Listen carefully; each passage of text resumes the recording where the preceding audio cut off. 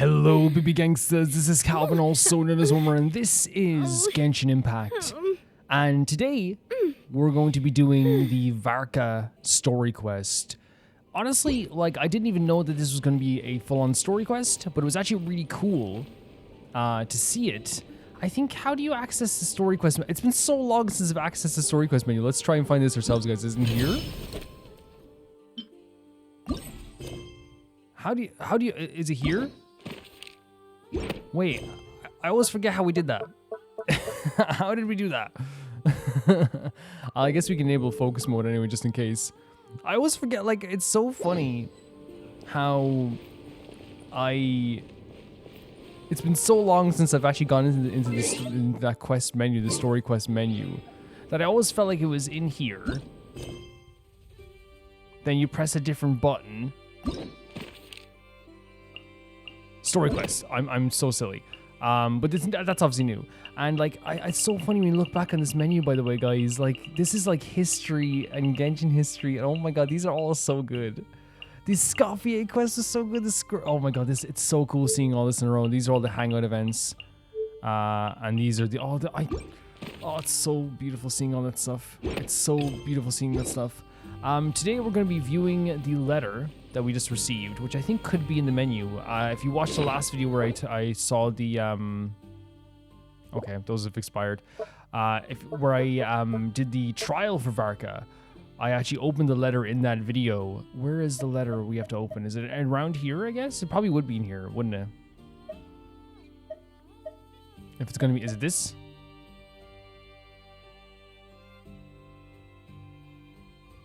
Wait, what the hell? Wait, what? How did I miss this? To wander the best companion all to that. This past year we traveled far and wide and helped so many people, seen tons of weird and wonderful things. On top of it all, faced countless challenges. You've done an amazing job, and so was Paimon. Next year there'll be even more exciting places to explore and even more delicious food for us to gorge on. So dear wanderer, Paimon's best is happy, is best better than the rest of his companion. Happy Lantern. And she made such a nice thing. I didn't know this existed. That's so cool. Thank you so much. I'm so happy with that. I'm so glad they did something like that. That's so sweet. That really is so sweet. I love that they like do things like that.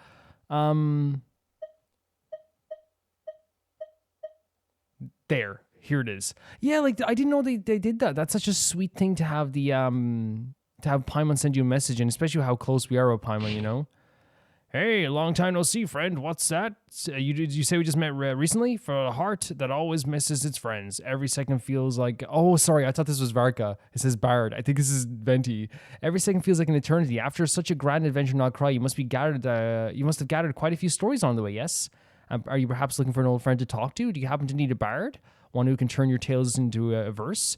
If so, come and catch up with me at Star Snatch Cliff. The wine is poured and the strings are already tuned.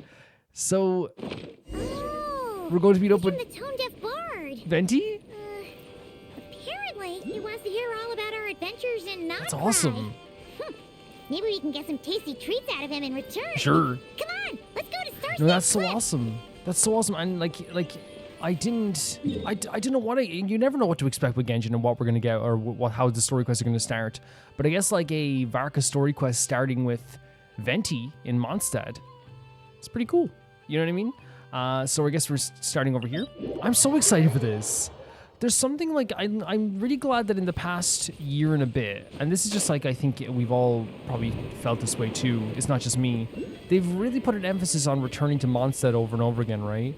And in fairness, they do return to like other worlds too, but I feel like in the past while, and maybe it's because of Duran, I think it's because of Duran mostly and Varka, that we've had a lot of returns to, and Benny in a way too, because of course he came in the summer event, and the paralogism stuff. I think we've had a lot of like returns to Mondstadt and a lot of emphasis on Mondstadt characters in the past while, which is cool, which is very cool. Man, this game looks so good. If you see, by the way, still, as I said before, I just wanted to warn people, there is drift still on my controller. I might be able to trigger it here. Yeah, there you see there, she moves back slightly. For some reason in Hoyo games, they don't have like a dead zone on their analog sticks. I'm telling you this right now, every other game I'm playing, this isn't an issue. It just isn't. And I don't know if it's just because they want you to feel really free and like free moving in this game, so they like make it so loosey goosey in a way. Because I never have a problem with the actual combat, but like I only ever notice the drift when I'm playing Genshin or Honkai Star Rail. Oh my god, he's just standing there. Wait, what? Oh, that's an interesting way to get into a cutscene, right? I love that you could probably tell you were coming, you know? Start playing the tune. Oh, look at her. Look at him. Ah, welcome back, old friend. And how should I be addressing you these days? The honorary knight of Mondstadt? Wow. The Tumaini of Natlan? Or the great hero of Nodcry? Just call me by my name. Honestly, though, like it's so, it's such a great way of him introducing us because, like, you know, at this point, Venti is saying that you've done so much. Well, you sure have your finger on the pulse. We've barely caught our breath since Nodcry. True. But it sounds like you've already heard about what went down. I mean, that's the thing. There was so much happened, like, so yeah, it makes sense that we won't be able to catch our breath yet. News travels fast on the wind. But before I can turn your tales into tunes, I need to hear them from the horse's mouth. A true bard. My wine and my lyre are at the ready. So please, traveler, take a seat and tell me your tale. I love that, like, Venti, like, sometimes is this, like, central point for us in, like, Mondstadt sometimes where, like, it's almost like he keeps us ground, like, because it feels like Venti was the start of our story, right, in a lot of ways. He was the first named character we ever saw besides Paimon and ourselves in the game. So I always feel like when we come back to Venti, it feels like it's like returning home for a bit to talk to your mother or dad or something. You know what I mean? Like just to check in. You know what I mean? It really feels that way sometimes. You tell Venti everything that happened in Nodcry. Amazing! Incredible! The Rapier of Oh, look Solari at this. and the Doctor? Truly a tale for the ages! Yeah, the doctor smells. Believe it or not, up close he smells. Like really, it's like a weird like it's like there's a hint of fruitiness, but it's mostly rotten fish. So I'm guessing the wild hunt is a thing of the past now that you've defeated the Rapier of Solari. He's so cute. No. Seems that way. We were kind of focused on dealing with the doctor, though. Well, I guess there's just still that's what I was saying. Yeah, that's what I was saying. Okay, there's still some vestiges of the wild hunt around. 100%. Yeah, there's still some stuff there. Well, that's good to hear. Hey, now that the Northern Abyss calamity is finally resolved, Varka must be getting ready for the triumphant return of his expedition, right? Wait. I haven't seen him in the Oh my longest time. god. He must have so many stories to share. Do you think we're gonna? Oh, like if it's a Varka story quest. Like he might be reuniting with the Mondstadt characters. That's gonna be so fun. I was gonna ask you two have really met before. Hooray! Paimon was wondering about that, too. He did call you Barbados. But weren't you still fast asleep back when he was in Mondstadt? Let's call it half asleep. I was resting my eyes in the Thousand Winds Temple one day when I heard a commotion outside. Oh my god, he was fighting a freaking rune guard. It was a young knight who had journeyed there in search Look of at this. trials and oracles after hearing some tall tales at the local tavern. In fact, all that awaited him were moss-covered walls and an angry ruin guard. But he seemed completely unfazed, laughing heartily as he sent the ruin guard's missiles flying off into the horizons. This is the first time he saw Varka. They must have been making quite a racket if it was enough to wake up the tone-deaf bard. Yeah, it sounded kinda like... Like... Wait. Is it happening again? Is he there? Hey, No, is that's... that all you've got? Wait, what?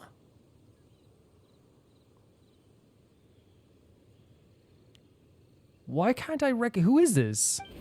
Oh, bring it on. The laugh. What the hell? like that. Who is that?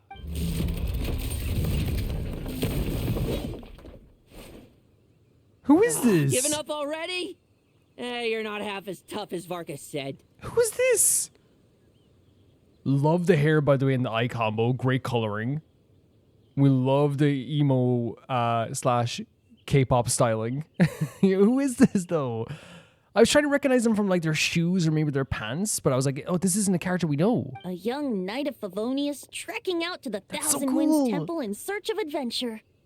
Now there's a sight I haven't seen in a while. I legitimately didn't know we were getting like, obviously I never know, but like a Knight of Avonius? A bard Sick in design. green clothes. Does this mean... Oh, you're Venti? Sick design. Love the hair. I was just wondering how I was gonna track you down. They seem very energetic, don't they? It's very like outspoken. Oh, so you were looking for the tone-deaf bard? Strange place to start your search. I would have tried to Angel's share. No, this outfit's so sick too. We have a new Knight of Avonius. Hold on. Blonde hair, white hair. You must be the honorary knight. And Oh my God. Paimon, the Grand Master talks about you all the time. The voice actor is playing this character up as like so eccentric, outgoing, a little bit wild, right? And already I'm falling in love with the idea of this character. I really think they're really cool. Allow me to introduce myself. I'm Lohen, Vice Captain of the 5th Company of the Knights of Lohen. Favonius and a member of the Expeditionary Force. Pleased to make your acquaintance. This is so fun seeing a new Knight of Avonius, guys. This is crazy fun. Expanding to the world, expanding the world, right? Expanding Mondstadt. Oh, so you're part of the expedition, huh? Right. So that's why Paimon's never seen you around in Mondstadt. Hey, wait a second. We never saw you in Nodcry either. That's probably because when the Wild Hunt was still running rampant, I spent most of my time out on my own, making mincemeat out of monsters. I barely went back to base at all. The voice actor's so fun. I love the way they do this, by the way. Their outfit is like so like fancy, but also still being like very combat oriented. Like it has these like big boots and there's like a corset. Like it's a really like camp and flamboyant design, while also still being very cool. Not like flamboyant and camp can't be cool, but you know what I mean. But I also think it's really interesting that like when Genshin does this, the way like, you know, because there is going to be people being like, how come we haven't met them before? And it's just like a very simple explanation, just be like, hey guys, I was doing other stuff, which is fine. I think like the Teyvat is so big. If a character said to me like, you're like, hey, why have we never met you? It's like, you were just never here when I was here. That's what I would say. Then, once the Wild Hunt calmed down, I got sent back to Mondstadt. Mixed blessing, if you ask me.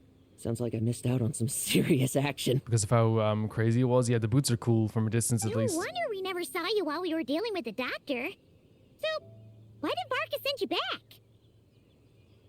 Don't tell me he sent you to... Deliver some letters. Oh, did you put the letter in our bag? There's one for the Knights of Favonius, one for the church, another for the Dawn Winery, at least... 10 Okay, I'm no. told. Because I was thinking he did it for Venti too. He clearly delivered the letters then that Varka was writing at the end of Act 8, right? Jeez, how many people has he sent to deliver his mail now? Mika, Inefa, Lowen. He should just hire a full-time mailman already. Mailman assistant? In fact, he's earned himself a new nickname. Let's go with Sir Writes-A-Lot. Sir Writes a Lot. Another day, another nickname, Tone Deaf Bard. I'll have you know that poetry and letters were humanity's earliest means of expressing their thoughts. True. So, tone deaf or not, I wear the title of Bard with pride. And I consider Sir Writes-A-Lot to be quite a compliment. Honestly, you should, though. Like, Paimon will make up a nickname for a lot of people, but that doesn't mean she doesn't like you. Wait, really? Darn it! Maybe Paimon should come up with some harder-hitting nicknames for these two. She wants us to hit. Anyway, since this young man has come all the way to the Thousand Winds Temple looking for me, I assume he must have a letter for me too. Am I right? I thought, so he's cryo as well, by the way. You sure are. To use the Grand Master's own words. This one is for the bard in green clothes. These days, I think he goes by... These days, right? Venti. Emphasis on these days. Doesn't really have an address as such. You could start by asking around in Mondstadt, or maybe try your luck at the Thousand Winds Temple. I figured that since there was this punching bag here, Ruin Guard, I could get some practice in while I was at it. So, I came right here the second I got back to Mondstadt. You know what's so funny? The voice actor's playing this in such a great way because they do have this very comedic and funny way of talking, but there's still sincerity there. Like, you don't think that they're just like, pretending to be this funny, or the character is like being like insincere. Like, this is when they say like Ruin Guard, stuff like this, you can tell like they're like literally having like a time of life, even like talking to us. I wonder if there's like there seems to be an appreciation for fun for this character. That Varka is so slapdash sometimes. It's a good thing we happen to be nearby. So what does the letter say? Oh, he also said to remind you to write back. Oh? Nothing in particular. Just some idle chatter between two drinking buddies. But if I'm supposed to write back this time, I'll need some time to mull over my response. Fair enough. Varka gave you a whole bunch of letters to deliver, right? Maybe you can head into Mondstadt and deliver the rest of them first? My thoughts exactly. I love his Assuming hair. I can find the way. Hopefully the roads haven't changed too much since the pre-expedition days. It's been a long expedition, right? It's been a long expedition. The reason I love his hair is I love the kind of like half mullet, half like floppy emo K-pop styling of the hair. But then again, it just works with the eyes too. Like the eyes having like a tint of red in them as well, just like really matches kind of like or like at least contrasts in a really cool way the kind of faded bluiness / almost green of the hair too. Well, why don't we have Mondstadt's honorary knight escort this homeward bound wanderer to the city? Sure. I'm sure some of the recipients of Varka's letters will turn out to be old Oh, friends that'd be of so yours, too. fun. Yeah, let's go. I have no objections. Let's go! It's been a while since Paimon's done any guide work. Like 2 weeks ago, Paimon, let's be Thank you honest. so much, Honorary Knight. And you, Miss Guy. Miss Guide. A whole new character. The Abyss. The Wild Hunt. Andrius. What are you talking about, Venti? Get home safe, Varka. So Varka's hit a snag, maybe? Why do my ears feel so hot all of a sudden? Is someone talking about me? So, I'm very excited because again, I was obviously like, you know, not knowing what to expect Surely ever. there's no way anyone found the secret stash of cash in my office. That would be Oh, terrible. secret stash of cash. No, I genuinely love that we have a new Knight of Favonius. I love that they introduced a new character. It also means that, like, I feel like when you introduce a new character in, like, a story quest or a world quest or something like that, too, I think it adds, like, a bit of, like, of an energy and life to the quest as well. That was already going to feel great, but that adds another spark of, like, here you go, something fresh, something new you haven't seen before, you know? Grandmaster, bad time to get distracted. Oh, they're, like... They seem like they're fighting here. Look at the purple in the back as well. Watch out! Enemies approaching! Yeah, they're fighting the Wild Hunt still. Huh? Oh, it's just a few stragglers. They're no real threat to us. This expedition is almost over. We just need to deal with these final few targets, and then we will make our triumphant return. Oh, so like this is the last like task. We know how to use him now, by the way. We know how to use him from the trial. He's one of the most fun characters in the entire game. He's so fun. Look at this. He is like so fun. Like it's just like the only way I can just like if you guys haven't seen the trial video. I had no plans on wishing on Varka whatsoever. You know what I mean? I had no plans on wishing on anybody whatsoever. But then I got to use Varka's moveset. Without the ray here of Sonari to direct them, It's so fun. it seems like all that's left is their primal urge to destroy. So just have this instinct thing. The reason why Varka's so fun in summary, by the way, is because I can feel the weight of his claymores when you use a skill. I love that you can have him as just this wrecking crew with like one other member on the team. The jumping move is so cool, and the moveset itself just feels like a hack and slash game from the PS2. It's so fun. If this is all that the Wild Hunt can muster now, surely the Lightkeepers of Nodcry will be able to deal with what's left. I like that they're showing scars on these guys too. They've been here for a while, you know? Just like I thought.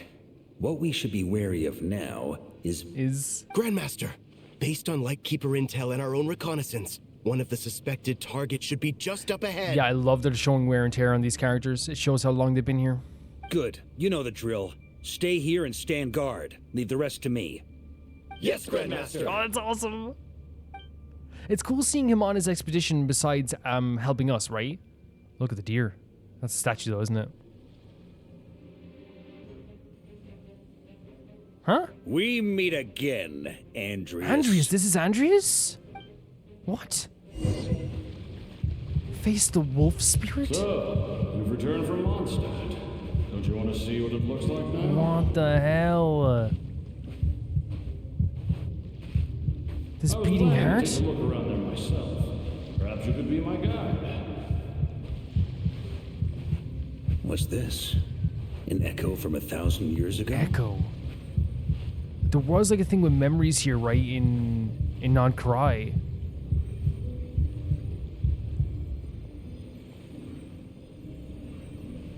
Everything seems normal so far. Here's hoping I'm just overthinking things. There are 2 other places to check. Maybe this will all go smoothly after all. Never say that. Never say that. Oh? It's your turn, my friend. Come, Andrius! He's like showing off the sword here? Absorbing? Is that what just happened? Although, for returning Holy to your old hell. home, perhaps Andrius is a little too ostentatious. Wait, so he's seeing the memory of when he was talking to Andrius? Might be better to go by Boreas. Boreas? Huh? Injustice. What the hell? Corruption. Iniquity. Is the surface world still as wretched and foul as ever? Wait, so he's just appearing like in this full form now? Answer me. Oh god. Heir to the knighthood of Boreas. Heir to the knighthood of Boreas. Looks like I'm not getting out of this without a fight. Wait, no way. What? That's the way you do your title screen?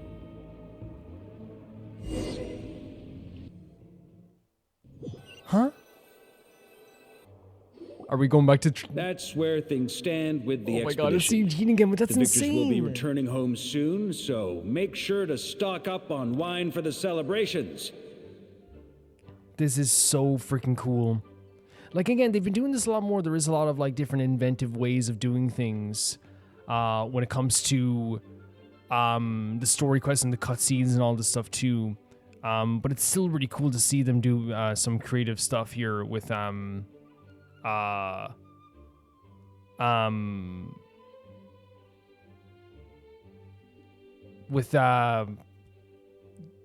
stuff, I guess, too. Andrius is like, maybe like just by the look of them, Andrius is the wolf that we from Mondstadt, right? The one from the quests with Razor. Again, I always like think that like I'm being like, because again, it's like that is the area, that's the boss fight, that's the character we fought.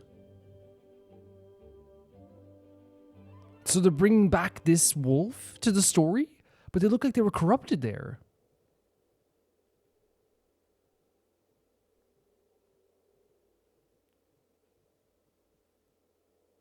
Interesting. I wonder where they're going to take this. That's so cool. Because the thing is, like, as well, when they said, like, Andrius, I'll be completely honest, like, I didn't click with anything. It's when you see the wolf, you're like, oh, yeah, that's who it is. But there seemed like there's some corruption there. Really interesting. P.S. Oh, I hope letter for everyone's Noel? keeping up with their daily training. I'll be testing you all when I get back to make sure no one's regressed. Oh, no. P.P.S. Oh, look. I wrote individual letters for each and every one of you. Don't forget to write back. That's such a funny scene. Everyone just That's holding their all. letters all at once. Everyone gets one? Wow! Sure writes a lot is really living up to his name. It shows a passion he has for everybody, right? He definitely has a passion. I guess the Grand Master must have something specific to say to each of us. Even I got a letter, and I'm not a real knight yet. Oh, Noelle. Jean, not feeling too good about this? Jean? Maybe she's worried? Oh, yes. That's our Grand Master for you. Right. By the way, anyone know where I can find the cavalry captain? I have a letter for him as well. This is so funny, by the way. These shadows are crazy, by the way. This is so funny that there's like everyone, like even Eula's here and everyone's here reading their letters. It's so adorable. You mean Kaeya? He said he was meeting a friend from the church at the Angel Share. Okay. Allegedly for work. Said he was exchanging intel. Here's my Amber. But I'd say there's a 50-50 chance he's just there for a drink. The angel stairs, intelligence from the Church of Favonius? My mom bets there'll be lots of familiar faces there. How about we deliver Kaeya's letter? And these are there too as well! Really? Oh, that would be a great help, thank you. His voice actor is so fun. Our thanks to you too, Lohen. The other knights will help distribute the remaining letters. Good. You've had a long journey. Please go get some rest. Great. But I won't be resting just yet. I have one last letter to deliver to Wolvendom. Oh. This one, I was planning on delivering personally. So, Wolvendom is where you fight that boss and also where you meet that wolf. So there's something here relating to that wolf that's going to be happening in the story, which is interesting to bring this back as well. But like, also, I feel like it's also interesting to have, you know, everyone kind of like, I guess, not everyone, I think Venti reacts to this in a way that's kind of like he's a bit worried as well. So something is happening here that both Varka and Venti know. And now there's a letter being delivered to Wolvendom. There's something happening here. I'm so interested to see where this is gonna go. I heard that another challenger recently passed Boreas' trial. Well, with any luck, that wolf might be willing to reveal himself to me, too. I'm actually so excited to not only have a new character, but like to see how they're gonna bring back up this old stuff. Very well. But please remember to show respect to the local wolves. 100%. It's always so good seeing Jean and all the Mondstadt characters. Oh, and autoplay. Look at Eula just smiling in the back. They're doing such a good job of this. Venti is a little bit worried. Varka is there fighting a wolf that we knew from the past, like right there in front of us, right? Jean is also worried. So what we can infer from this as players is that there's if Venti, who is this really powerful character, is worried. Jean, who is the leader of the Knights of Vonius currently, is very worried. Varka's off fighting something that like it looks like a corrupted wolf. They're setting up this idea that like we should be worried too. We should be definitely kind of like concerned. Clearly something is bothering Jean. I should talk before going to the Angels here. 110%. 110%. Oh, can we talk to all the characters? No way. Grandmaster offered lots of advice in his letter regarding my recent assessments. Awesome. I didn't think he'd spare a thought for that kind of thing in the middle of an expedition. So, honorary knight, if you have the time, do you think you could help me out with my special training? Oh my god, I actually didn't get to do our hangout event yet. People always say don't do it, don't do it. No, everyone's always like, what are you gonna do that hangout event? It's been like my most requested thing to do. And you might be like, Calvin, why aren't you doing it? It's just timing, right? It's just obviously timing, for sure. I wouldn't be against it. How is Eula? How are you? He wants to test me to see if my skills have regressed? I still haven't forgotten how he went easy on me last time. I'm assuming you must have seen him going all out before. He's very tough. When the time comes, you'd better keep an eye on him for me. Honestly, Eula, I think factually so. This is not just me giving an opinion, guys. I'm not biased or anything. Eula could destroy Varka in 2 hits. Which is, it's just the way things go, I don't make up the rules or the skill levels or the power levels. It is legitimately just like a thing where like, I think honestly even minus 2 hits, I think he probably would give up beforehand because he realized he wasn't tough enough to beat Eula. But then again, Eula, like, we had to, like, they had to keep Eula out of the story because Eula's kind of like Thor in the Avengers, where it's like, you have to keep her out of the story for long enough or else the story just ends, because she would have killed Tori in 2 seconds as well. Ah, the Grand Master. The archives are filled with documents awaiting his review. I'm not letting him run off again until he's finished dealing with every last one. I love that everyone has like this shows Varka, while still on expedition, has like a very strong connection to Mondstadt. Everyone has something to say about him, right? On another note, have you spoken to Jean? I hope she'll finally be able to relax a little once Varka returns. But I think we trust her so much, she's probably gonna like still have a lot to do, probably, But that is very true. It might be nice to have a little bit of a time off, right? For sure. Oh. Amber. Okay, we'll deliver these letters to the Adventurers Guild and the Cat's Tail. Thanks so much. You can just handle the ones for the Angel share. The expedition is finally wrapping Love up. Mika's voice. Oh, I hope the maps I made on our way there are good enough to get them safely home. That's awesome. That's so awesome. Yeah, I loved, again, this place feels so alive, doesn't it? What they've done here with the story quest, doesn't it feel so alive, having all the characters just hanging out here, like talking about Varka and stuff? What are you doing there, Sucrose? The Grand Master wrote in his letter that the Boom Blossom bombs we sent worked really well. He wants to know if we've made any more. You're talking to Klee? Oh. I can't wait to go outside and This is so fun.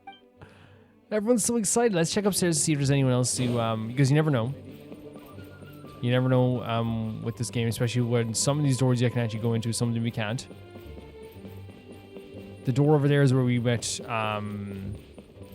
where Mini Duran used to hang out.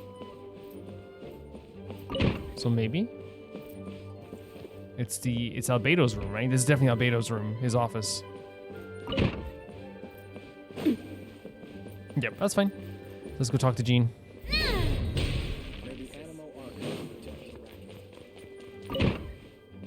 I love seeing the Mondstadt characters always again. I love it. Look at the clear view outside.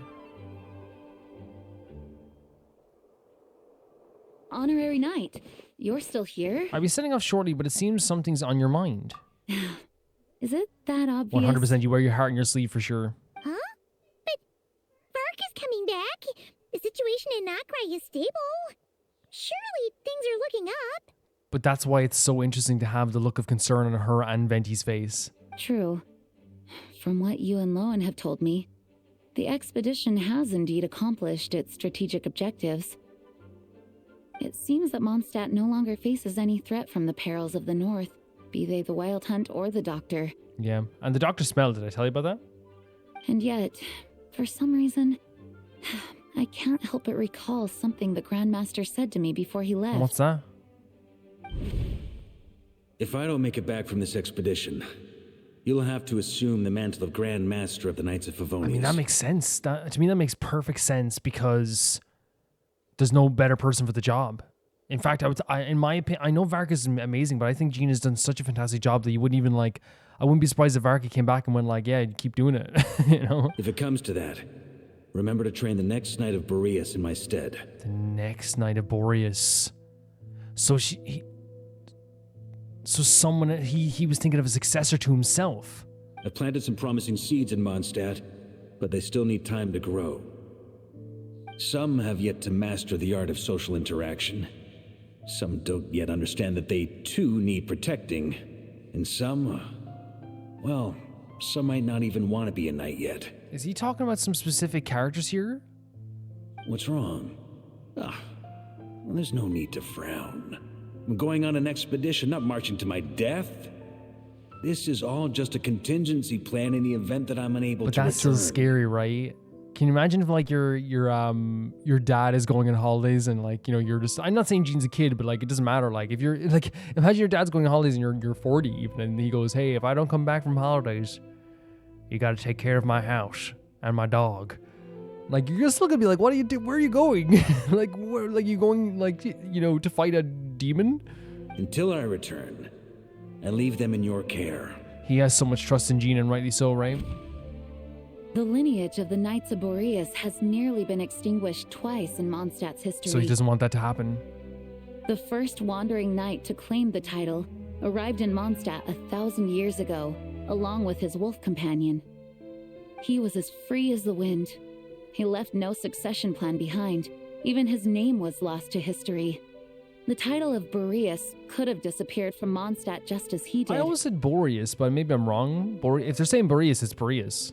But he had an informal disciple, a knight named Ravenwood, sick name, who admired the Knight of Boreas greatly. Ravenwood's valor and swordsmanship earned him the Wolf Spirit's recognition. And he was talking to a wolf spirit there, right? Back in in Nokrai?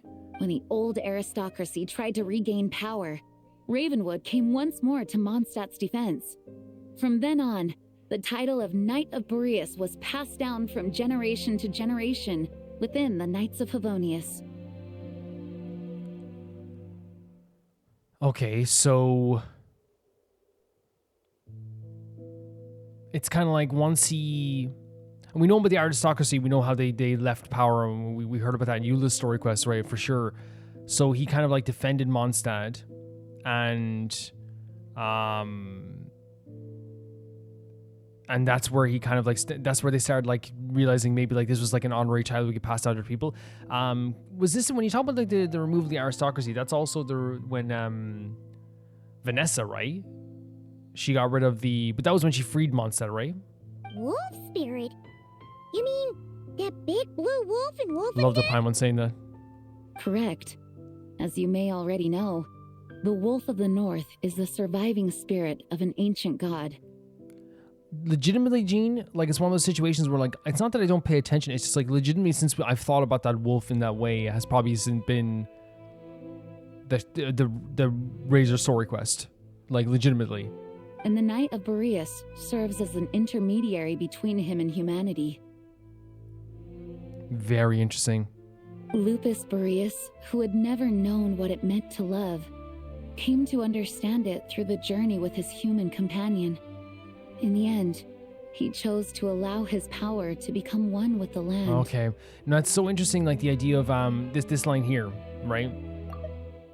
The intermediary between him and humanity.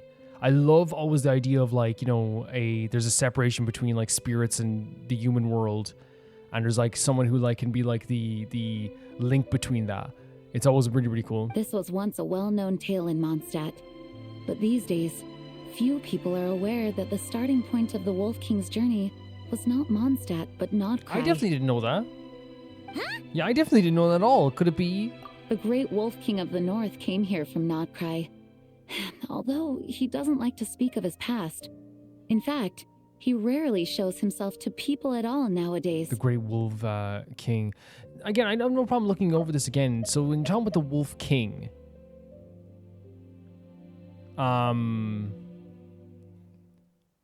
that's Lupus Boreas, the Wolf King. The wolf that you can fight weekly is called the Wolf King. Am I getting that right?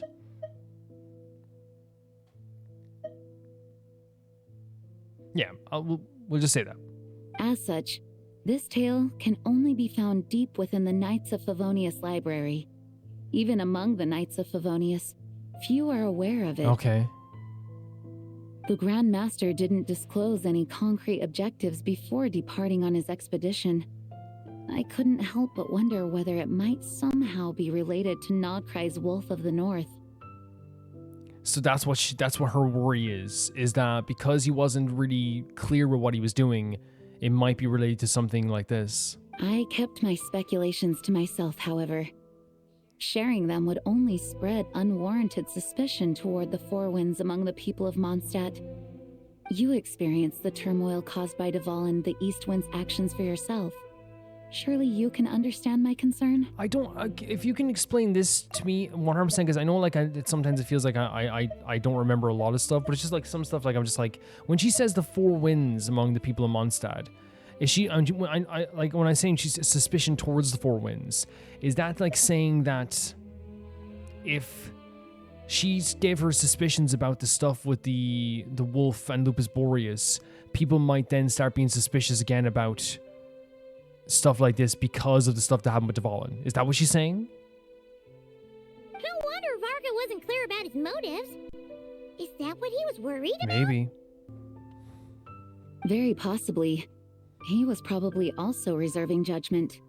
Having heard about your experiences in Nodcry, I now suspect that the Grand Master hadn't yet ascertained the true identity of our enemy at that time. Right, okay. It sounds like he's carrying a lot of weight on his shoulders by himself, right? And as it turns out, the Calamity born in the north wasn't an ancient god, but rather the Wild Hunt and the Doctor. I guess we were both jumping to conclusions. I mean, that has to be crazy too, like, because I never think about that, how, you know, Varka was there to help us, but obviously he had no idea exactly what was happening with, you know, the Doctor and the Wild Hunt and Rereer, right? It's really interesting to think that, like, while it seemed like he had everything, like, put together from the start just because he was there preparing stuff, he also was caught off guard. He also had to, like, you know, really think on his toes. Well, always better to be over-prepared than caught off guard, facing the worst-case scenario with no backup plan. Yeah, because what he's saying here is that, like, he thought it was going to be an ancient god, but it was actually the Wild Hunt and the Doctor. Yes, I completely agree. The tide can turn rapidly in times of battle. It's a leader's responsibility to prepare for every possible contingency. Yeah?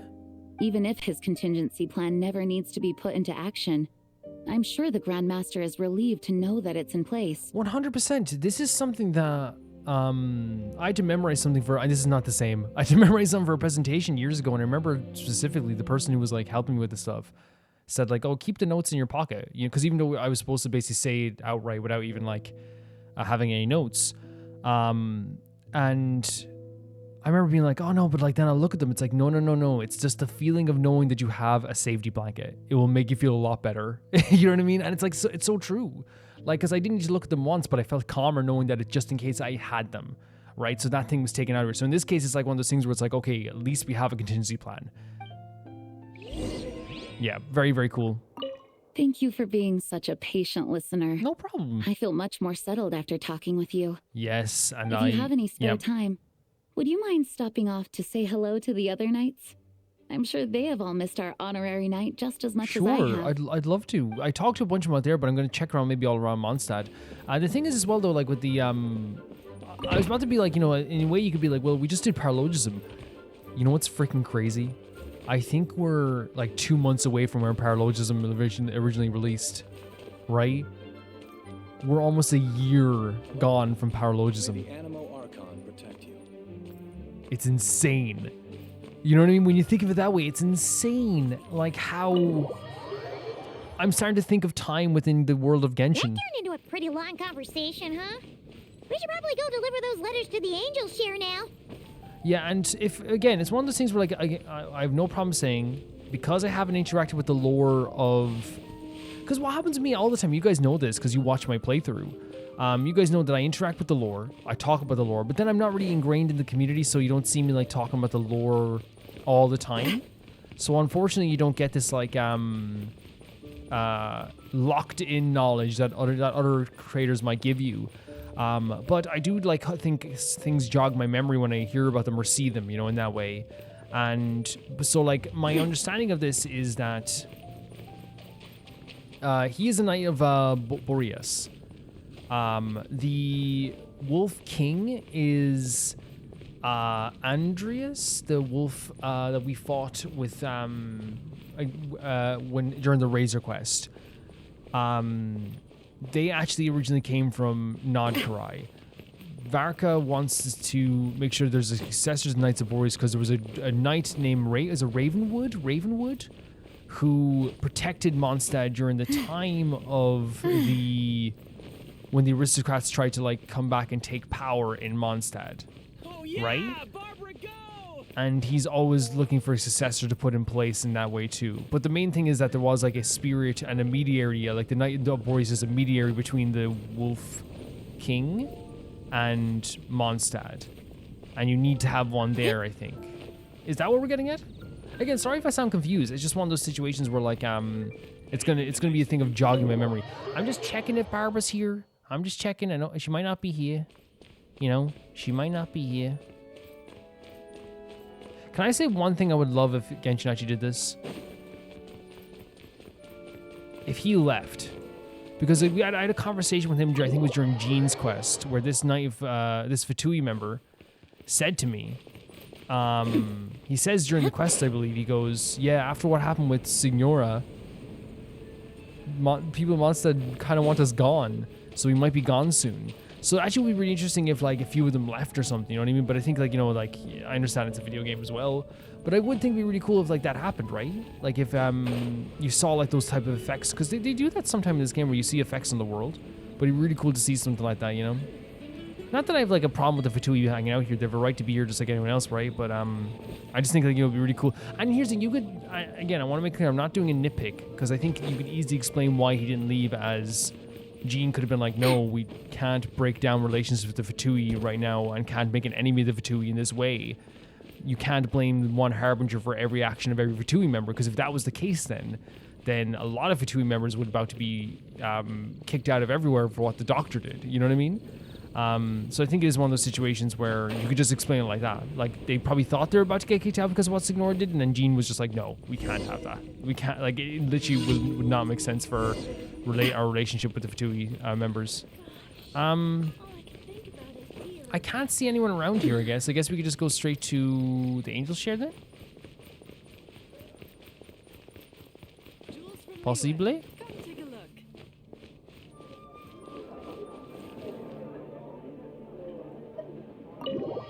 There we go. The drift isn't too bad, right? It's probably going to get worse, but it's not too bad right now. Who is in the Angel Share? Mixing drinks in hot weather, start by pouring in cold What a water crew. and add ice cubes. Then drain out the water before adding the other ingredients. Yeah?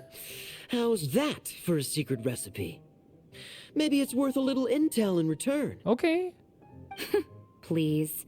I've known that little trick for a good 10 years at least.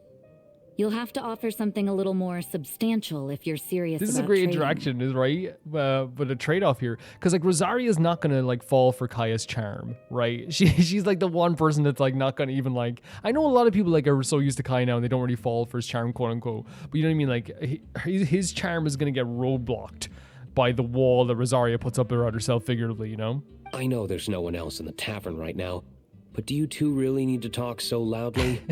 Especially if you're supposed to be exchanging confidential information. Kaeya! Rosaria! Diluc! Paimon knew we'd find you here! Oh, what a crew! It does feel like we're just coming home, right? Looks like it's about to get even noisier. Hey! Diluc! Be happy to see us. Give me a hug. Give me a hug right now. A little liveliness never killed anyone.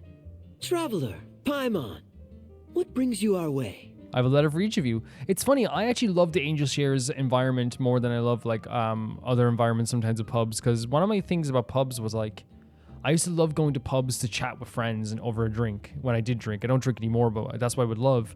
And I remember then they'd be like, hey, let's go. Like, and this sounds, I'm going to sound like I'm so boring. But my friends would be like, hey, do you want to go see some, go to the pub today? And I'd be like, yeah, sure. And they're like, yeah, there's a band playing today. And I'm like, not because I don't want to see this really cool amateur band playing, indie band, I should say, not amateur, indie band playing some cool music, right? It's going to sound great and it's going to be really fun. But it's also like, I like the moments, because again, I know it's probably the same in America as well, by the way. I know it's probably the same worldwide. In Ireland, like in a pub, it's where your day is talked about sometimes. It's like where you kind of like reset the day. Again, I don't drink anymore or go to pubs anymore, but it's one of those situations where like, at the time I was like, I would just love the quietness of, I would get along with Diluc. I would get along with Diluc. I have a letter for each of you. You know what I mean? I would get along with him. Please allow me to once again express my sincere condolences regarding your late father and the incident with Eric. Whoa. We make absolutely no excuse for his crimes.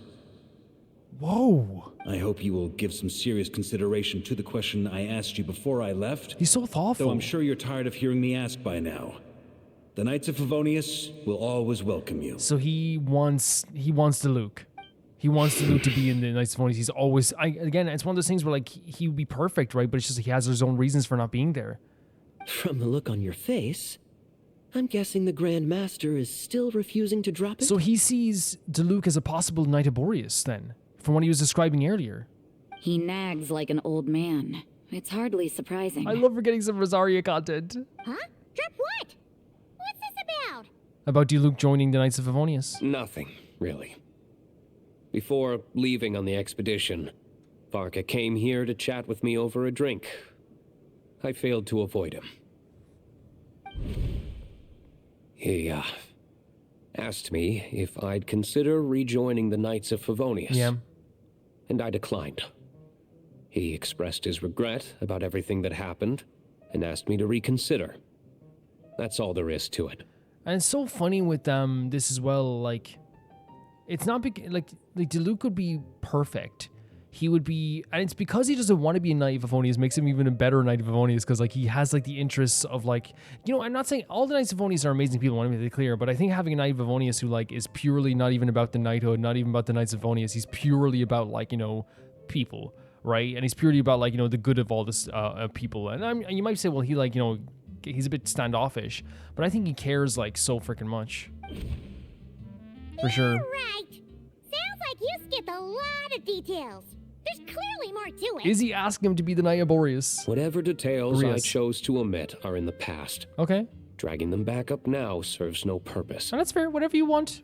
I'm not here to drag anything out of you. You say that now, but back then, you couldn't let it go. You and the Knights of Favonius were constantly at odds. I wasn't seeing the full picture. I've had a lot of time to reflect since then. Mm-hmm. I think it's honestly really cool to see like a growth there, or at least like a time healing some wounds, maybe. But my answer remains unchanged.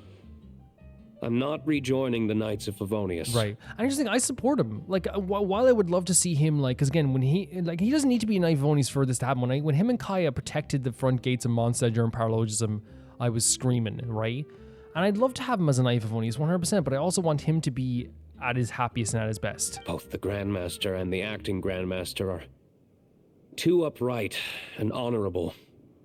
I can't see the shadows that lurk beneath them due to the size of the organization they lead. They need someone on the outside to keep watch vigilantly. And this is Batman. He's Batman. He's the Batman of Mondstadt.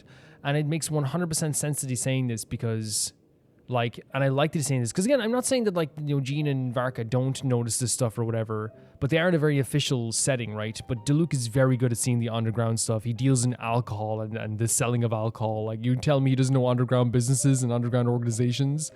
He knows stuff that's happening with the Abyss Order and Abyss Mages. Like, he's very aware of this stuff. And, like, working in a pub will probably get you, like, a lot of info, too. If I had a Mora for every time I've heard you repeat that argument. I actually don't disagree with the first part of what you said. But don't you think someone can keep tabs on things from the inside? Are we in a convincing time? He's so pretty. Are we getting, like, convincing time here for Diluc? Do you think he's going to get convinced? What do you guys think, I wonder? When you join an organization, you're bound by its rules, no matter how free it may seem on the surface. You think so? Never mind the Knights. Have you honestly ever been bound by the rules of the church? he said, says you, Miss Lady of the Church. Good question. Have you considered that maybe that's why I chose to join the church and not the Knights to begin Her with? outfit's so awesome. I love her design. And it's probably, I wonder if she's saying because she can actually, like, be a little bit more free. Are they arguing or not? It's kind of hard to tell. They have just different ways of protecting those around her. 100%. I actually love this kind of, like, discussion between them because I think it, like, again, shows their personalities in such a cool way. Shows their viewpoints. It's cool to have, like, these different viewpoints between each character. And because, like, Rosaria has a strong personality, Diluc has a really strong personality. Kaeya has, like, a very, like, outward-going, flamboyant, strong personality. Like, it is going to be a situation where, like, if you put these three people in a room, you're going to have, like, some fireworks sometimes, right? 100%. I think it's a really cool way of showing him. Oh, kind of like the contingencies Jean was talking about. The more ways they have to protect their home, the better. Yeah. Huh? Traveler? Are we not... I wonder if this is exactly what Varka was hoping for. A little friction? A little debate? To maybe push someone forward? You know what I mean? Maybe we'll see. Because I wonder if it's like kind of a situation where like maybe he's hoping for people to like know how to protect Mondstadt in their own way. What should I report back to the Grand Master on? Let me think. Public order inside the city? Monster activity in the wild? Oh, and a review of the latest vintages. I think I'll leave it at that. This is so fun to hear. I'm really curious about the Diluc stuff. While I have no idea how he's feeling right now about this stuff, if he is swayed a little tiny bit, but like, I think Varka would still be happy to know that everyone has their own way of protecting Mondstadt anyway. My reply won't be a long one, as usual. I'm sure Varka won't be surprised. Can I say why I love Diluc's design so much, by the way? It's not just the pretty face or like the black eyebrows with the bright red hair is so cute as well. I love his like outfit and kind of his lankier design because it really feels like he is like one of those like wild and crazy characters from like a PS1 game, if that makes sense, where it's like he's like, I am the grand owner of the mansion Duel. You know, like, he seems like one of those random crazy characters you meet that like is ultra powerful, you know, that turns out to be like the final boss. So maybe I'm not describing things properly. It's like you meet a character in the game and it's like they're like this really like intricately designed fancy character and they turn out to be the final boss. I don't know, I like his design quite a bit. Cyrus, Jack, Quinn, sorry. You get what I'm saying? I don't know how to describe it properly. He just seems like a classic character. He seems like a classic character from like an older JRPGs or horror games, you know? I think that's why I'm also drawn to his design. And of course the fluffiness of his jacket too is really cool. Wine. an adventure. Really, really cool. I need to learn to handle my booze better. Rosaria? Getting to talk to Rosaria is awesome. If you hadn't had to deliver that guy's mail, you wouldn't have been subjected to all this tedious arguing. When I write back, I'll tell him to quit making trouble for other people. I don't think it's tedious. I love you guys giving your opinions. It's no trouble. Lowen did most of the work. We just volunteered to do the last leg of the journey. Mostly so we could come say hello. You just have different ideas on how to protect Mondstadt. And yes, that's 100% a good thing. Good thing. So you good see thing. what's really going on here? All three of us fell for that old rascal's scheme far too readily. Yeah? Huh? Scheme? What do you mean? Was Varka lying in his letters then? No. While I'm sure Varka knows full well that Diluc would never agree to rejoin the Knights, I believe the sentiments he expressed were genuine, as was his offer to welcome Diluc back. Right. There are people like Kaeya and I, and then there are those who are true champions of justice to the core. Those people are the most susceptible to being driven to extremes by great upheaval. It's happened in Mondstadt before. So, people like Kaeya and then there's people who are true champions of justice. And the people who are true champions of justice to the core are susceptible to being driven to extremes by upheaval. Okay. Not only that, but it happened to a Knight of Boreas. That'll really hit home for Varka. And that's why his nagging is even more persistent than usual. So if I can read this all again, she's saying that the scheme is Varka knows Diluc will join, which we know.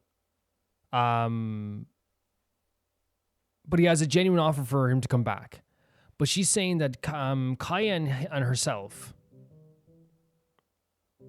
are different from Diluc, where Diluc is a champion of justice to the core. And because of that, he's more susceptible to, like, great changes in Mondstadt. So because that happened to a Knight of Boreas before, he's worried it could happen to Diluc? Is that what we're saying? Yeah. So no one's told you this before? The lineage of the Knights of Boreas had nearly been extinguished twice in history. The first was at its inception. The second was the case I was alluding to. Oh! Wasn't Jean telling us about this? Wait, and then we got caught up talking about the expedition, and we never got around to the second time. I happened to hear about it from Varka once when he was drinking and started yammering on. The second crisis in the Knights of Boreas lineage. Oh no. It was 500 years ago. Oh no. Oh no. Although the Knights of Boreas are meant to be intermediaries between humans and wolves, in practice, very few of them have been truly recognized by Lupus Boreas over the past millennium. Oh, so like there's some that like Lupus Boreas is like, nah. Of those who have, the best known are the first Knight of Boreas, Ravenwood, the wolf pup Rostam, and Varka himself. Wolf Pup Rostam is such a cool name. So these are three of the Knights of Boreas who've actually been recognized by the wolves, which is so sick. But 500 years ago, there was one who earned the respect of Boreas even before gaining the title. Yeah? He was a disciple of Look at Rostam. this. They thought he would become the mightiest Knight of Boreas who ever lived. He was the perfect No way. knight. Righteous, principled. His name was Roland. What? The blood-stained knight. We have another character? A designed character? Bloodstained Knight. Yikes! Bloodstained Knight? That sounds a little ominous. Do you think he was designed? Do you think there's a possibility we could, like, see him in some way? He looked a little bit, like, detailed, right? His outfit looked like a fully detailed Dragon Quest character. Well, apparently his original title was the White Knight. Okay. But he lost countless comrades during the Abyssal Calamity 500 years ago, including his tutor and mentor, Rostam. And this was the upheaval. The endless bloodshed stained his sword and armor a crimson as deep as black, transforming the White Knight into the Bloodstained Knight. Such an insane way to get that name, by the way. Because of so much blood that was shed and stained, you become the Bloodstained Knight. After that, he threw himself completely into battling monsters, leaving Mondstadt and the Knights of Favonius behind. To this day, no one knows his final whereabouts. That's such a sick story. Please let us at least see some like flashbacks of him or something. They designed him very detailed in terms of his armor, so I imagine we might see something. It's hard to say whether the loss of an important figure in his life is what drove him to the point of obsession, or whether he was already too far gone to save. Right. But had he known that the Knights of Favonius would always welcome him back, perhaps things would have turned out differently. Oh, so do you think that that's why he's saying this with Diluc, is that he wants Diluc to at least know that he has a place to come back to, even in times of great upheaval, regardless of like whatever justice he seeks? So if you want my opinion, the reason why Varka keeps asking Diluc to rejoin, despite knowing that he'll never say yes, is to let him know you're not alone. So beautiful, man. That's so beautiful. After all these years, he's still as persistent as ever. Just like how he used to be with me. Just he used to be with you as well? That's so perfect, by the way, guys. That's so perfect. Like the idea that he's just like letting Diluc know you have a place with us if you need it. You're not alone. Huh. Turns out Varka's a lot more thoughtful than he lets on. Oh, yeah. Paimon had the wrong idea about him. To be honest, like, I don't know if I ever thought about his thoughtfulness. I think I always just thought he was, like, a great leader, you know what I mean? And a great strategist. So, like, I never really thought about, like, the emotional side of it all the time, you know? Anyway, there's still something about this whole Boreas business that Paimon isn't really getting. Wasn't Andrius a god in Mondstadt thousands of years in the past? If so, why did Jean say that Boreas and the Wandering Knight only arrived here just 1,000 years ago? Plus, Paimon's super curious about what happened to Roland. Shall we go get it straight from the horse's or wolf's mouth? We can meet up with Lohen in Wolvendom while we're at it. That's a great idea! Jean said he hasn't been showing himself much lately, but he always seems happy to oblige whenever you show up. Let's go! I'm up for, much of anything, you know? Honestly, like, I do think that this is so far really, really cool. And seeing this new side of Varka, understanding, like, you know, how he clearly now is trying to, like, maybe put things in place for Mondstadt and make sure things are running well, whether it be with Jean or Diluc or whatever upheaval could come with this. But it's so cool hearing about, like, the Bloodstained Knight. Like, what a great idea for, like, a story of a character. Like, that's so cool. They've really done, like, a really fantastic job of building up that idea, right? I think as well. I think they're doing a really fantastic job of that. It's awesome. Like, it's so sick. Like, just the idea of, like, called the White Knight and you get stained with blood is instantly a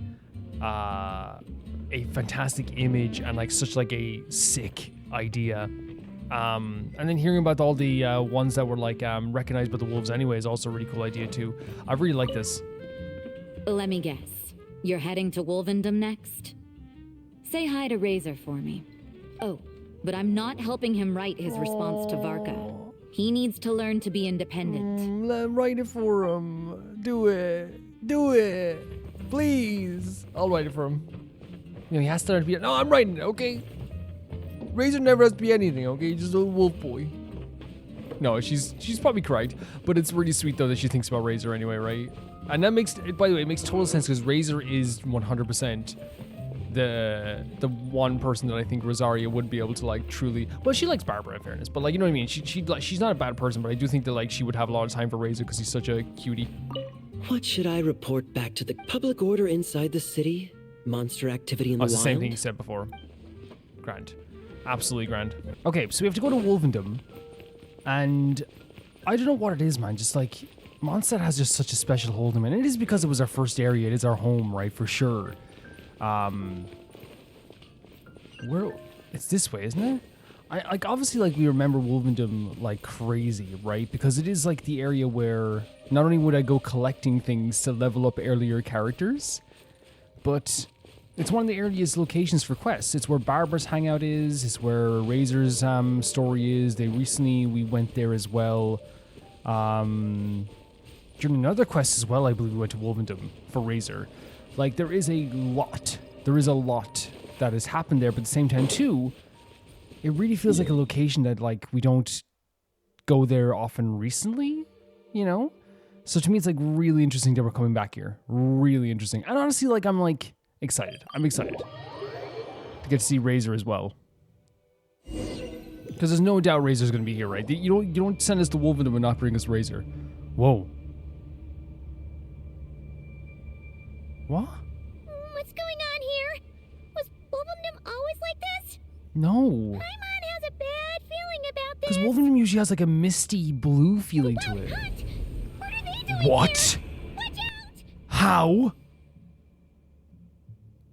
What is happening? What do you mean the Wild Hunt is here? By royal decree. And they're playing Not Cry music here? Rain outlines your fate. In Wolvendom? Guys, what is happening? Oh my god, what is happening? This is so terrifying.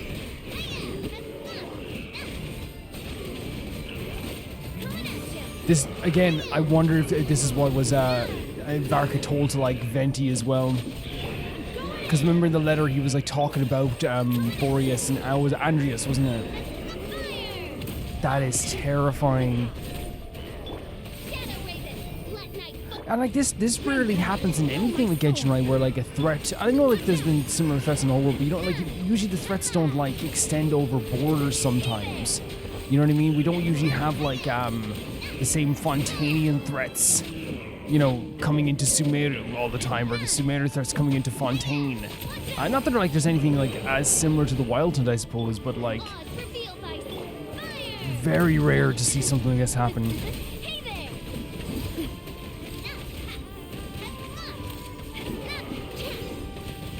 Very scary, honestly. Music's great, by the way. Honestly, like, I actually think, like, I've been listening to it more and more lately, the battle music here, and, like, some of it's, like, absolutely incredible.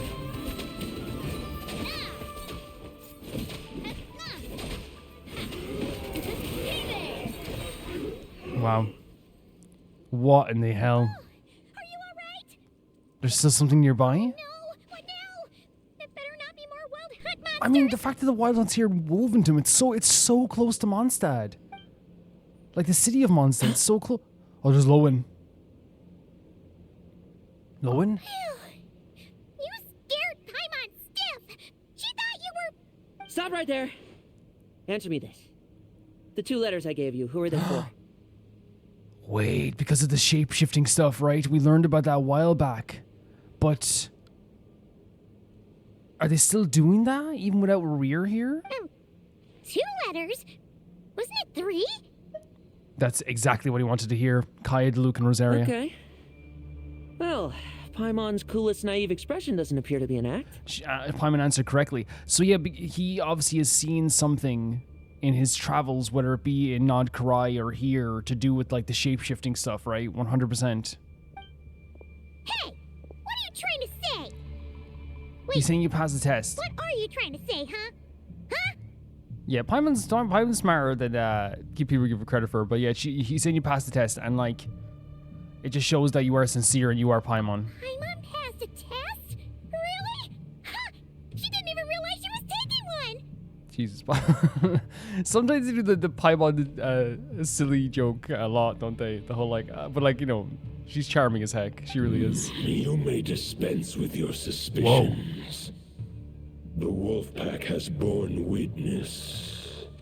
They fought against the aberrations that encroached upon this land. And our attackers showed no ability to disguise themselves this time. So they're not doing disguises right now, but hearing Boreas' voice like this. A familiar scent. Come. I will await you at the usual grounds. So the familiar scent is probably the fact that, like, we've been here several times, right? We've been here several times. Well, if the boss of Wolvendom has vouched for you, I guess I should apologize for doubting you just now. I legitimately, I'm impressed. It always pays to remain vigilant. Sure was. Fortunately, my experience in Nodcry didn't go to waste. Sure. Turns out the Wild Hunt all feel the same when you stab them. They didn't stand a chance. Love the voice actor for Lohen. Something seems wrong with that old wolf, though. Go on. You should check on him. Thank you. Yeah, no, to me, like, that's just like, I always talk with the idea of smarter characters, and I don't need characters to be like, you know, deciphering big puzzles and all this stuff all the time, but I'm talking about, like, you know, making your characters that we're supposed to follow not annoying. Man, the kind of Nod Karai vibes here in Wolvendom are crazy. But yeah, having a character be like, oh yeah, doing something smart makes sense for someone who has worked with Varka, someone who has worked in Nod Karai.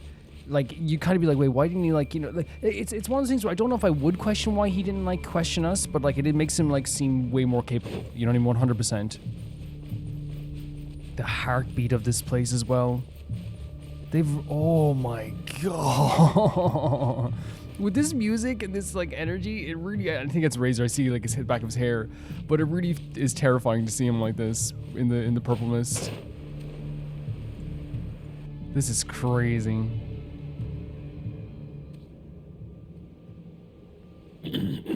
Looks fantastic, right? I think genuinely upgraded the design. I mean, not the design, but upgraded the visuals of this since we first went to Mondstadt, right? Lupus Boreas, not injured. Why so weak? Oh, Razor. Am I not strong enough? So it's interesting. He's saying there's no, like, superficial wounds at the very least. So for some reason, he's getting weaker. You are not to blame. With your Iron Claw, you successfully blocked their attacks. However, their assault went beyond the mere physical world. Oh, so it's like transitioning between worlds? Like, because we know there is, like, a connection, like, with spirits and stuff, because as well as they're, like... They followed my trail from the distant north across the ley lines. They sought to corrupt the territory I protect. But I shall not let them succeed without a fight. Love the voice acting. A trail starting in the north, so they came from Nod Karai. Meet again, human Lupical. The presence that Boreas has, maybe it's just like, I don't know if it's different this time around, but I feel like the weight of, but I feel like if you go back to my original playthrough of Razor Story Quest, there probably was like a heaviness and a presence to his character as well. So, are you saying that the wild hunt we just got attacked by came all the way from Nodcry to Mondstadt? How is that even possible? It's a he mentioned ley lines, so I wonder if it is something like along those lines.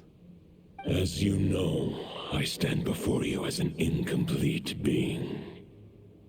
I am but one remnant of the god Andrius' soul. The source of this turmoil. I can sense it.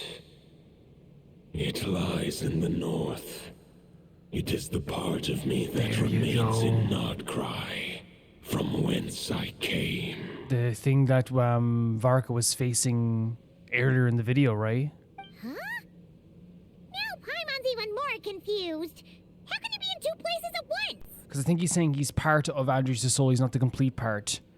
So the other part of him is in Nodcry, and this is where the turmoil is coming from. He looks so cool. For many gods, housing a part of their soul within an object is no difficult feat. But those who can perform such delicate partitions as this are rare, even among the gods. Look at this. Like, even in the darkness, his musical tendencies make me feel a little bit calmer. The Wolf King, Andrius, was particularly adept in this art. Otherwise, no remnants of his soul would have survived till the present day. Right, so it's like this, he did that to survive. Did that so the soul's parts would survive. Huh? The bard's back? The bard's back. I love your hair so much, Lowen. Tone-deaf bard? What are you doing here? Maybe the god of Animo guided me here. For it appears that someone is in need of a tale from the distant past.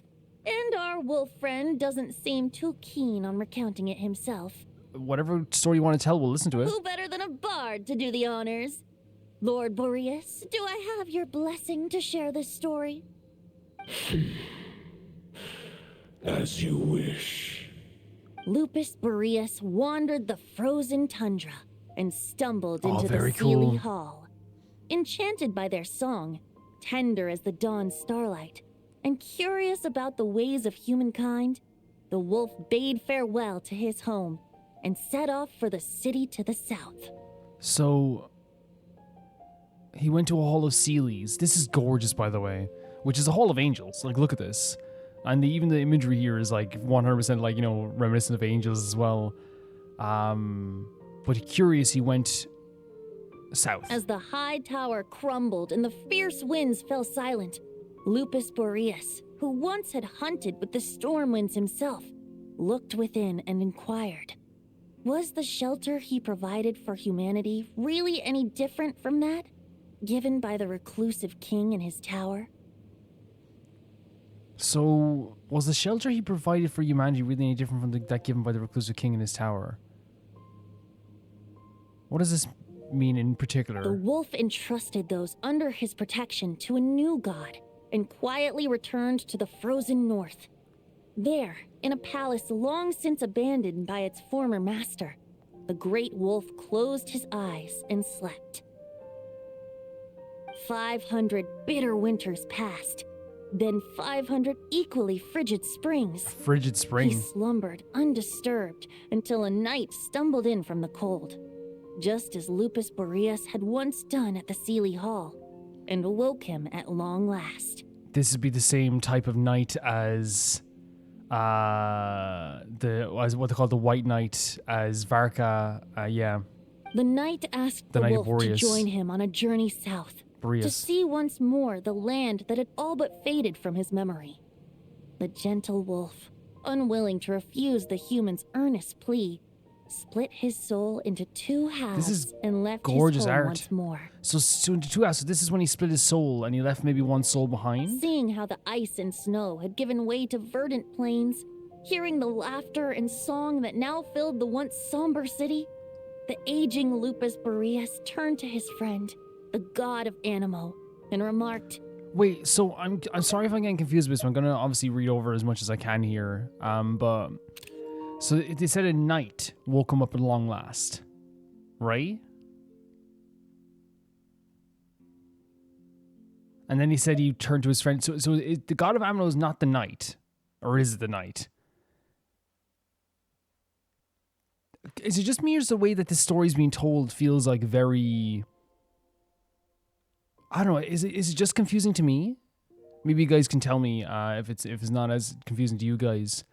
Because he says he was with the knight, and then he turned his head to his friend, the god of Animo. So maybe this was like, no, he turned to his friends. That could literally just mean he went to see his friend, the god of Animo. Okay. so, this is the world the humans dreamed of. He got to finally see this beautiful place, this gorgeous location, no longer frigid, you know? Though the knight's His journey artwork's was not gorgeous. yet over, the wolf chose to bid farewell to his companion here. He had written the end to his story. What knowledge he had been gifted flowed into the land. Everything he was, he gave unto the world. So, my interpretation of this story that he told us here is there was a wolf, Lupus Boreas, went to a Hall of Angels, but then got curious and wanted to, of humankind and went south. He provided shelter for humanity, but he was saying, is this different from anything given by the king in his reclusive tower? He then gave the world his new god, which is Barbados, right? He gave Mondstadt to Barbados. Is that true? Like he let the new god, maybe it's Barbados, take over. 500 years passed. I'm guessing the Knight of Boreas found him, and then he said, "Oh, this place is actually pretty cool and pretty nice now." And he said, "This is the world that humans dreamed of." He chose to bid farewell to the knight, and he gave everything of himself to the world. That's what I'm getting from this. Well, that's how a bard would tell the tale. Lord Boreas, is there anything you'd like to add? There is no need for you to ask that question. like Venti always finds himself like drawn to like any character that has like a bit of a like I don't know, like a bit of more of a sharpness or like anger to their tone, you know. So he always has this really great contrast. So that's what happened. You returned to Mondstadt with that knight 1,000 years ago, and then, for the sake of the new Mondstadt, you... You need not feel remorse on my account. That was my answer, my decision. If anyone should feel regret, it is the part of me who remained in Notcry. I fear Andrius has not found peace in his heart even to this day. Because of the separate parts? So I'm guessing that that's what the other part is. They separated himself into two parts and he left the other part behind as he traveled with the knight. And again, don't feel bad about correcting me on stuff. 110%, it helps me. It does help. But you have to call me handsome when you do. No.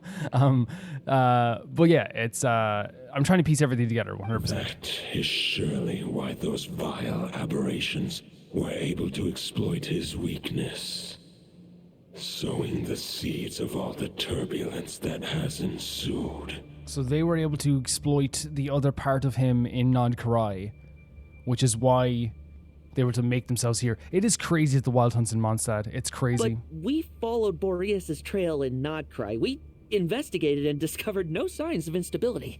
I think Varka literally just discovered it right now. I think he did. Andrius should still be slumbering by the lakeside. Perhaps all the recent turmoil in Nodcry has had unforeseen consequences. This just makes sense to me. An upheaval does usually like change things around. It's happened before, right? In Genshin, where like one upheaval will activate something else, you know, and the world is very alive, and there's so much stuff with the ley lines that there's a lot of like reactive natures to like, you know what I mean? It's like the Tivat is not just like this one big rock. It more feels like a whole system where everything is connected in a way. And there's more. I detect another familiar scent from across the ley lines. A scent that reeks of blood. Could it be the... Oh my god, the Bloodstained Knight. I kind of like... We said we were probably going to like maybe see them more because the design looked detailed, right? 100%. Oh, the White Knight who became the Bloodstained Knight? The mightiest knight of Boreas? But wasn't he from 500 years ago? You think he's immortal or something? Possibly. I remember him as just a man. His lifespan should be no longer than any other of his kind.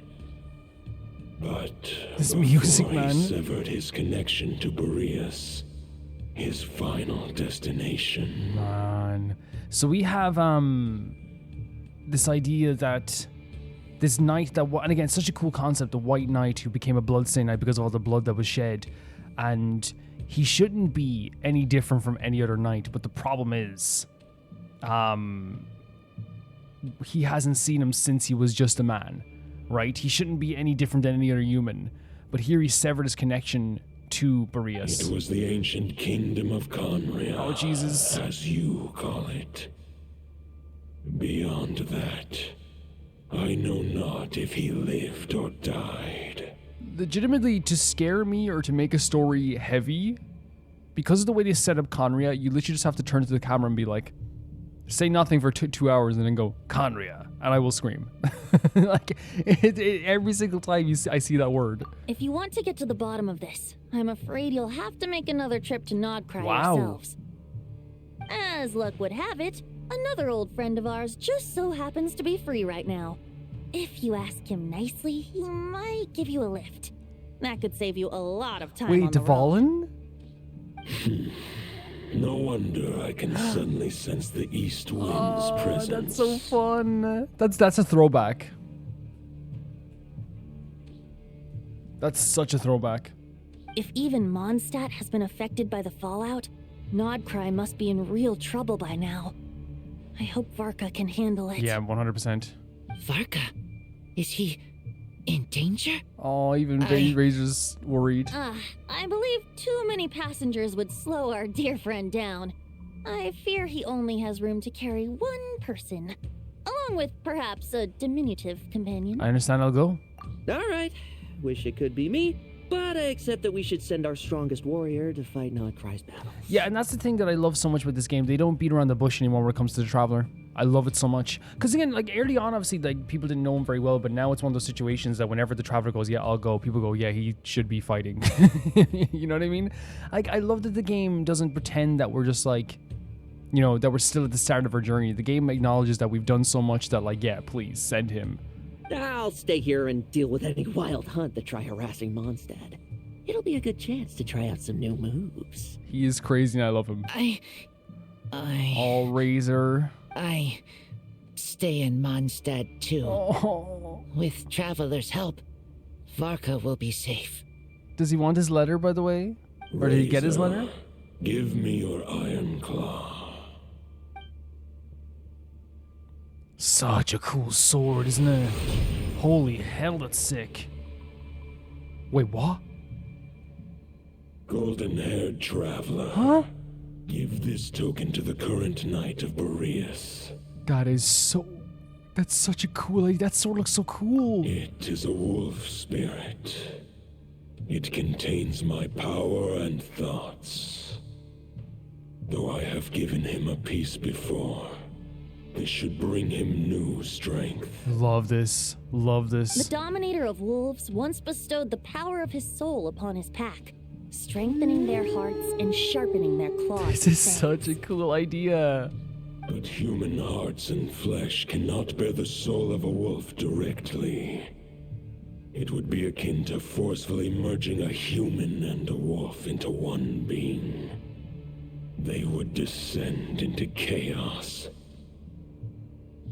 So you have to do it bit by bit. It's kind of like how, I was about to use the worst analogy in history. I was going to be like how you shouldn't just use all vinegar in a cleaning solution. You know, we should mix it a bit. You know what I mean? That's such a bad analogy, but you get what I'm saying. To prevent the entanglement of souls, the most I can do is temporarily house my power and thoughts within claws and fangs wrought of steel. No, that's sick. That's so sick, Boreas. That's so sick. Although, truth be told, that knight does not lack for power. Oh, yeah. What he needs more is the thoughts within. But I shall leave this for him to explain. Is it safe to separate a piece of the wolf at a time like this? The great wolf king of the north remains strong for now. Besides, do I not have the protection of my Lupercal? Boreas. I will protect Lupercal.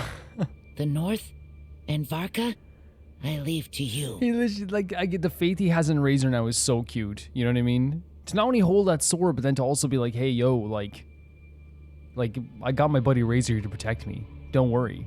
Just give me the word whenever you're ready. This is awesome. And I love, like, the way Genshin will do that sometimes, where they'll just have, like, really, really sick ideas they'll put into play. And in this one, we have, like, this idea of, like, putting a soul into weapons to give to, or parts of your soul into a weapon to give to, Varka as a way to, like, you know, fight back against this forces happening here. But we also have, like, the separation of Boreas and Andrius, I should say. And the way it kind of, like, has, my understanding of this, which is a really interesting idea, is they separated their souls when they traveled south. The part that's in the north now is getting corrupted in some way by the things that are happening in the north with the wild hunt and all this stuff that's happening. And that's why it's making it easier for these, and I wonder if it is to do with the ley lines too. It's making it easier for the wild hunt to appear here and to rise up here, because there's another part of the soul here that they corrupted here in Mondstadt as well. And yeah, I wonder if that's what it is. And again, it's one of those things, if like I'm like missing some details, if I'm like messing some stuff up, please 100% never hesitate to be like, no, that's not what it is, because of course it is something that I actually might even like, just so if I want to watch it back, I might even like save the last, like, yeah, I might even do that. Just in case. I want to look at some stuff back as well. Because again, I'm not as like up on the lore of like this type of stuff as much as other people would be. I sure didn't expect my experience fighting the wild-hunted Nodcry to come in handy back here in Mondstadt. Almost makes me wonder if this was the reason I was sent back. Maybe? Also, how come that bard knows so much, and what was he doing at the Thousand Winds Temple? I love that that's like always happens with Venti. I don't really care, as long as I get to do some fighting.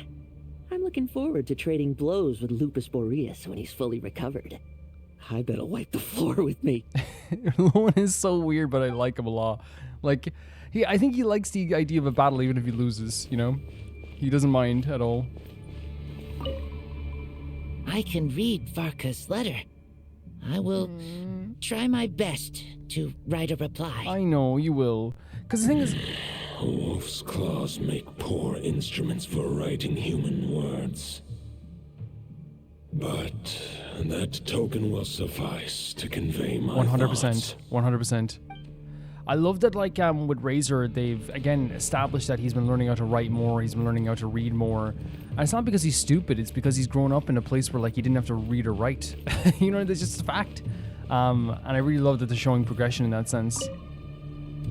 Are we actually going to get to flying Duel? Any questions before you set off? Better ask Yes. now. You'll probably have to hit the ground running when you get to Nodcry. Oh, the game is telling you, hey, no breaks, about the Wolf in the North. The root of this turmoil lies with the remnant soul that Andrius, dominator of wolves and god of the North Wind, left in Nodcry. Right, so we had that part right. He once left Nodcry and braved the blizzards to confront the god of storms and claim the right to rule. Yet even as the tower fell, he chose to abandon his claim.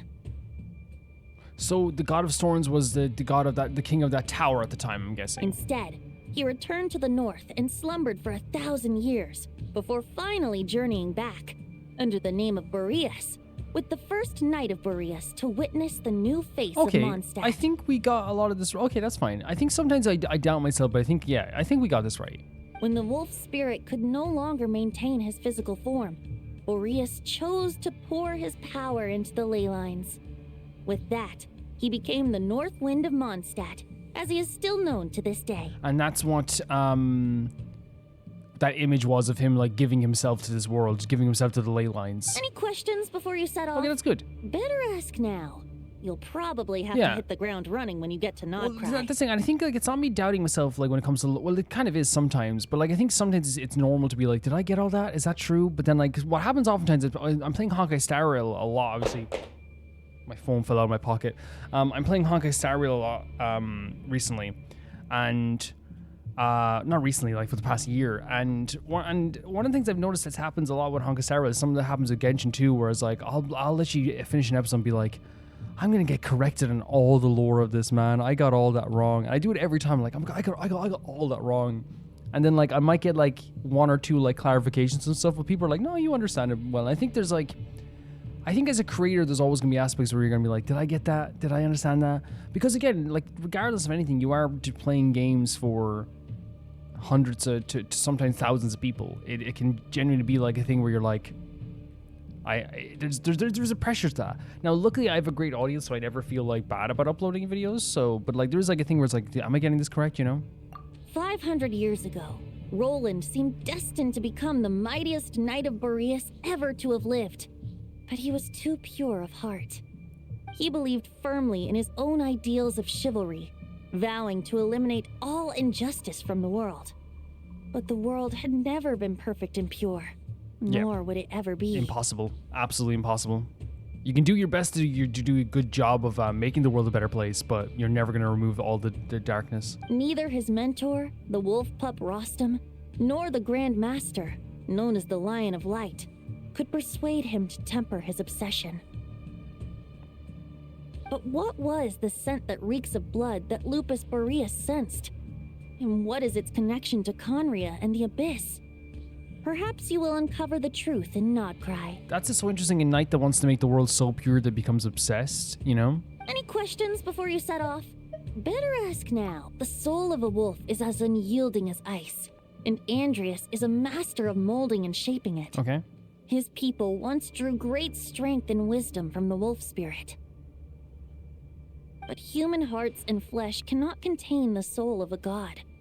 Attempting to place the wolf spirit in a human vessel would slowly devour their sense of self, even if Lupus Boreas did not intend for that to happen. Too powerful, right? Too powerful. That's why Lupus Boreas developed the technique of imbuing weapons with his soul. It is his way of blessing his human Lupical with the wolf spirit's protection. That's a really cool idea. Instead of like, because you can't give him your power directly, so giving him it that way. In fact, there is an ancient song that tells this tale. Love it. Love it. A weapon once of common iron, now through friendship turned divine. Twixt man and wolf a bond was made, a power born within the blade. A weapon once made of common iron, now through friendship turned divine. Twixt man and wolf made of power. Okay, so it's like the story of giving power to this blade, right? Really, really cool. Really, really pretty. As much as he might claim not to accept humans, his actions sing a different tune. For sure. Oh, but keep that little observation between us, will you? No, but like it's so true. Like it does feel like there is like a an aversion to humans, but you can tell that they care, and you can tell that they care about this world, and they don't want this world to fall to any folly. Any questions before you set off? Let's go. Bip. All right. Over to you. Are we actually gonna get to see Duel like flying? Oh my god, look at him. It's been a while since we've seen. Actually, have we seen the Duel? Lineage of Boreas awaits below. Oh my god. We must part ways here. Barbados oh my god. have other plans. We will meet you again later. It's been so long since I forgot Duel like has like I don't even remember in my mind him speaking. You know what I mean? It's been so long. Hey, wait! How are we getting Very what? The game, you are awesome, by the way. That is so fun. The game just like legitimately, by the way, just like having us run, like actually jump down here is so fun. Now this is World Quest City, I believe, by the way, in terms of this map. We have to be very careful. Every 2 steps you take will activate a World Quest. So we have to be very careful. I have focus mode on, I believe. Yeah, so, but that doesn't change the World Quest thing. It does not stop it. Man, there's something so special about being able to, like... This music is so beautiful. Is that Varka? Oh god. Hold the line! The enemy's on the brink of collapse! I love, and I said this like when I tried his trial, like, I love that he has, like, legitimately a heroic...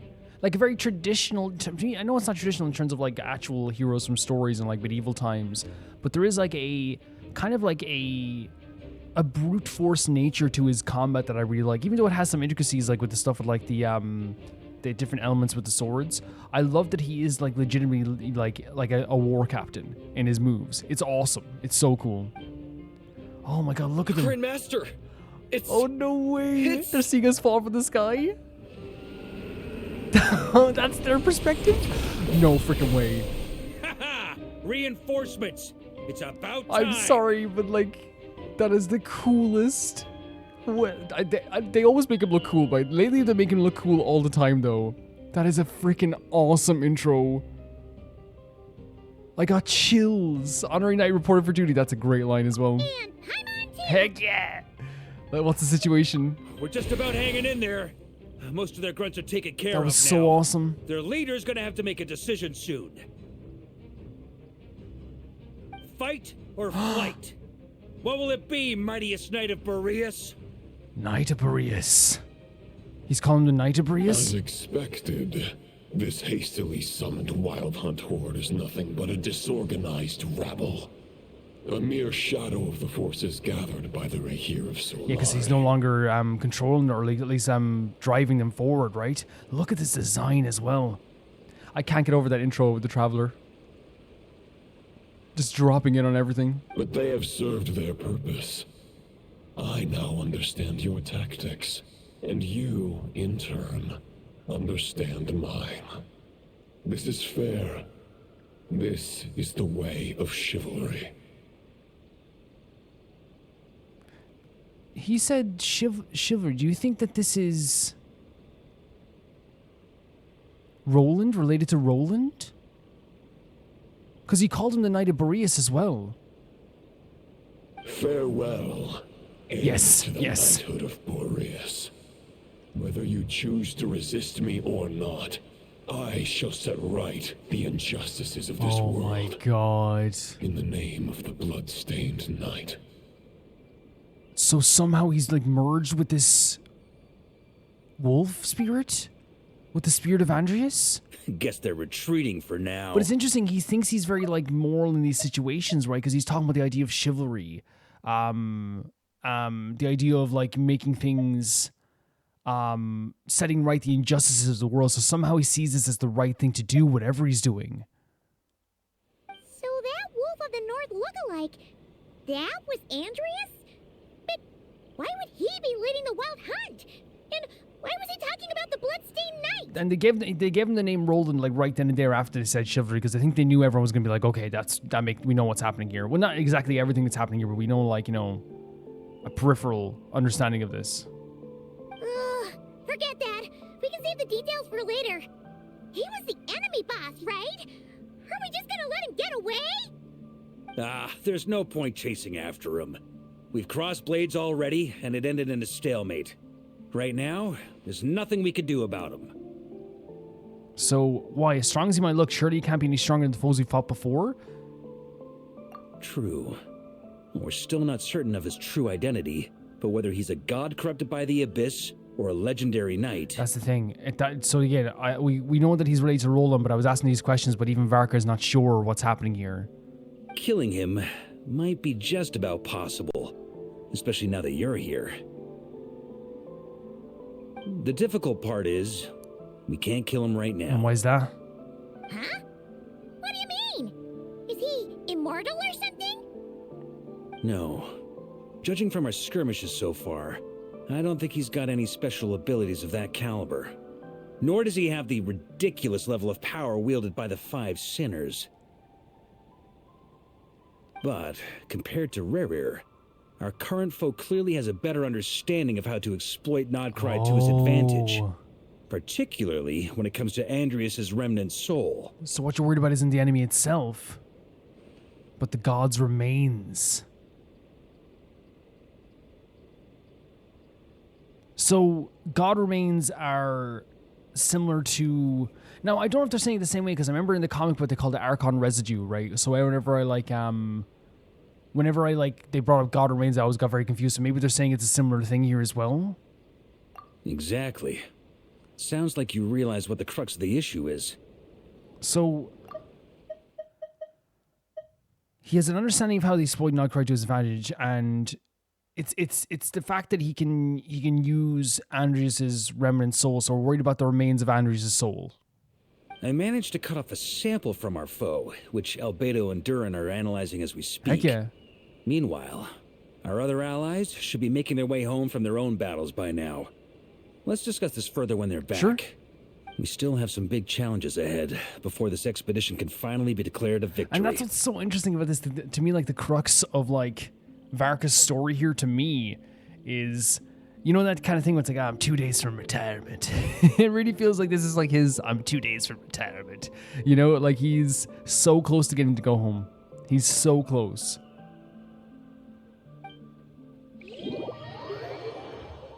Whoa. No way. Guys, is this a freaking, I saw the fence, like the walkway. Is this like a... Because there's Yehuda. Is this like a war camp of some kind? Maybe, because there's like some lightkeepers here.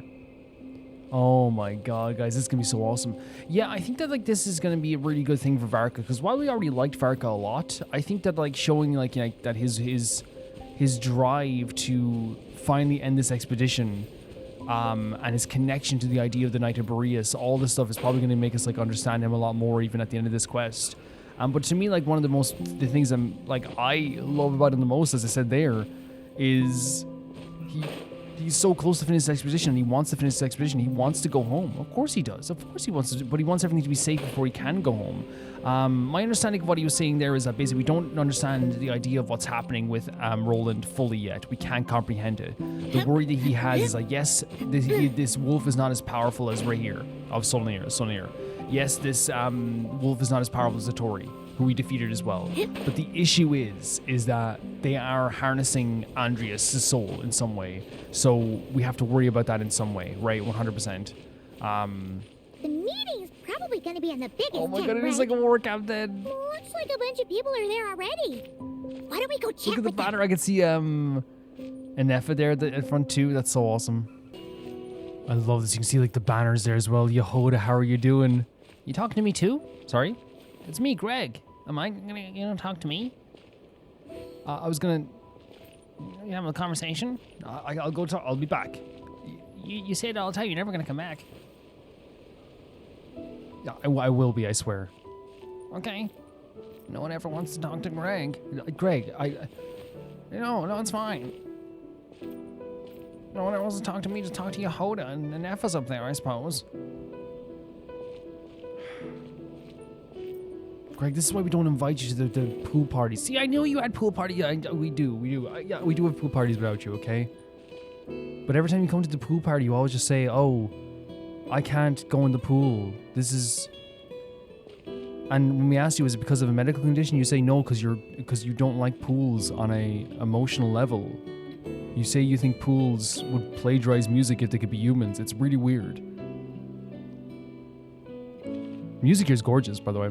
I do love that they have like they're showing like something that we've always known, but we didn't get to see Varka kind of doing it. He's on an expedition here with more than just himself. There are Knights of Favonius here, and I think it's really cool to show this here. Like, look at that up there. This is like a real war camp. Hey, good to see you again. Oh, Boss Neff asked me to pass on a message. Oh yeah, she's not gonna be here. Well, okay, that's fine. That's fine. She went to see Lauma and Columbina at the Frostmoon Scions. Apparently, there haven't been any changes to that space the Rhaegar of Solnari's in. Love that they're saying this, because I think that would be a question that would come up. Like, is he? How's he doing? You know. That means the recent wild hunt attacks have nothing to do with Riri, right? Oh, that's a relief. Paimon doesn't fancy facing him again. Oh yeah, same. It was a traumatizing time. They're keeping a close watch on it just in case. Yeah. With so many moon experts on the case, we're in pretty safe hands, huh? Heck yeah.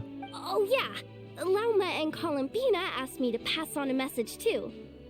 Focus on the enemy you are facing. The moon will protect you all. Hearing from Columbina and Lauma like this as well. Huh, you know something? These Knights of Favonius are paying me a pretty nice sum to deliver a few simple messages. Oh, Varka's a generous guy. I mean, he better be paying you. Yehoda's generally good at her job, and she deserves to get paid well for her job. We've seen her be very good at her job. And Nefa, oh my god, there's Flint as well. How are you doing, Nefa? Short distance propulsion module on cooldown. 15 minutes until next departure. Yeah? Switching to chat mode. Hello there, Paimon, Traveler. And Nefa, what are you doing here? I mean, she's a part of our crew.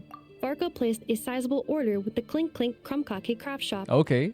Aino is hard at work producing the strategic reserve, while I am handling the deliveries. Hell yeah. Secondly, I am also here to attend the meeting in her place. Like a proxy. Okay, yeah, I wasn't surprised she's here. She's always been a part of these expeditions as well. I love this location, guys. I think it's fantastic. Like, look at that. This is selling the idea of Varka's expedition even more than it did before. Because obviously we knew he was on a big expedition. But it's the idea that all the Knights of Favonius are here. That they have these tents here where you would, like, you know, plan out your expeditions and plan out your plans and all this stuff too. They have people guarding the entrances to this place too. It's like legitimately just exactly what you would want out of, like, you know, to really show the efforts of the expedition. You know what I mean?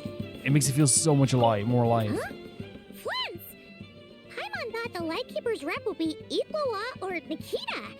It's not like you to volunteer to attend a meeting? You're quite right. However, Itlua and Nikita are both busy organizing the Ratniki's region-wide response to the recent attacks. Okay.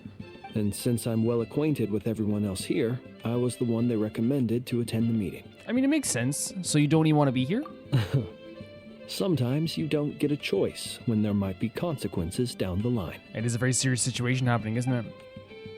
Look, I love that though. I love the way they always like make sense of why everyone's here, even though we like. I don't think any of us are gonna be like, "Oh, why is Flynn's here?" But like, I guess like you know, they Genshin respects this world enough to answer questions that like might not make sense to some people. Like, why wouldn't Luca be sent here when he is like the one that Flynn's wanted to be the representative of the Lightkeepers now?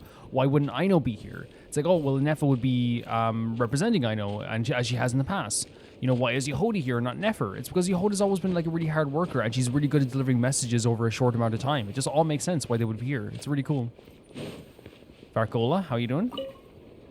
Hey, Honorary Knight. Looks like pretty much everyone's here. Hey, Varka. Oh, Beto and Durin are just wrapping up their analysis. You want to wait for them here? Sure. Great. While we're waiting, could you update me on the situation in Mondstadt? Oh yeah, we have like a sword for you. We have a lot of stuff for you, buddy. After obtaining Varka's decision, monsters explained the relation between God in the North, Wind, and the Bloodstained Knight to the attendees. And that's where things stand. The Wild Hunt is no longer under the Reikir of Solnari's control. Look at this crew. But it has been reborn from the ashes, and is now launching widespread attacks. Intel from the Frostmoon Scions and the Curatorium of Secrets corroborates this. No disturbances have been detected in the space where Rere resides. What we are facing here is a completely new foe. Yeah, and again, it's one of those things where, like, I love that they're respecting the stuff of Rere because his ending was with Thunidus was perfect. We don't need Rere to come back. We don't. I think it would do a disservice. Now, the thing is, I trust Genshin, so, like, you know, if down the line Rere comes back 2 years from now, like, I know they're going to do it justice, but I think so soon would just be such a disrespect to that amazing ending that Rere and Thunidus had, where they pretty much were getting punished for the rest of their lives. But we still got to have a final moment with them, you know? Summarizing current situation. To confirm, the present leader of the Wild Hunt is the creature resembling a wolf. Andrius, god of the North Wind. Yeah, that seems to be somehow related to the Bloodstained Knight? More precisely, it's the external will that has seized control of Andrius' spirit. Namely Roland, the Bloodstained Knight. This is so sick. I know it's supposed to be scary as well, and it is scary, but it's also sick as hell. Whoa. Hold on. I'm completely lost. Isn't Roland some Mondstadter from like 500 years ago? He's supposedly very old. We thought that he was immortal, but... How'd he suddenly get wrapped up with a god from 1,000 years in the past and the present-day Wild Hunt? Allow us to explain that part. Are you familiar with compensation mechanisms?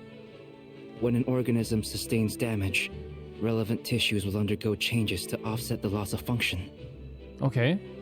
For example, when one kidney is damaged, the other will be strengthened to compensate. Oh. Or when a main artery is blocked, the collateral vessels become more active. Yeah, I've heard this, right? We've all heard this, but I was just wondering what he was saying. Similarly, when the Wild Hunt lost their leader, the Abyss harnessed the memories that flow throughout the ley lines to fashion a new one, fit for the present circumstances. Again, the story is so sick. The idea that the Wild Hunt was like, we no longer have a rear, let's find a new one. They're compensating for the lack of leadership. That new leader is a mirror image of Roland, the Bloodstained Knight. So it's just a mirror image. So he's not immortal. It was just a mirror image of who he was. An abyssal imitation. Right. No matter how strong the compensation is, it will never quite match the functionality of the original organ. Right, so it's not going to be as powerful as Roland. Not going to be as powerful as Rere. The Roland replica can't possibly imitate Rere's overwhelming power, nor his ability to disguise himself as others. Yeah, and that's what Boreas Lupus was saying, that he can't sense them doing any shape-shifting right now. So, the Abyss made use of the connection between Roland and Boreas to compensate for this lack of power. Look at Durin explaining all of this. The replica corrupted and took control of Andrius as he slumbered by the bank of Amsvartnir, ultimately manifesting as the giant beast that you all witnessed. So sick. However, exactly why the Abyss chose Roland to mimic, and indeed how it was able to do so, remains unclear. Yeah, I love that they do this all the time in Genshin, which is just really good storytelling, which is here's a few answers, but there's a lot more questions still to go, which keeps you intrigued as we're going forward too, right? I guess he must have gotten caught up with the Abyss or Nodcry somehow during his wanderings through Tevat. But we can keep those questions on the back burner. Yeah, they will probably explain it, 100%. Okay, Paimon gets all that, but what did you mean when you said we can't kill him right now? We can't kill him right now because a dead god may prove more dangerous than a living one. Whoa, what a line. From intelligence gathered during the expedition, we have reason to believe that the power released when a god is felled can have catastrophic consequences for us mortals. So that's like the, is that what they mean by God remains now in this sense? Like when the tower fell in Storm Terror's lair? Worse still, the wrath that remains after a god's passing becomes a source of endless turmoil. Once god remains contaminate the land, they will persist for thousands of years. So this is interesting that they're giving a lot of references here, like the Taratagami on Yashiori Island or the Taratsuna. I don't remember the actual names of the island that well, but I do remember the Karmic death that's born with because that was all this story surrounding Shao, right? This land has already been ravaged by the Wild Hunt. If we add god remains to the mix, it'd be like adding salt to an open wound, placing everyone who lives here in perilous danger. Wow, because it's already ravaged, it's already in like a state where it's rebuilding as well, right? Query. While I can indeed find records of disasters caused by god remains in my database, there also appear to be cases of gods dying naturally with no ill effects. In that land, the passing of the Pyro Archon's flame is a common occurrence throughout history, and even the part of Andrius, who remains in Mondstadt, has experienced death once before. I love that Anefa just like searched this on like Anefa Google, you know? Great question. Glad you asked. Honorary Knight, you said Lupus Boreas gave you a token to pass on to me? Please, present it now. It should help explain things faster. Look at this sick sword. Look at this. It's so cool. It's like nearly the size of us. It's literally the size of us. Come forth, Boreas. Holy F, what? This form has come to the end of its time. I'm afraid I can accompany you no further on your journey. Wait, what's happening here? My soul will fall into silence, and my power will flow into the ley lines of this land. Perhaps this is all that a wolf can hope to do for humankind. Is this him when he gave his life to the ley lines at the time? Do not grieve for me, for this is the end I have chosen. Instead, remember that one day, your wandering too must come to an end. Aww. Where and when shall that be?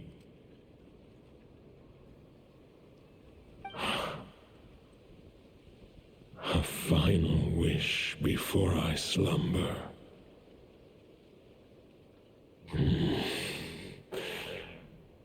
Sing me a song.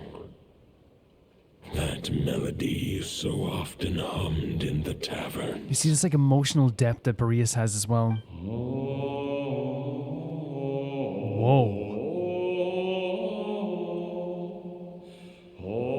Way grander than I expected.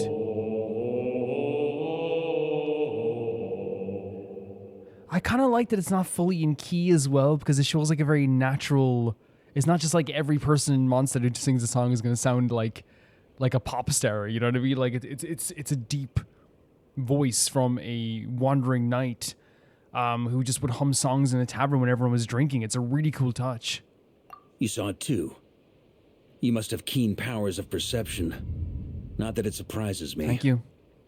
That was Boreas' final thoughts before merging with the ley lines. It's the reason Mondstadt remains unharmed by his god remains. Because he gave everything to the ley lines? In his final moments, he made a choice to give everything he was to the ley lines. All to protect Mondstadt from harm. What a beast. I mean that in like the Irish slang way of saying awesome. Sounds like Andrius spent thousands of years searching for his place in the world, too. Yes. And now our task is to return the answer he found, the decision he made, to Andrius' heart. Only then can he break free from the corruption and control of the Abyss, and make that decision once more. To merge himself with the ley lines. So we have to get this current version of Andrius, this other spirit, to also merge with the ley lines. I see. I would say that planting thoughts inside the mind of a god sounds a little far-fetched, but since it was his own wish to begin with, it sounds feasible to me. Yeah, I mean, like that. Flynn says brings up like a great, like, you know, idea here, or like no, he's not even like going against this, but like that question of just like, yeah, like we're putting thoughts inside of a god's mind. But since again, like as Flynn says, since it was something that like Andrius already wanted it originally. Wait, we already have a perfect solution? Then why are we even having this meeting? Let's go do this thing. Ha ha ha. If only it were that simple. Unfortunately, this one thought alone is unlikely to be powerful enough to break through the Abyss's control and reach Andrius' heart. To do something bigger? We need to find a way to make the thought within this sword stronger and more resilient. Okay, interesting. For now, Boreas needs all his remaining strength to fight against the abyssal corruption to Mondstadt's ley lines. He can't afford to send us any more of his power. However, since his form was unstable during his journey with the first Knight of Boreas, many wolf spirit fragments were left behind along the way. Oh, do we have to find those fragments? If we can collect those That's fragments, sick. we can use them to strengthen the decision to merge with the ley lines. Love that. Absolutely love that. So we need to retrace his steps and look for random fragments? But they could be anywhere between Nodcry and Mondstadt. It'll be like looking for a needle in a haystack. You don't need to worry about that. There's a few fragments left to gather in Nodcry, but apart from that, most of them are already inside this sword. Okay, that's good. I've been collecting them during the whole expedition. Man, Varka preparing on the side. He really is thoughtful, right? He's been doing a lot since he got here in Nodcry, of course. Huh? Wait, really? I hope we get to collect some of them though. That sounds really fun. I mean, it's an expedition, not a stroll in the park. Each step of the way, we've been hard at work planning for every possible contingency. Not just the wild hunt in the Abyss, but ancient gods remaining in Nodcry. Sounds like this plan was a long time in the making. It's almost as if you foresaw the future. To me, it just shows how Varka, like, it's the reason why he is the leader of the Knights of Favonius. And he reminds me a lot of the stuff that, like, you know, of Jean as well, of putting those burdens on his shoulders and only asking for help when it... Well, Jean has a problem where she needs to ask help for more, but you know what I mean? Like, it's kind of like taking a lot of the burdens and then preparing, like, very, very wisely as well. In this sense, like, we know that even while he was fighting with us against Rerir and against Detori, Varka was also on an expedition again, and it makes sense. It makes the world, as I say, I love saying this phrase because Genshin does it so well. The world feels more alive knowing that Varka was doing stuff when we were not here. You know what I mean? It's not just like he started doing stuff when we came here. And I love that about Genshin. Like I said that with Paralogism last year. It's like when we weren't in Mondstadt, the lives were still going on. They still had their own turmoils and their own problems. They still had their own things they were doing. I freaking love that idea. As a matter of fact, I did. I caught a glimpse of Fate's reflection. Oh? But I can't take credit for it. It was all thanks to the help of a few friends. Like Mona? Still, all I foresaw was that an abyssal calamity was brewing in the north. Had I known more, we could have saved a lot of energy. I love that, like, this type of line here where Flynn goes, it's almost as you saw the future. Usually in any other, like, story that's answered with, nah, I just, a little bit of intuition, you know? But instead he's like, yeah, I did.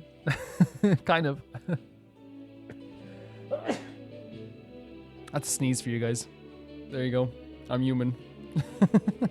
You got a little sneeze there. Instead, we've had to make best guesses, prepare for every possible scenario. If all that preparation went to waste, all the better for it. But anything that proved useful, we knew we'd be grateful for down the line. And sure enough, it's now proving useful. That's the thing. I totally agree with this type of methodology, which is like, it's better to be prepared than to fail, right? So while you might be like, oh, we don't need to board up the windows when the zombies are coming around, they're weak as hell. It's like, well, at least we have them boarded up. That's such a weird analogy. What's wrong with me weird analogies? I feel like my analogies are always like so far away from everything, but I think it makes sense. You know, it's like, hey, it's better to like be prepared. It's better to be prepared. Sure is. Just one crucial step remains. We need to gather the last few wolf spirit fragments scattered around Nodcry and use them to make the thought within this sword as strong as it could possibly be. Love this. Absolutely love this. We're just literally trying to implant thoughts into a god, or a remnant of a god. According to what Boreas told me before we left Mondstadt, his form was at its most unstable at the beginning of his journey. That means the fragments here should be the most powerful ones. So is this like all the markers of where they would be? But of course, we've been tied up fighting battles since the day we set foot in Nodcry. First with the Wild Hunt, then with the Doctor. So, it wasn't until recently that we were finally able to confirm the status of the wolf spirit fragments. We now know there are 3 left to find. I'm so excited for this. Hopefully we do get to actually go there physically and get these fragments. Because this is just traditional RPG stuff that I adore. Okay, so 3 more mini expeditions to go. I managed to gather 1 fragment before Roland reappeared. I also have a confirmed location for the second, which I'll take care of in short order. Wait, so we only get to get 1? As for the 3rd fragment, we've identified a general search area to focus on. But we'll need all hands on deck to pinpoint the exact location. You made a lot of progress already. Okay, at least we get to find 1, but man, I was so excited because like I'm a big fan of JRPGs. I'm a big fan of RPGs. And I love that traditional gameplay aspect of like find the 3 fragments, you know what I mean? Of course, at least we get to find 1 fragment, you know? But it's a bit of a bummer. You know what I mean? It's a bit of a bummer. I would have loved to have like found all 3. I think it would have been a really good space for some really fun gameplay as well, and some interesting locations and interesting like situations of how to find them all. But at least we get to find 1. Bit of a bummer, but at least we get to find 1. The final snag is that since our foe is a replica of Roland, he too will be aware of Andrius' history. He's sure to try and sabotage our plans by any means at his disposal. So everyone needs to bring their A game. With our foe being from Mondstadt, it's our duty as Mondstadters to defeat him. I love how he looks to his older brother as like a little bit of like reassurance, right? You know, it's our duty, right? Yep.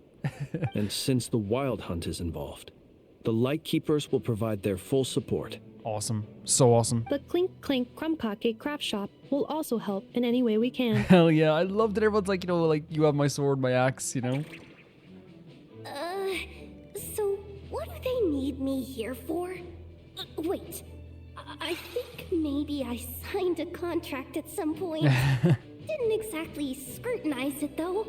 I mean, who actually reads those things anyway, right? She's like a full like cartoon character all the time. Honestly, Yehoda, please read your contracts, please. Ah, great. Knew I could count on you all. Lastly, our friend from the Curatorium of Secrets will provide intel and relay battlefield communications. Looking at you, Yehoda. Yeah, Yehoda. So, you'll be darting back and forth across the battlefield, dodging the Wild Hunt and the shadow of an ancient god. I'm impressed by your courage, Miss Yehoda. Oh, Yehoda, look at your contracts beforehand. The funny thing is about Yehoda, like, I think she's capable of doing any job. She's so fantastic. But, like, I still love her personality. She's the type of person at work that does her job so well all the time and is perfect at her job. But when you talk to her about her job, she's like, wow, you really must be really fulfilled at all you're doing here. It's like, no, I hate this. It's like, you're fantastic though, you know? Rating for Yehoda updated. Higher quality ingredients will be used to prepare your future meals. That's a good bonus. Oh, look at her face. Darn it! I should have known this payday wouldn't come that easy. Oh, Yehoda never does it? Like, I love the facial expressions they have for Yehoda. She's I'll awesome. deal with the second wolf spirit fragment, which we already know the location of. The moment you make any progress with Fragment 3, be sure to give me an update. Traveler, could you join me in retrieving Fragment 2? I have a feeling that your unique constitution might come in handy. So wait, will we get to find 2 and 3? I mean, as long as we get to find 1, I'm not going to be like upset. You know, I'm not going to be like super like, oh, this is terrible. I still stand by like my idea that like I feel like they had an opportunity here to do something like really cool. With like different like, you know, the different fragments that we find and making each situation really unique. and making us like truly earn this situation in this sense. I know we'll still earn it through like this, whatever we do here. It's gonna be crazy. Like Genshin will always like make you earn your victories, right? But you know what I'm saying? I think it would have been a really cool opportunity. I think it would have been. I'll follow your lead, Grandmaster. I'm not gonna harp on it too much, by the way, because they're still gonna get to find one, you know? All right. Time is of the essence. Let's move out, people. Dismissed! Getting to see him in the war camp, doing the strategy over the table, assigning everyone a job. Truly like a really great sequence. Like it's what I didn't know I needed this because I never really thought like, oh, I really want to see Varka's like expedition and like how he works in his expedition and like what his camp is like and all this stuff. I never really like wanted that, but it's one of those things when they give it to you, you're like, oh, that's awesome. Yeah, it's really, really cool. Yeah. Remnant fragments of an ancient god. Thoughts stored inside a blade. Maybe I'm overthinking this, but I suspect there is more to Mr. Varka's plan than what he's revealed to us so far. Then again, the enemy can harness the Wild Hunt to spy on us wherever we go. As our commander, I'm sure he has his reasons for choosing not to tell us everything. Sure. Yeah, I trust Varka. Does not announce me it doesn't trust Varka. He's led us through some very crazy situations. I didn't say it because I didn't actually feel this way fully, but I remember there was a time with when Varka first arrived, he was so noble and so like, you know, I am the true hero. Like he felt like such a big heroic character before, like, you know, they added like some more like interesting aspects to his character. Not that his heroic side wasn't interesting. It was nice to have like a really heroic kind of like character. He was a representation of like a knight of Livonius, what they should be.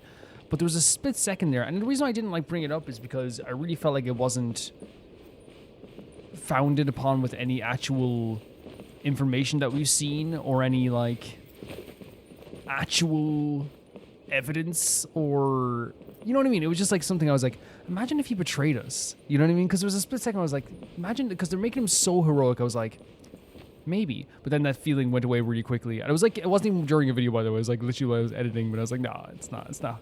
I don't feel this way. You know what I mean? For a split second I did. I was like, man, they could make this betrayal really crazy, you know? Speaking of contingency plans, I now recall that Varka also made a contingency plan when he asked me to deliver that letter. Oh yeah? Perhaps I should ask Aino to prepare some additional backup modules. Not a bad idea. I think contingency plans are not. Oh, look at that. I hate when something pretty gets on my screen. It's always very frustrating. I'm trying to wipe it off. Oh no, it's just Flynn's. Okay. I don't know why the internet's bad. Oh no, it's okay. It's sometimes we'll get like it's just nothing else downloading. Yehuda, you dummy! You took the stupid job of your own. Her voice actor is so good. Oh, crying isn't gonna get you out of it. Oh, Yehuda. You know what? Again, as I said, Yehuda's so good at her job. She's proven it so many times. Remember we went on that mission with Yehuda back in Nod Karai to the facility, the Vitui facility, and she was like, not only working overtime, she was like incredible. She had an answer for everything. She got us out of every like sticky situation. She was so good at this stuff. And I think that's what makes her character of her being like, you know, not wanting to take on these really difficult jobs like more interesting, right? It's the same thing with like, you know, so I don't know. I hope I don't sound pretentious here. I read a book years ago on this idea of storytelling, right? And I remember like one of the things they said, and it always stuck with me, is that an interesting character, to make an interesting character, like a cheat code to make an interesting character, is having a character say one thing or do one thing, but they really feel like another thing. You know what I mean? So, you know, an interesting character will say, will be the type of character who campaigns to ban cigarettes, but then they're caught smoking. It's like instantly you're like, oh, this character's not what they say they are, you know? Or the perfect example is actually like Walter White, right? If you don't want Breaking Bad spoilers, you can, you know, skip like 30 seconds. It's not even really spoilers, but it's going to be just me saying that like Walter White is an interesting character because he's constantly like, I'm doing this for my family, but you know that he is not, right? He's an interesting character in that way. He says one thing but means another. In Yehuda's case, it's kind of like that, but not in a more sinister fashion. Yehuda's case is more like, she's unbelievably good at her job. She does her job to the fullest extent. She is so good at everything. But the reason why she's so interesting in that sense too is that, yeah, she's good at her job. She's fantastic. But by God, she has to drag herself kicking and screaming to that job. You know what I mean? And I think it's like, you know, you could say, well, Calvin, that's human sometimes, but I don't think so. I think that like some people, I'm not saying it's a bad thing, but I want to make it clear, if you're someone who's at your job and you half-ass it, more power to you. You know what I mean? I don't care, you know? Unless your job is like nurse or doctor, then it's like, okay, maybe you should maybe you should put in your full effort. But you know what I mean? If you're working retail and you half-ass your job, yeah, fine, do it 100%. But I do think that there is like a connection to people who probably like, you know, do have to drag themselves kicking and screaming to also wanting to be like, I don't want to do like as much here. Whereas Yehoda, like, she's so funny to me because again, she is the best for her job. She's so fantastic. There's a reason why she's kept around. But by God, work scares her.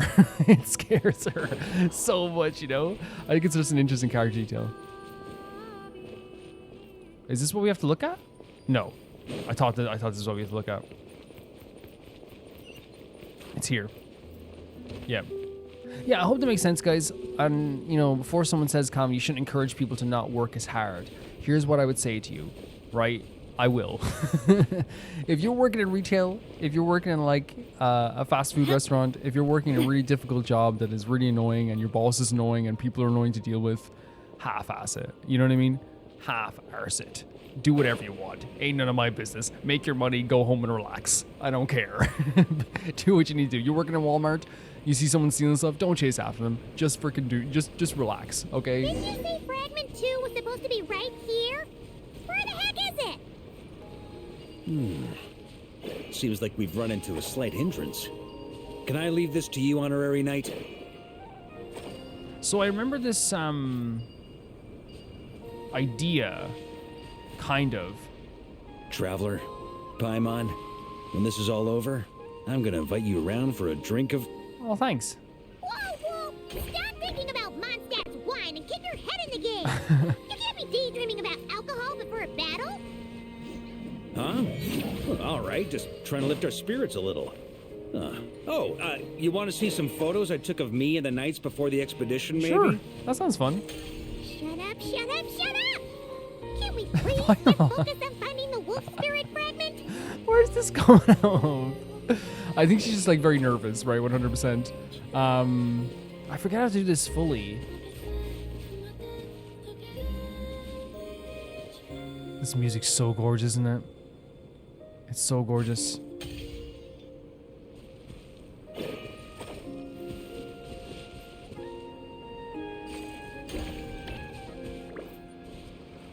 Is it up there we have to go and do it? Again, I forget how to do this, guys, just being completely honest here. Yeah, I don't think Paimon was being rude. I would never call Paimon rude. I think it's a funny moment of her just being like, oh, we connect them, I guess. Yeah, that makes sense.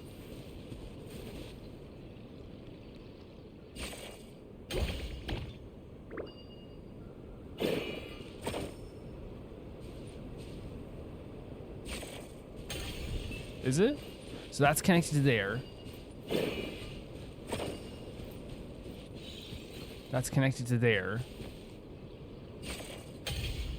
So, maybe we can just, yeah, I think I know what to do.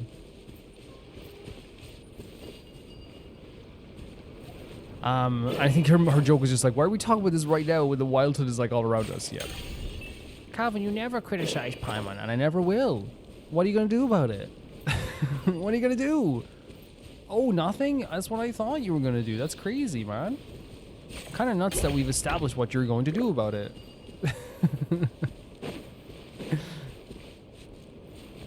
Well, Calvin, she could be as bad as any other character. Oh, can she? Oh, I think I heard of this thing. I heard of this. It's actually really crazy. So when people sometimes just lie about stuff, which is how do we do this again? I've completely forgotten how to do this.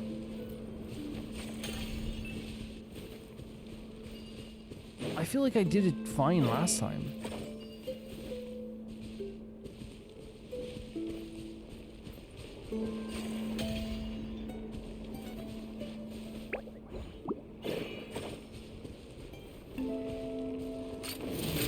Hey there! Oh no, I completely forgot how to do this.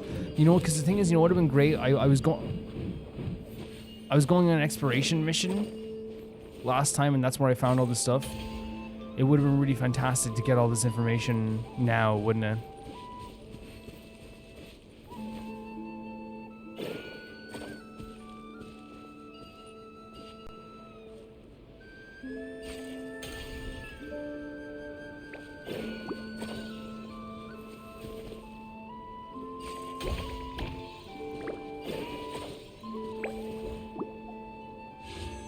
Not what I wanted to do.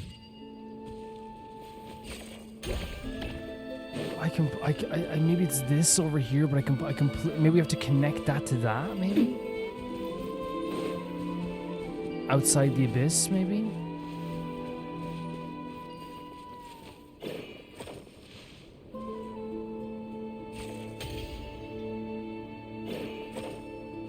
So if I do it here, maybe it won't fade out. Possibly.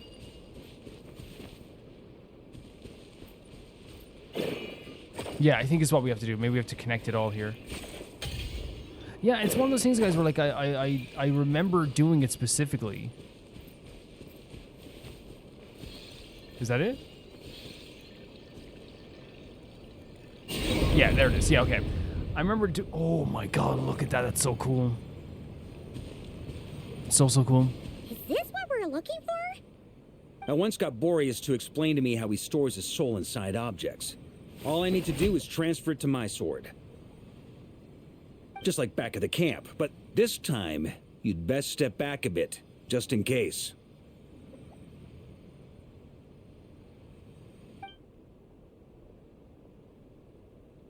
The visual is very cool, isn't it? For sure.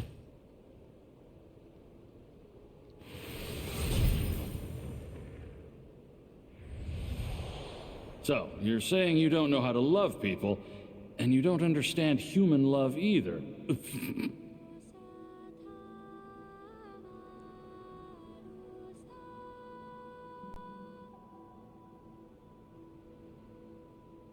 So this is talking to maybe Boreas themselves? Why do you laugh? And it's interesting having the bloodstained knight talking to him this way. Sorry, I just think the fact you're ruminating on this is all the proof you need that you have love in your heart. I have a funny feeling that by the time this journey ends, you'll have found your own answer to the question of how to love. Wow. This is the bloodstained knight, right? They had a very beautiful image of the world as well, right? No, you're wrong. There is no redemption at the end of this path. Even if I am stained black with blood, my conscience will remain as white as snow. And this is that chivalry, that pureness he was talking about earlier, right? Allegiance to the abyss is the only way to sever the injustice of fate. Justice of fate. Then I shall serve in its name. It hurt Varka.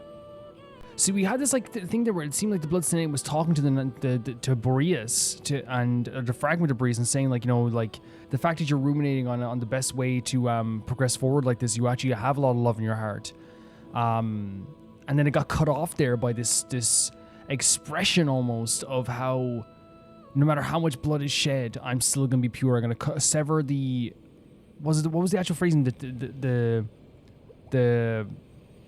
oh god, I can't believe it happens sometimes where literally slips my mind in 2 seconds, guys. I don't know what's wrong with me today. There's no redemption in this path. Just the actual phrasing, the injustice of fate. The injustice of fate. Man, I don't know what happened in my mind there. I just slipped out. Oh, sure enough. This place has been corrupted by Roland's will. Whew. I'm fine. I was prepared for this. It wasn't enough to pose a serious threat. But it shows how dangerous it is, right? For sure. We got here just in time. The fragment hasn't been fully corrupted yet. Assuming we can undo the damage, it should still be usable. So that's why you brought me along? You want me to purify it? That makes sense. We can do that, yeah. Purifying the abyssal corruption would definitely be a safe approach. But that's not the only reason I wanted you to come. Could you try reversing the corruption. What? Not purifying it, exactly, but separating out the Roland part from the wolf spirit. Have we done that before? So, keep the Roland part intact as well as the wolf spirit part? Why would you want to do that? Firstly, to test whether it's possible. And secondly, to view Roland's memories. As they say, know thyself, know thy enemy. Understanding our foe is our surest path to defeating him. This is a little unexpected. I've never tried this before, yeah. So he wants to see whether it's possible, which makes sense, like the idea of like testing this theory out. It would be really interesting to see if we could do that. And he wants to see Roland's memories to get more of an understanding of this as well, right? And yeah, to know his enemies. Can we try? Let me think. How was it explained to me? Ah, yes. Focus on a single thought within the 1,000 winds. Capture that unique wisp before it blows away. I was like, I have no idea what that means. Actually, neither do I. Sounds like something a certain tone-deaf bard would come up with when he can't think of anything meaningful to say. Wait, don't tell Paimon that's what actually happened. Wait, so like Venti came up with this? I thought it might mean something to you. Never mind. I'll explain it in more human terms. I do love that though, where it's like Varka was just like, Varka heard this information from Venti and said, I'm sure if I say it like in the proper way, those two will understand it, and we don't understand it either. Traveler, when you were in Natland, you went fishing for ancient names, correct? Sure, but I wasn't one doing the fishing. If I'm not mistaken, the Night Kingdom was like a river flowing with concepts, and you were trying to capture the concept belonging to a particular ancient name. I'm thinking the same basic principles should apply here. Okay, but back then, we had a bow and a net. This time, we don't have anything at all. This wolf spirit fragment is like a puddle compared to the Night Kingdom. No need for a boat. As for a net, this is what I've heard. It's so interesting how forward-thinking Varka is as well about like it's kind of this kind of like thing too. And it's not that like you ever think like a knight is going to be not as like advanced, because again you have to think like in tactically, and have to have an understanding. If you're the leader of an army, of an expedition, you know, you can have your underlings kind of like just know that they have to go and attack something. But as like the leader of any army or force, if you're not coming in with like strategy and like forward thinking, you're gonna fail.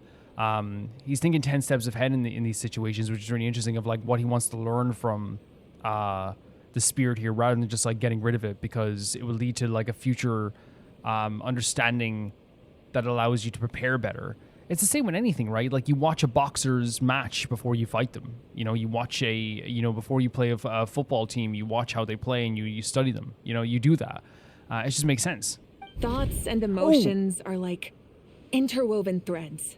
Oh my god! They can create a net, or they can create a rope. They can separate love from hatred, and they can bind objects and events together. Can we have a Mabika quest again? I missed the Natlan characters already. I know we just saw them like recently for the musical event and the summer event, but that's not even recent, guys. That's months ago. Bring more Natlan characters. Do a Windbloom festival with Natlan characters.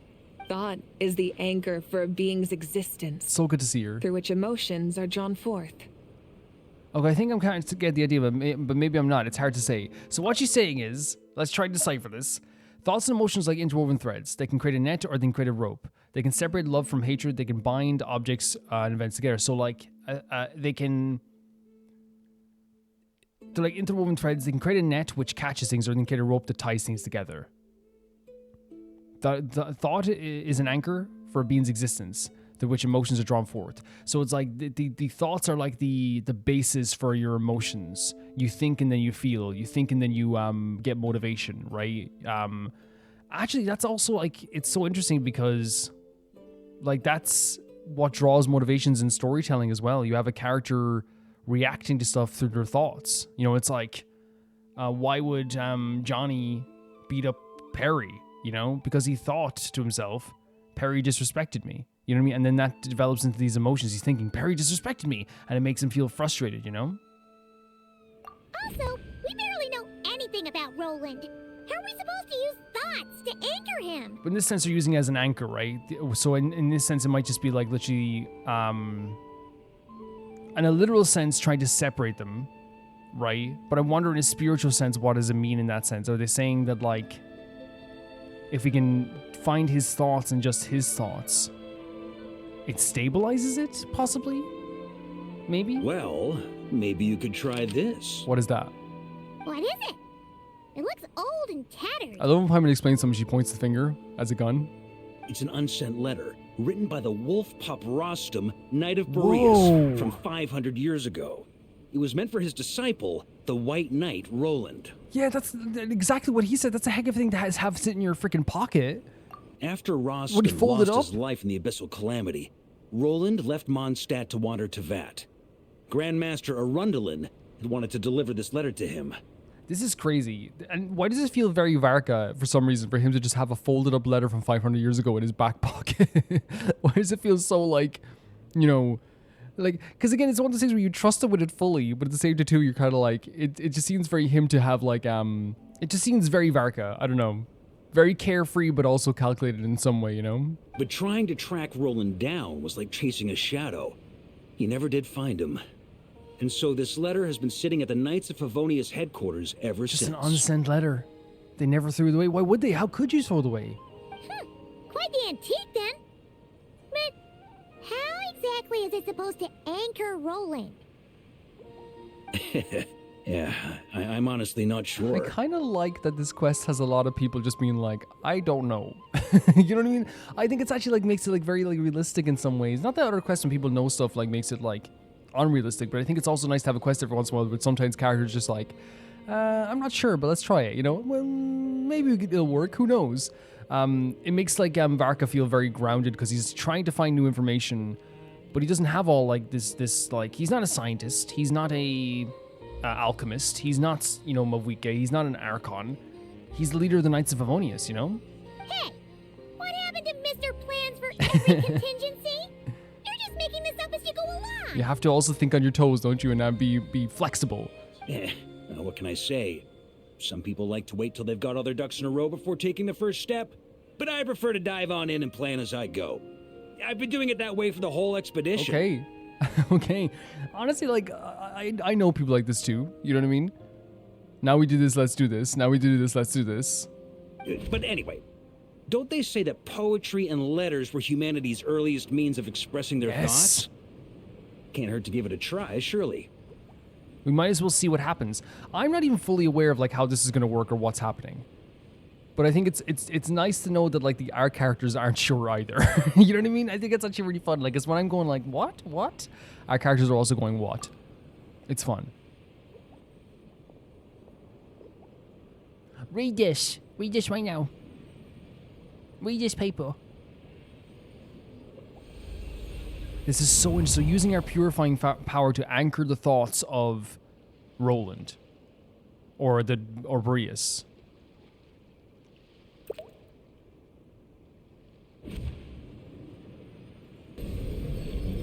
Away from the abyssal corruption. Whoa. It actually worked? Yeah, I love Varka. Like, yeah, Jesus, I was just throwing something out there. You really are making this up as you go along. I kind of like it though. I kind of like that, like the confusion that the player feels sometimes is now with Varka too, you know, and Paimon and the Traveler. So the assimilation of souls really can be reversed, just like he said. Just like he said? Oh, got him. So souls can be reversed. Assimilation can be reversed. If what you say is true. This is huge. The monsters I've slain, the justice I have sought to uphold, for mortals to escape this tragic fate, there's only one path. He sounds so emotionally destroyed, doesn't he? A great and ancient kingdom was wrongfully cursed. Whoa. Turning its inhabitants into monsters. That's what happened with Conria, right?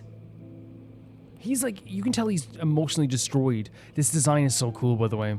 Because it's not like something that's like really gigantically heroic or, you know, the greatest design you've ever seen. But there's something very like, I don't know, detailed about it in a way. It has like a cool edge to it. The code of chivalry tolerates not such There's that chivalry stuff injustice. again as well. He's hurt by what happened in Conria. Like, it pains him. If Abyss be thy name, I pledge to you my loyalty. So he pledged his loyalty to the Abyss after what happened in Conria? And that is where the blood-stained knight's tale came to an end. With that, he bade his humanity farewell. Who's this? I dare say you must find it quite ironic. Knight of Boreas. Who's this? What did we just see? Who's that? That I... Dainsleif? No. Bore a striking resemblance, but that wasn't him. I recognize Dainsleif's voice. And I don't think he'd be that sinister about it. He was torn up about what was happening in Conria. It hurts Dane just as much as it hurts the Bloodstained Knight what happened in Conria. While we gazed into the past, he was gazing right back at us. It's so scary. Could it be?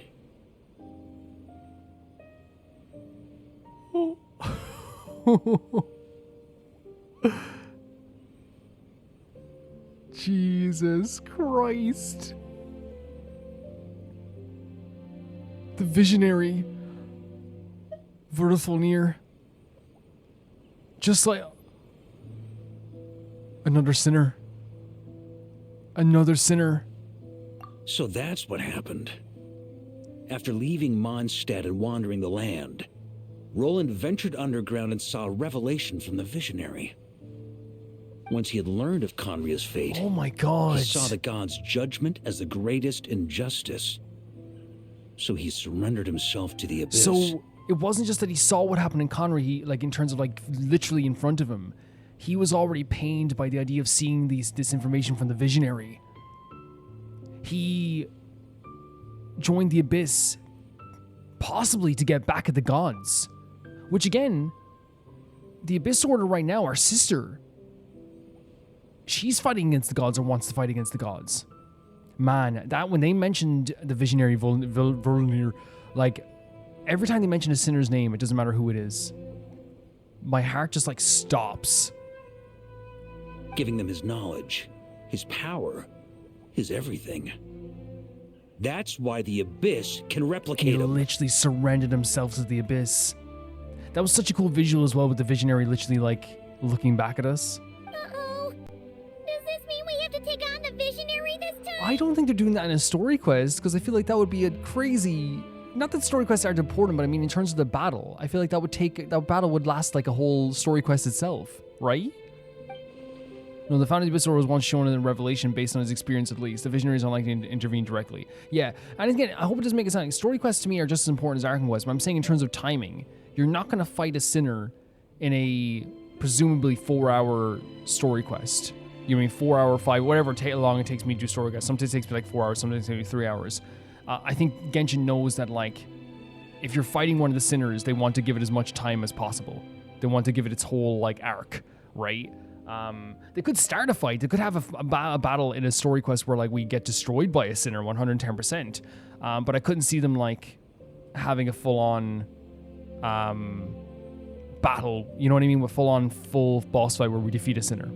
If you get what I'm saying, in a story quest. They just don't do that. They just don't do that. Even if story quests are really, really great. I'm inclined to agree. If our enemy could see the future, both the Wild Hunt and Roland would be acting with far more lethal precision. But even without the Visionary's input, Roland still has an intel advantage we can't afford to underestimate. Every minion of the Wild Hunt serves as Roland's eyes and ears. We need to think one step ahead if we want to outmaneuver him. When they talked about the idea of the kidneys and all this stuff and like and they talked about earlier, so what legitimately happened, and it's such a cool story, when the Wild Hunt lost Rerir, it looked for a new master. And through its own power, it found Roland, who had already given up his power to the Abyss, so they're using Roland in that way. At least that's my interpretation of it. And on that note, I have a plan I want to discuss with you. Now, why didn't you bring it up during the meeting? This is such a cool story. It's such a cool story. Yeah. Well, the fewer people who know, the less likely it is to get leaked. Besides, It wasn't a fully formed plan back then. Speaking of story quests, can I say as well that I love that Genshin does this really well. While, as I said, we're not going to have a gigantic, 5-hour Sinner arc in this story quest, at least I presume you wouldn't. What they do with events and story quests is really cool. They drop like so much lore and so much history and so much story that like they make these can't miss situations as well, right? Varka explains his plan. That about covers it. Sorry to ask so much of you again. No way, it's too dangerous. No plan is free of risks. At least this one actually gives us a shot at fully eliminating the danger posed by this ancient god. Surely that's got to make the risk worth taking. There's no guarantee it'll work, so the plan he gave to us is probably very, very dangerous in some way. Obviously. If I fail, Anselm and Albedo can take the reins. What? Not to mention we still have Jean in Mondstadt. Buddy. Oh, there has to be another way. Like a backup plan? You know what's so insane? Jean was worried about this. That's why Jean would be an amazing leader. She has not only does she have an amazing head for leadership in terms of the tactical sense, she understands people on an emotional level. She knew that Varka was so willing to give up his life in some way. She was so worried this was going to happen that he wasn't going to come back. If only there were. But I don't think our enemy will give us enough time to find one. What's the plan? What is the plan directly, though? There's Yehoda. Hey! Are you guys done here yet? Ah, Yehoda. Yes, we've successfully retrieved the Wolf Spirit Fragment here. Any progress with Fragment 3? Nope. It's a total disaster. Whoa. More wild hunt monsters than I've seen in my whole life. We need backup urgently. Come quick. Come on, we're out of time. You'll just have to trust me on this one. You're making too many decisions on your own. Can I say this 100%? I love that Genshin is not afraid to have our characters say difficult things now in our conversations. And I've said it since the start of Genshin. Over time, our characters have been way more open and honest and way more biting with their commentary. This is true. You're putting me in a very awkward situation. It's not fair, right? It's just not. And I love that they're referencing this. You're making too many decisions on your own. You're putting too much of the weight on yourself. Both these answers to me are very realistic, and they come from a place of both worry and annoyance. It's like, dude, you can't just make this decision by yourself, and you're putting me in a difficult situation, you know?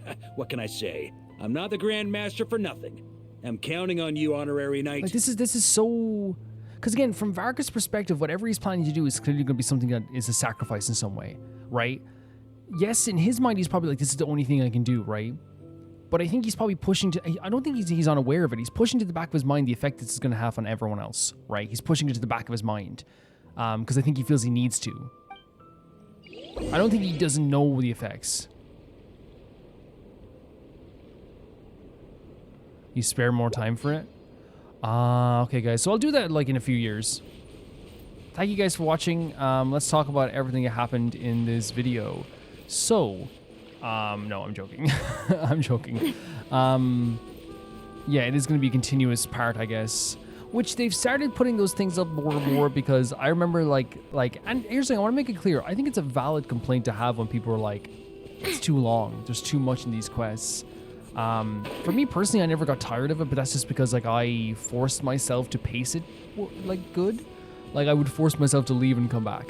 You know what I mean? And I continue to do that. And here's the thing, I'm going to say this right now. It literally kills views and all this stuff on the channel because the meta for any game, any playthrough, any Let's Play will always legitimately be upload the whole thing as soon as possible. And you might be like, that's just in Genshin. It's the same with other playthroughs. People will be like, I have to upload 20 hours of Resident Evil Requiem this week, first thing before anyone else does, right? But the thing is, to me, I always see it this way.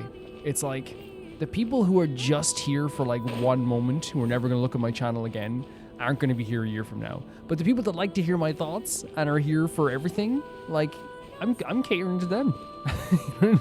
I'm catering to the people that are going to be here a year from now, not the people who might just stop by for 1 second and never show up again, you know? Yeah. So I will always pace myself well, but in this case, I got a lot of time today. I got a lot of time. This is like the only video I have to record today. So it's like, we got time. We got time today for sure. Let's go. I might have a bit of trouble describing everything that's happening in this mission at the end. What's the situation? We ran into resistance almost as soon as we set off. Albedo said we should split into 2 teams and continue searching while he and the others kept the Wild Hunt occupied. So they already had to like create a new plan. Good call.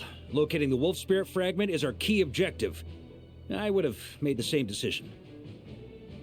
Well, it seems the enemy figured as much too. Whoa. Now, both search teams are in big trouble. Oh, I brought a map. This should make things clearer. It's almost like it has its own consciousness, right? Before we ran into trouble, this is the search area we decided on. We got some cool UI for this too. The 2 teams are holed up here and here. They should have a clear idea of the fragment's location by now. This is cool. This is really cool. But the Wild Hunt is stopping them from relaying messages back, right? Do we have any more troops available to provide backup? We can't spare troops from any of the fronts right now. That just leaves us with... The logistics company is standing by. With Hanefa? Hanefa? Designated drop point reached. Initiating situation report. This is a really cool way of showing this too, by the way. Which, by the way, my earlier criticism was like, I wish they would have let it collect all the wolf spirits and had really interesting situations for everything. This is an interesting situation. This is adding drama to a search that this is the type of stuff that I was kind of interested in, but they've added even more drama than I thought they were. It actually makes everything turn on its head and makes everything feel very like urgent, right? So they actually did a really good job with this searching for the final fragment. It makes it feel like, you know, things are terrifying, things are dangerous. So yeah, really cool. The logistics company was assisting Aino with the production of the strategic reserve, but after learning of the situation on the front line, they requested to be dispatched immediately. They are currently nearby awaiting orders. Amazing. Just in the nick of time. So we have a logistics company on our side. Hey, seeing as you can fly and all, shouldn't you be the one out here delivering messages? Yo, Hoda, you know you're fantastic at your job. You know you are. I regret to say that without the workshop's catapult, and with my short-distance propulsion module on cooldown, I will only be able to return to the battlefield after another 5 minutes. Please, keep up the good work, Yehoda. The logistics company has very limited provisions, only enough for a single battle. Which team should they support? Wait, we have to choose? Both. Once one team has been rescued, the remaining forces will be free to support the other. We'll move out immediately. Yehoda, keep up the good work with the comms. She's doing fantastic. Even though she's nervous. Leave it to me. I adore her so much. So, oh, this is so cool. Wait, what? There's a whole... Is it actually going to be like a mini-game? Logistics squads carry a large cache of explosives. Varka can command them to set ambushes and use... That's awesome. Using terrain to strike enemy units and have them that have strayed from the group. So we can choose them to go to certain places, like... So we can choose... Can we, choose... Oh, no, we can't choose in that way. How do we do that? Oh, we can reinforce the battlefields here. Okay. Trap Squad, Knight of Avonius. And what's over here? Lightkeepers. Honestly, Lightkeepers would be more experience, right? Is that correct? Maybe? Who knows? Ah, it's the Wild Hunt! Come on, let's go help! Something's not right. The Wild Hunt's offensive doesn't seem to be getting any weaker as the battle goes on. Are they getting reinforcements from somewhere? Or like a source from somewhere? Don't get dragged into the enemy's rhythm. Logistics company, scout out the area. This is so fun. Look for terrain we can use to our advantage. We're literally reinforcements coming in and fighting this battle. This is a dream come true for any type of gameplay. I love the idea of reinforcements. Ever since I was a kid watching Lord of the Rings, the idea of reinforcements is one of my favorite things in the world. Reinforcements arrived! You know, like this, it made me feel like, whenever I was playing like medieval soldiers as a kid, I think, with my toys, I think ever since I was a kid, all the time, like, I remember to the point that my sister called this out one time, because she would play sometimes too, and I would have like a character leave for a while, and she's like, they're gonna come back later and help us in the battle, aren't they? And I'm like, How'd you know? Because I love the idea of like someone coming back and being like, I'm here, you know? So like she called out my stale storytelling. I did it every time. Yes, sir. This is so cool. Reporting in, sir. We've identified viable sites for deploying explosives. Good. Wait for my signal. This is so sick. This is so sick. So we can switch to Varka for command. We actually give commands? Logistics company, deploy. This is so cool. And we get to play as Varka as well. What element is us right now? So we have some fire attacks here too, I'm guessing.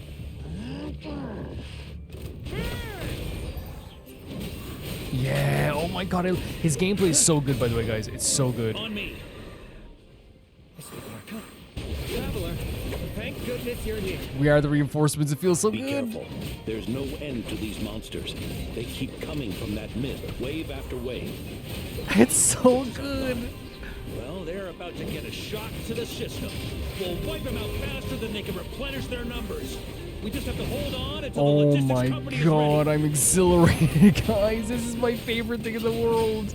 Again, I say it again. I love the idea of reinforcements. I love the idea of being reinforcements. Is that the signal to say they're ready? It's exciting. So people retreat. Fall back. Look, we're asking people to fall back and retreat as well. Oh, I'm sorry, guys. This is the best. It's literally one of my favorite things in the world. I said, if you want to see my opinion on his moves and my reaction to his moves for the first time, I did it all in the trial video recently, so you can definitely check that out. My opinion is that I think it's really awesome having a character who just feels like brute force nature with a little bit of magic in there. It generally kind of... Do we have to retreat too? Because it's coming from a source, right, they said? Yeah, we have to retreat too. This is so awesome, man. This is my... Again, oh my god. We're carrying out strategies as well. This is legit my dream. Fire! This is my dream. I'm so happy. This is so sick. So sick. So sick. Oh, and he's so cool. Look at him. This is so sick. The enemy has sustained heavy casualties. Should be a while before they're strong enough to pose a real threat again. Yeah. No, I don't know how I can explain. Like, you guys understand what I'm saying, right? Like, even when people... I remember, like, years ago, my friend, when I was in college, he asked me, like, he asked me, what is your dream game? I love a game like this, where you have to, like, go in, send your forces in, and you have to, like, retreat to the keep and defend the castle. And people might say, well, Calvin, there's, like, Mount and Blade, which, again, I should probably play that, but, like, the way, like...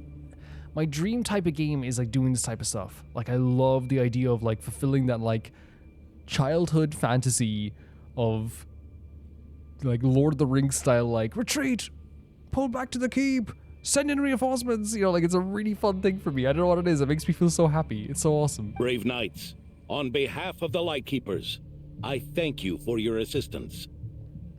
There's no need to be so formal. When it comes to the Abyss, we're all in this together. So sick. Now, please tell me everything you've learned. Referencing High School Musical as well is so sick. Very well. We've narrowed down the search area for the final fragment to this zone here. That's not exactly very narrow. I mean, it's something. Is that Iluga? It is. Iluga. Ilua? We split the search between us and the knights. Maybe they'll be able to narrow it down further? Hopefully. So maybe we get a little more of a pinpoint location. Either way, I was about to go lend them a hand next anyway. Can I count on your help? It would be our pleasure, Mr. Varka. This is so... Guys, I'm gonna, like, die. I'm having such a good time. Like, I know it's a dire situation, but it's, like, one of the most fun things they've ever done in this game, and that's saying a lot. Lightkeeper Squad working in concert with the Knights of Boreas. Varka commanded to reveal targets. Oh, that's so cool. And they have special, like, commands. We've run right through our supplies. We'll stay here and deal with any wild hunt that tries to stage a comeback. Oh, I'm in love with this. Now that they've lost their numerical advantage, they're no match for us. Focus on supporting the other team. Like, and we're doing different tactics. We're going to different locations. You stay here. We'll figure out this place. We'll go to this place and fight them. It's so freaking awesome. That's awesome. So we have to go here as well. So what's Iluga doing? Holding opposition, Flynn's encounters reinforcements both familiar and unexpected. The Wild Hunt offensive slowed down on every front. It looks like they've committed the entire force. The Lightkeepers rushing in from Pyramida gather behind Iluga, forming a river of starlight. Message from the old man. Rooting out the Wild Hunt is very Lightkeepers' duty. We shout and let the pass our burden of our friends from afar. How is Aino feeling right now? And Effa, I'm here to install your cooling module. Aino, how did you... I stuck behind the logistics company. They kept saying this place was dangerous, but they don't know the safest place is right next to you. That is correct. For now on, please remain in my line of sight. That's so true. That's so cute. This is my job. I'll get there, whatever it takes. On the war-torn battlefield, a messenger flying through the air is an even more conspicuous target. But for Yehoda, who spent her career treasure hunting and mastering the art of stealth, she is a perfect messenger for vital information. However, Yehoda herself hasn't yet realized why Varka placed so much trust in her. This is what I'm saying. She doesn't understand how good she is, but she's amazing. She's so good at her job. Inextinguishable flames halt the abyss and advance in waves of searing heat. The Corrupted seals off the Wild Hunt retreat with earth and stone to buy more time for reconnaissance squads. The expedition of the main forces is pinning the Wild Hunts firmly in place. Watching the two fight side by side, Anslim, the officer in charge of holding the line, can't help but think, Grandmaster, you were right. Those who were once Mondstadt's greatest fear have now become the nice, most reliable allies. Is he talking about Durin and Albedo? This is so sick. This is legitimately just one of the sickest things in the world. I'm having such a good time with this. And the fact we get to play as Varka as well is exciting. Grandmaster! Honorary Knight! Thank goodness you're here. Be careful. There's no end to these monsters. However many we kill, more keep coming. Yes, the source is like too strong, right? They've had us penned in so far, but now you're here. Maybe we can try getting to the source, which is hidden in the mist. That way, we should be able to cut off the Wild Hunt's reinforcements. That makes sense. And this is why I wanted the Lightkeepers here. I think they're more used to this stuff than anyone else would be. Oh, yeah? Then we'll leave that to you. Hey, everyone hear that? We need to hold the line. Time to give them a taste of the Knights of Favonia's fighting spirit. Heck yeah. Yes, sir. This is so good. Hold the line. All even the phrasing, guys. I'm in love. I'm in love. More fights. Playing as Varka is one of my favorite gameplay things we've done in this game. I think he's such a fun character to play as. And again, as I said, you can check out the trial video I did this week to really see like my first impression of his gameplay. But he is like one of my favorite characters to use. And it is because like he has a simplistic way of doing things, but like his abilities are so unique and really fun. He has that jump move as well. But I really like the idea of a character that just like is instantly fun to play as. Like this is just satisfying. Having just one character do these like swirls. That's satisfying. It's like, and then you can use support characters as well to maybe boost his damage too. Like imagine like Benny like boosting his like physical stuff as well, or like and having other reactions too. Like I've only ever tried out the swirl reactions, but like it could get even better. You know what I mean? And I'm not saying I can get him. I probably have to wait for like a rerun, I'd say, which is fine. But I still think he's awesome.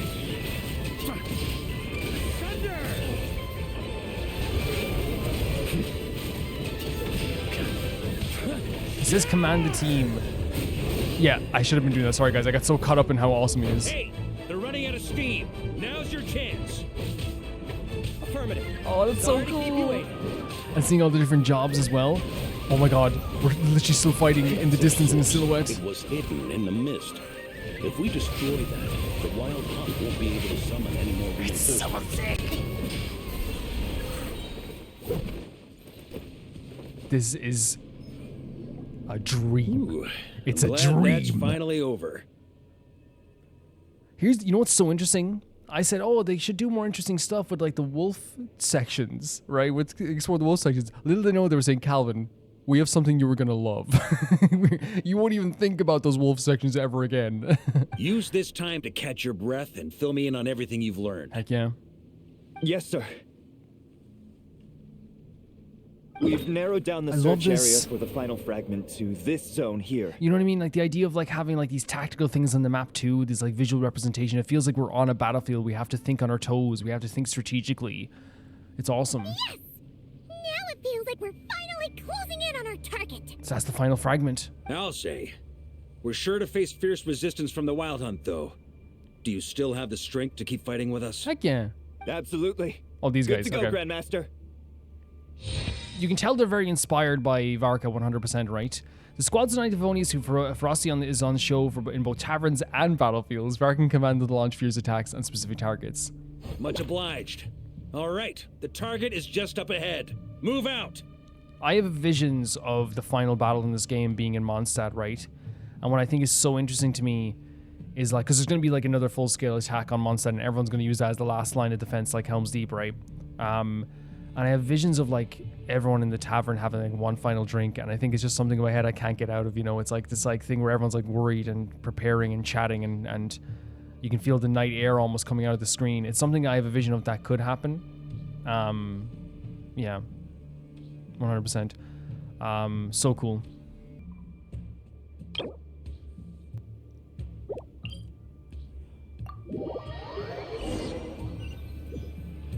This has been so exhilarating. This has been so fun.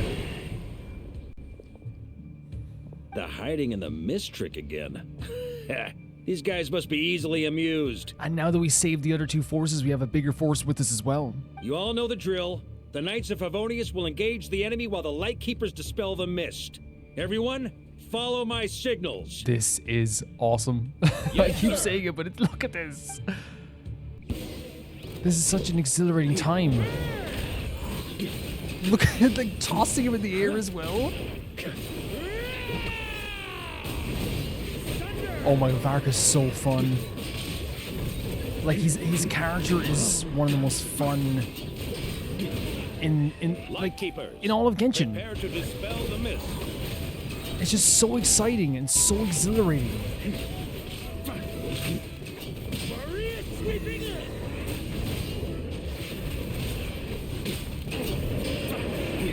We got it, okay.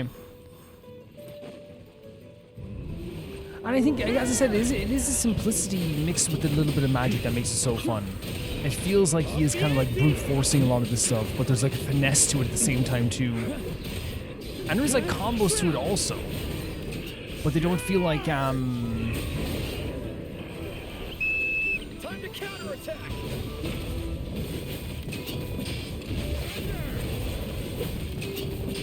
insane. It doesn't feel like, you know, the finesses are like insanely like necessary. The combos are necessary. You can just literally like brute force your way through this in a very, very fun way. And like we're pushing back a force here, guys. It's so fun. Even his ultimate has this feeling of just like he's a warrior. He's heading towards the battlefield. He's not trying to do anything fancy. I don't want him to click here as well, like it sounds like I'm being like all the other ones who try to be fancy, they're not fun. No, I love fancy Genshin characters, for God's sake. But there's a nice having like a contrast for like Varka here, and I don't know, it just fits it fits the whole vibe of who he is, really, it feels like. Rally to the Grandmaster!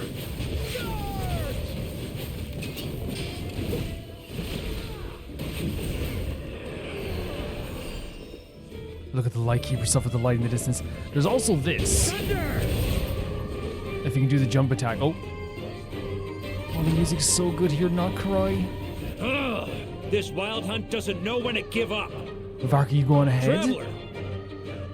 Mr. Varka, leave this to That's us. so sick. And again, this is again living out a dream. This is the type of stuff in movies that I used to go crazy for. When I used to play with my toys, I used to be like, you going ahead. It's like, it's everything. It fills my heart with so much like energy. Just like last time. Only a Knight of Boreas can deal with a wolf spirit, Oh right? my god, this is Don't so underestimate us, sick. Grandmaster. We can hold our own. You going ahead, we'll hold it off here. And I'm here too. Now hurry up, this is so... Guys, I'm sorry, I'm just dying. I'm That's in the love spirit. with this. Stay on your toes and make the Knights of Favonius proud. Oh, that's so sick. Either we all march back to Mondstadt together, or no one does. That's a leader. That's a freaking leader right there. Inspirational words. Wait, are we playing as the Traveler then? Or are we playing as Varka? Oh. The beat in the controller. The Final Fragment is right there. Don't let me down. The haptics are working overtime in the controller. I can feel the beat in my hands on the PS5.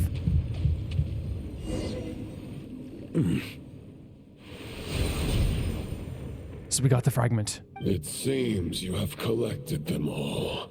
Knight of Boreas. And then showing up behind him as well. The way they've set this up, right, whether it be with a knight that was a chivalrous knight who was hurt and pained by what happened or what was going to happen in Conria, a knight that was seen as someone who was this virtuous white knight, right? And I think if you look at this now with Knight of Boreas in Varka, who is a virtuous knight, but obviously has his own personality, and it really is like the past and the present going up against each other. It's a Knight of Boreas versus a Knight of Boreas, but in this way, obviously, the Knight of Boreas has been corrupted and been used by the Abyss. Like, it's such a great way of, like, emphasizing who Varka is as a Knight of Boreas, while also still giving us a history of the Knights of Boreas, and then giving us a cool story with, like, a former and a present Knight of Boreas. Like, it's all done so well to me. Yeah, and with no corrupted fragments or ambushes along the way. I have to commend your chivalry, Sir Roland. So it's literally like saying, like, even this moment, like, he's still being chivalrous. He still believes in the idea of chivalry. A true knight does not resort to underhanded tactics. Were this body not a false one created by the Wild Hunt, nor would I countenance those monsters to taint our duel with their presence. Our duel? Wait, is this gonna be a boss? Is this gonna be a boss? By the way, as well, the way he's speaking, he is like this soul that was gathered by the Wild Hunt, it seems, to be the new leader of the Wild Hunt. But what's so cool about this is that he's very much conscious still. It's like his consciousness has been brought forth. If you need a moment to rest, take it. There's that chivalry. Victory will be mine, regardless of whether the path to it is the one I would wish for. Save your breath. If you want to fight, let's fight. And this is the thing, like, I think Varka is look at this freaking sword, by the way. I think Varka is a virtuous knight, but I don't think he has this element of chivalry as like a code, right? He just is a good person. Whereas with Roland, he has this like chivalrous code that, to me, like if you say something over and over again, it stops to mean anything, right? If you just say the word chivalry over and over again, it can stop meaning stuff, right? Really, you just have to be a good person. But in this case, he takes it so seriously. He takes the chivalry so seriously. As you wish. Then let us settle our unfinished duel, here and now. Are we actually, is that gonna be a boss? Is everyone all right? Okay, please let us fight it. My granny fights better than these rookies. It's Egbert I'm worried about. You still alive? My granny's pretty tough. For a moment there, I thought I might never taste the sweet wine of Mondstadt again. They know how to write a wartime story and a battle story so well, because this is also the stuff that I love about these type of stories. I never thought I'd be able to taste that wine again. You know, it's like it's something for, and again, it's not. I'm not trying to say it's derivative. I'm saying it's hitting all the beats that you need to do in these type of stories, because this is what it was like in those battles. There's strategy, there's hopelessness, there's a feeling of like, what if I don't ever make it back?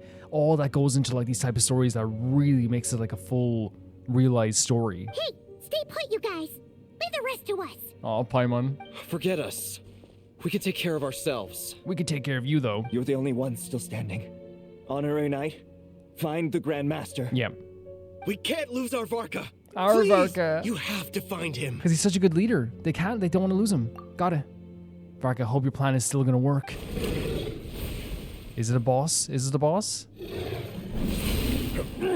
No? You're holding back, Knight of Boreas. I can tell you do not wish to strike me down. This duel does no justice to the way of chivalry. You see what I mean? I wield the power of a god, while you dare not swing your sword with true intent. If you continue on this path, you will die. And I'm not trying to make fun of his use of the word chivalry, but I think it's intentional, the fact that he uses the word chivalry over and over again, that eventually it's like, well, what does that, in the end, are you just applying that to like everything? I understand what he means by chivalry. He wants to have respect in a fight. He wants to have a fight with Varka where both people are like at their best, at their highest strength. He, like, again, I generally feel if Varka, like here, broke his leg right before he met up with Roland, Roland would not want to fight him, because I think he believes in it. But I'm saying that from the outside perspective, if you hear someone say the word justice over and over again, I'm talking about every like fourth sentence, it loses meaning, right? Whereas even though it has meaning in our hearts, the word justice, the word chivalry, it's when someone repeats it over and over again, it's like, well, what are you applying this to? What does it mean to you now, you know? Like, is it just a blanket term you're using to describe everything that you believe in this sense too? And again, I'm not insulting, because again, being chivalrous isn't a bad thing technically, but you know what I'm saying. And by the way, when I say, like, people, some might be like, well, you're talking about Ace Attorney the way they use the word justice all the time. No, the way they use justice in the Ace Attorney is perfect. It's perfect because it's the name of a character and it's a feeling that they have and it's something that they strive for all the time. But they don't use it every 2 seconds. They use it in the appropriate times. Your plan is doomed to fail.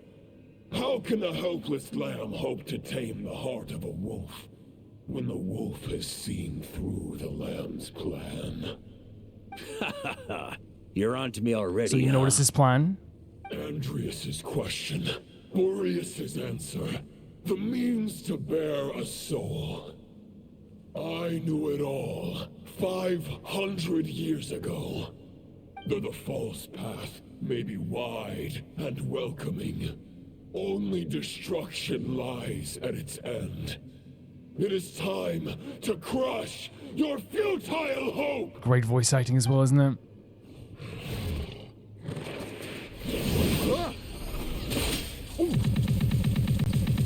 Holy hell! I was not expecting that at all. It's over. Your sword lies shattered. The wolf spirit and the thoughts you blindly placed your faith in have nowhere left to dwell. What? What is happening? Join me. Look at and this. Pledge your allegiance to the abyss, Knight of Boreas. Holy hell. One day you will understand that the only righteous path for those of true virtue is the path of darkest truths. Oh my god, this imagery. Like right in front of his mouth as well.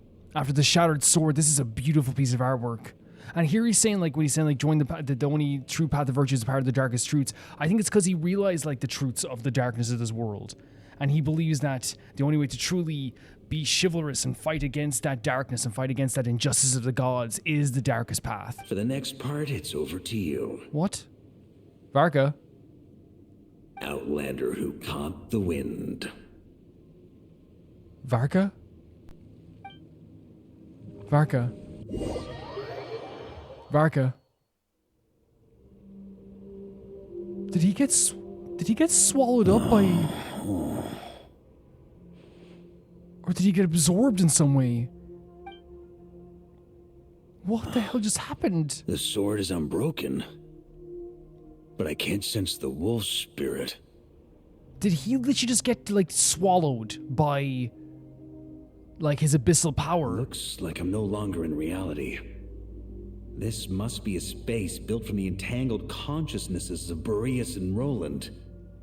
So we're in a different world. There's no way back. Oh, whoa. And all that lies ahead is the wolf's maw. We're in the wolf's mouth? I think spiritually we got, like, swallowed somehow by... Because look at Jesus Christ, look at the teeth at the top. Like, we definitely got swallowed, but somehow by Roland. Huh. Guess the only way is through. Down into the wolf's throat? Guys, this is incredible looking.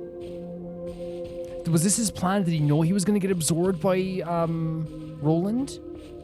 This music.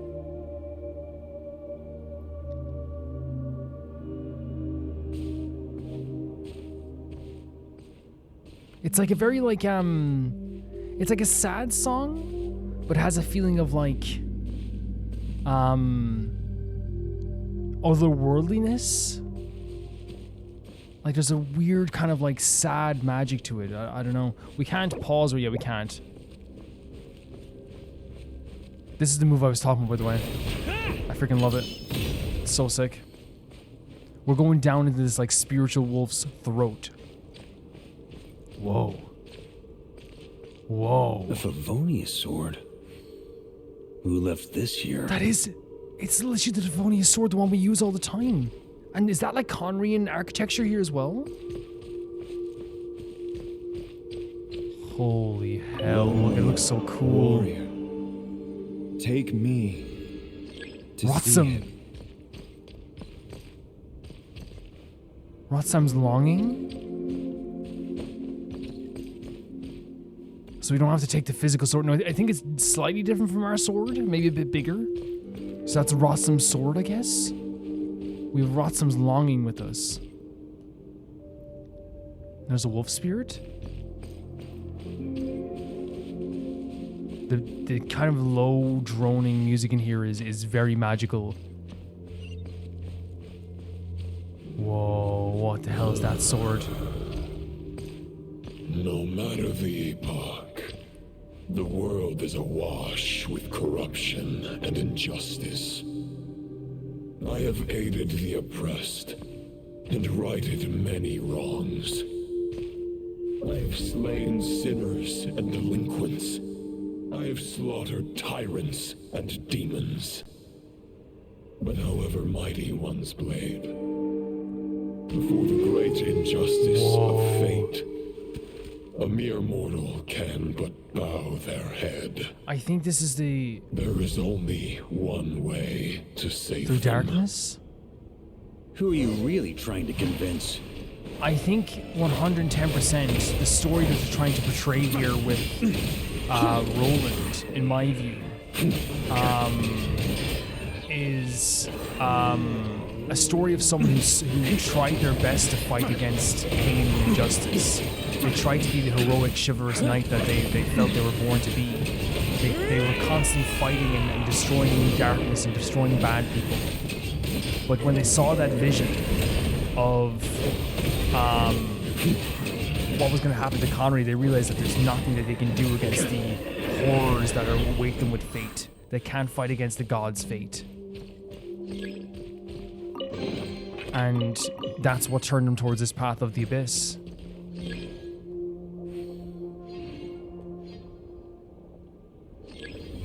Is this the fairest shadow? It doesn't look like an imitation. It's a really cool sword. The title of Boreas must find an heir. And there's Raven with the other Knight of Boreas, right? So they said Boreas, by the way. So I'm guessing there's like... Because I always heard Boreas, but it's Boreas, I guess. So you have to get over there as well. Try to keep up! Oh my god. And he sticks the sword into the ground as well. To me, there is a sadness to the Knight of the Bloodstained Knight, right? 100%. The scent that reeks of blood appears to be getting stronger. Reeks of blood, the Bloodstained Knight. And you know why? Because I think so many times in stories when someone goes down a path this dark, sometimes it is led by the pain that is brought upon him in Teyvat. Because again, I always say this about Teyvat. Teyvat is a world built on violence and cruelty. It always has been. I think anyone who doesn't play Genshin thinking that this game is sunshine and rainbows just doesn't know what they're in store for. This is a world that's built on a dark history of cruelty and violence. And sometimes fighting against that can feel absolutely painful. And that's why the Traveler is so important in this world. He gives people hope so many times that they can fight against these injustices. If everyone had a Traveler in their life early on, they might not feel the like going down those paths of darkness, right? Looks like I can just jump right over these obstacles. Oh my god. The traverse is so fun. And that's what I'm saying when I say brute force. I don't want to say he's a brute, but I just love the kind of like that a lot of his abilities are like, I'll jump over here and then jump down and attack. I'll use my two swords to destroy them. You know, even my ultimate is just I'm running towards you and cutting you. Like he is like a soldier through and through, and it's awesome. They've done such a good job with his presentation. They really have. Another sword there, but oh my god, this place is stunning. Guys, this is one of the coolest locations. If I T-pose, I could maybe make it out of here alive. Huh. Looks like they patched out my T-post move. Try to keep up! Now we missed what that was showing us, guys, but I'm guessing it was probably a wolf again. Even here, it feels like we're walking on like this unnatural ground. It doesn't feel right, does it? Guys, I am in love with this story quest. This is so cool. No matter the epoch, You said this before, right? the world is awash with corruption and injustice. Even the most fearless hero cannot fight what fate has ordained. And even the holiest god cannot escape the shackles that bind them. The love that binds them, it says shackles. Boreas, if you still harbor love for humanity, then you must surely know. There has only ever been one way to save them from injustice. Surrender to the abyss. Andrius. So again, I hope you guys understand when I say this. I'm not sitting here being, and these are killy shows, but I'm not sitting here being like, yeah, surrender to the abyss. Even though, like, no, I kind of like would love to fight against the gods with Levine as well, 110%. But I hope you guys understand when I'm saying, like, I understand why someone will go down this path. It's not me saying that, like, I agree with, like, that's the only way to save people, that's the only way to fight against this, 100%. But, like, I think it's totally normal to say that. I think you guys will agree, judging by, like, if I know my own community. You can understand why the Bloodstained Knight like went down a certain path, right? Like it doesn't. Oh, it doesn't seem like story-wise, it doesn't seem shocking. Like I can watch the lines and the path that he went down and go, okay, that makes sense how he would end up there. The idea of seeing that no matter how much I fought, no matter how much blood I shed, no matter how much I did to protect people, to fight injustice, it didn't change a thing, and people were going to suffer so much in Conria regardless. I want to fight against the heavenly principles. You know, it just to me just like it's not that you have to agree with it. It's like you can follow the A to B, you can follow A to Z, right? You can follow it. You can see where it would lead you to do this, especially if you fought for so long. And the thing is, we talk about the stuff that happened in Conria. We talk about the stuff in Conria already as like something that's so horrific and so horrible, and it is horrific and horrible. But the thing is, like, imagine being one of the people there. Because there's a difference between us, like, where we look back at it and we know how horrible it is. But imagine being one of the people that was actually there at the time. And imagine you got to witness it in that way. It would drive you mad. This looks like it's his sword, right? My old friend. My old friend? This is not where your path ends. You must Wandering Knight? continue on.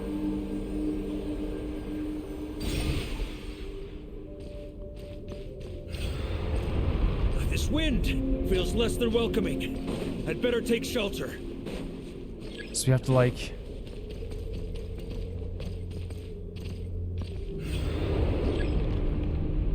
This is a really cool mechanic as well.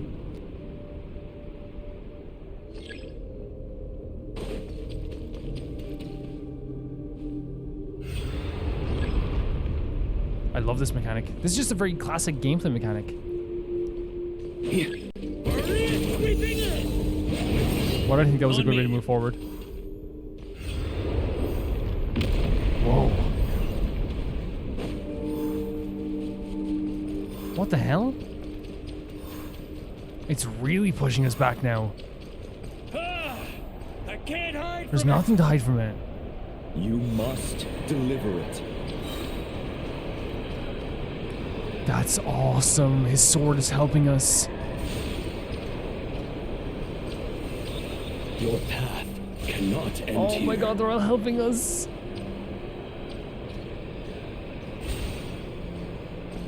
This is such a great moment. You draw near to the heart of the wolf. This is so sick.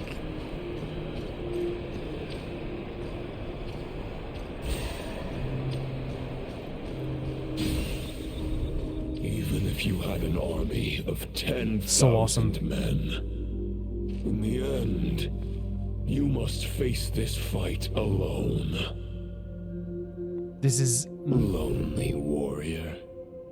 Step forward. What a way to phrase it as well.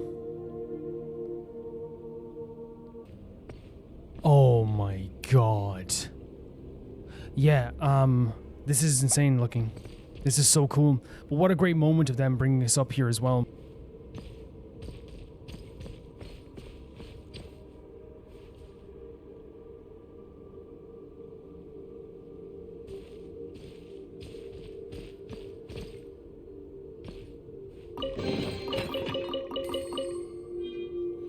They're all different nights. The Wandering Night was definitely then the night that was with, that's it. If I remember correctly, that was the night that was wandering with, that originally brought the Knight of Boreas to the south to see the world. Am I right in saying that? Maybe. Okay, we'll see anyway. We'll see anyway. This is such a cool looking thing. Look at this. It reminds me of like the way we fought Lupus Boreas as well. Such a great look to it.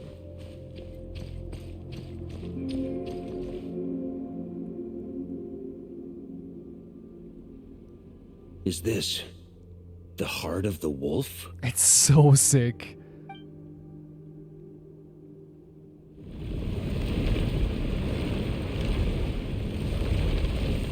Wait.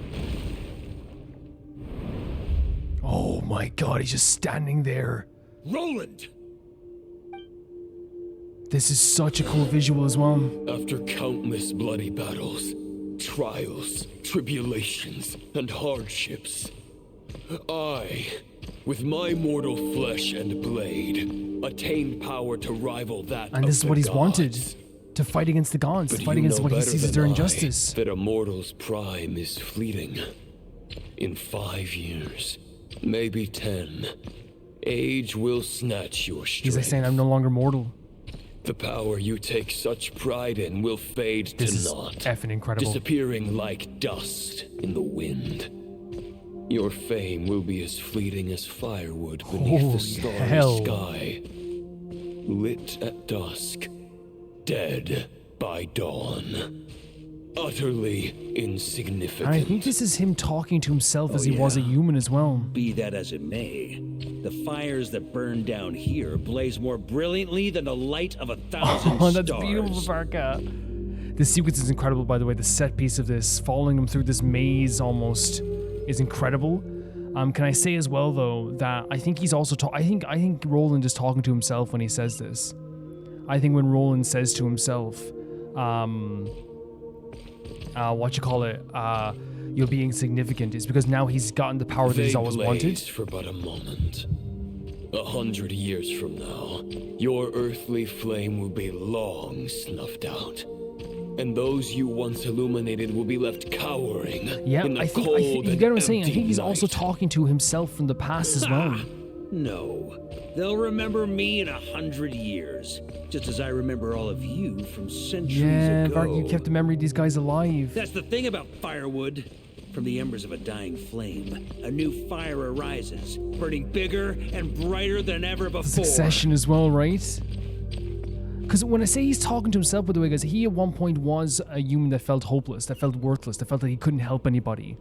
He wanted the power of the gods and the abyss so he could fight against the gods. So when he's saying, like, you'll be worthless, you're insignificant, in a few years your flame will be gone, it genuinely feels like he's also saying, that's what I was like before I got this power. Not demand things from them. How can one call themselves a knight while placing their hopes in generations See, that's the thing, to Roland come? felt like he had to do everything himself. Well, as long as I put an end to you here and now, I won't need to rely on anyone else. This is incredible. Now, show yourself, Roland. This is one of the most incredible ways of doing this as well. To me, your body and mind are already at the limit of what they can bear. It is only a matter of time before they yield and crumble. But if this is your final request, I am blown away by the history behind this, the story behind this, the emotions between both of them, their opposing views that like very clearly come from a place of hurt from Roland as well, and his dark view of how the world has been mistreated.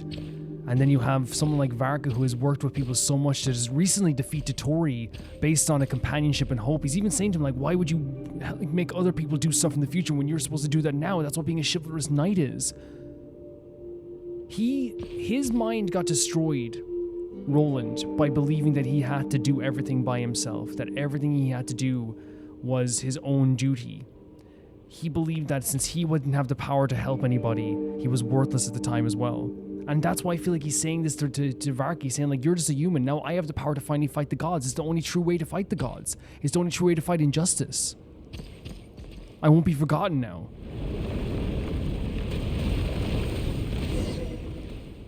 I shall do as you wish. This is so sick. Knight of Boreas. Because again, as I said, he's not some impressive, gigantic figure.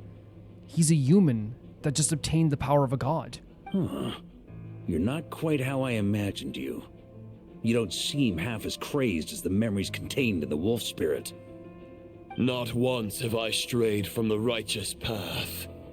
But when I look at you, I do not see a hero capable of slaying dragons. Just a lost soul who has wandered far too long. Holy freaking hell. A shadow of the knight you once were. I know that you guys might interpret this differently. I genuinely think that he looks down on the idea of being a human knight now because that's when he felt his most helpless. That's when he felt like he couldn't do anything.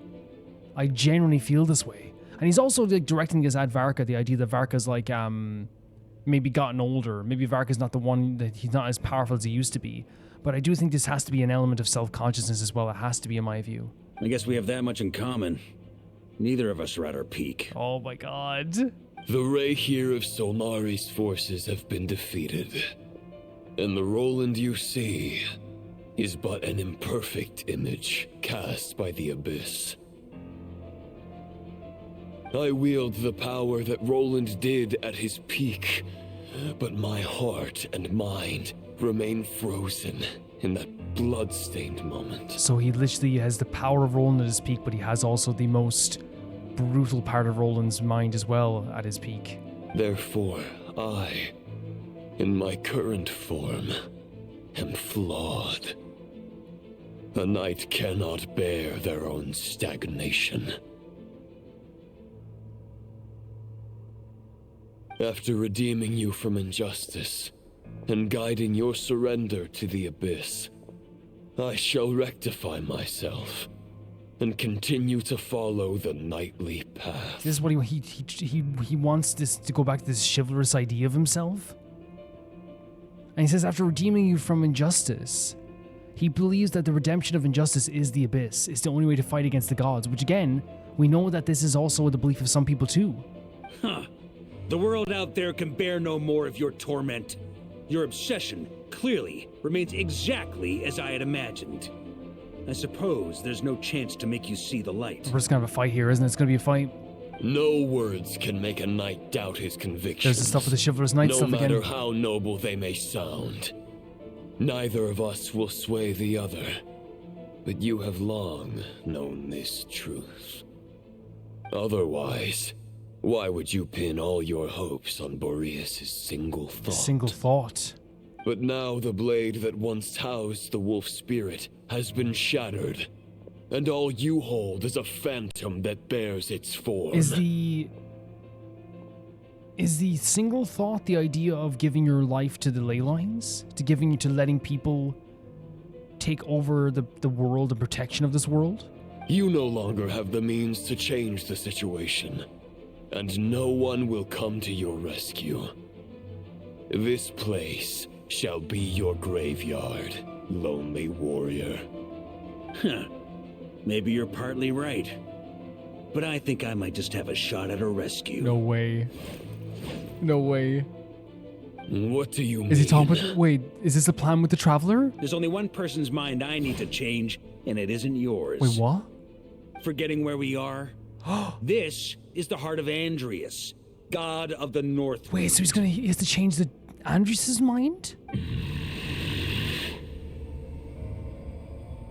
So I love that, by the way, Varka knows he's in a terrifying situation right now. Andrius, can you hear me? Oh my god, Varka. Wake up!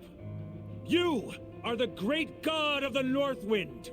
How long will you allow yourself to suffer the domination of the Abyss? This is such an incredible moment, isn't it? Hearing Varka project his voice with such passion towards Andrius. I'm sweating. If this is your final gambit, I am most disappointed, Knight of Boreas. Grand displays of heartfelt wishes cannot summon miracles. This world shows no such mercy to its inhabitants. And again, there it is again, right? You can have all the heartfelt wishes. This world is pain, you know? This is what he's witnessed. Return. Return to the That is the thought, Leylines. right? To return to the ley lines. I can't. Roland's design is so Dragon Quest to me. It's so cool. This is my choice. My memory. Is this the answer that I found at my journey's end? Andrius, at long last, I have delivered your token back into your heart. You can hear Varka's voice calming in that moment as well, right? Because this was a tense situation. A Knight of Boreas. Watch on. This is such a great visual as well. Look at this. This is all that a wolf can hope to do for humankind. Yeah. Again, just like what before, one fragment gave itself back to the ley lines for the people of Tevat.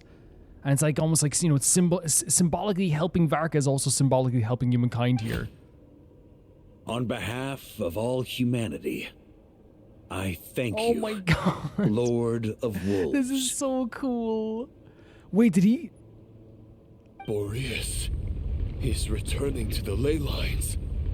But why? Your sword is broken. You no longer have the means to bear his soul. The sword is there. Unless...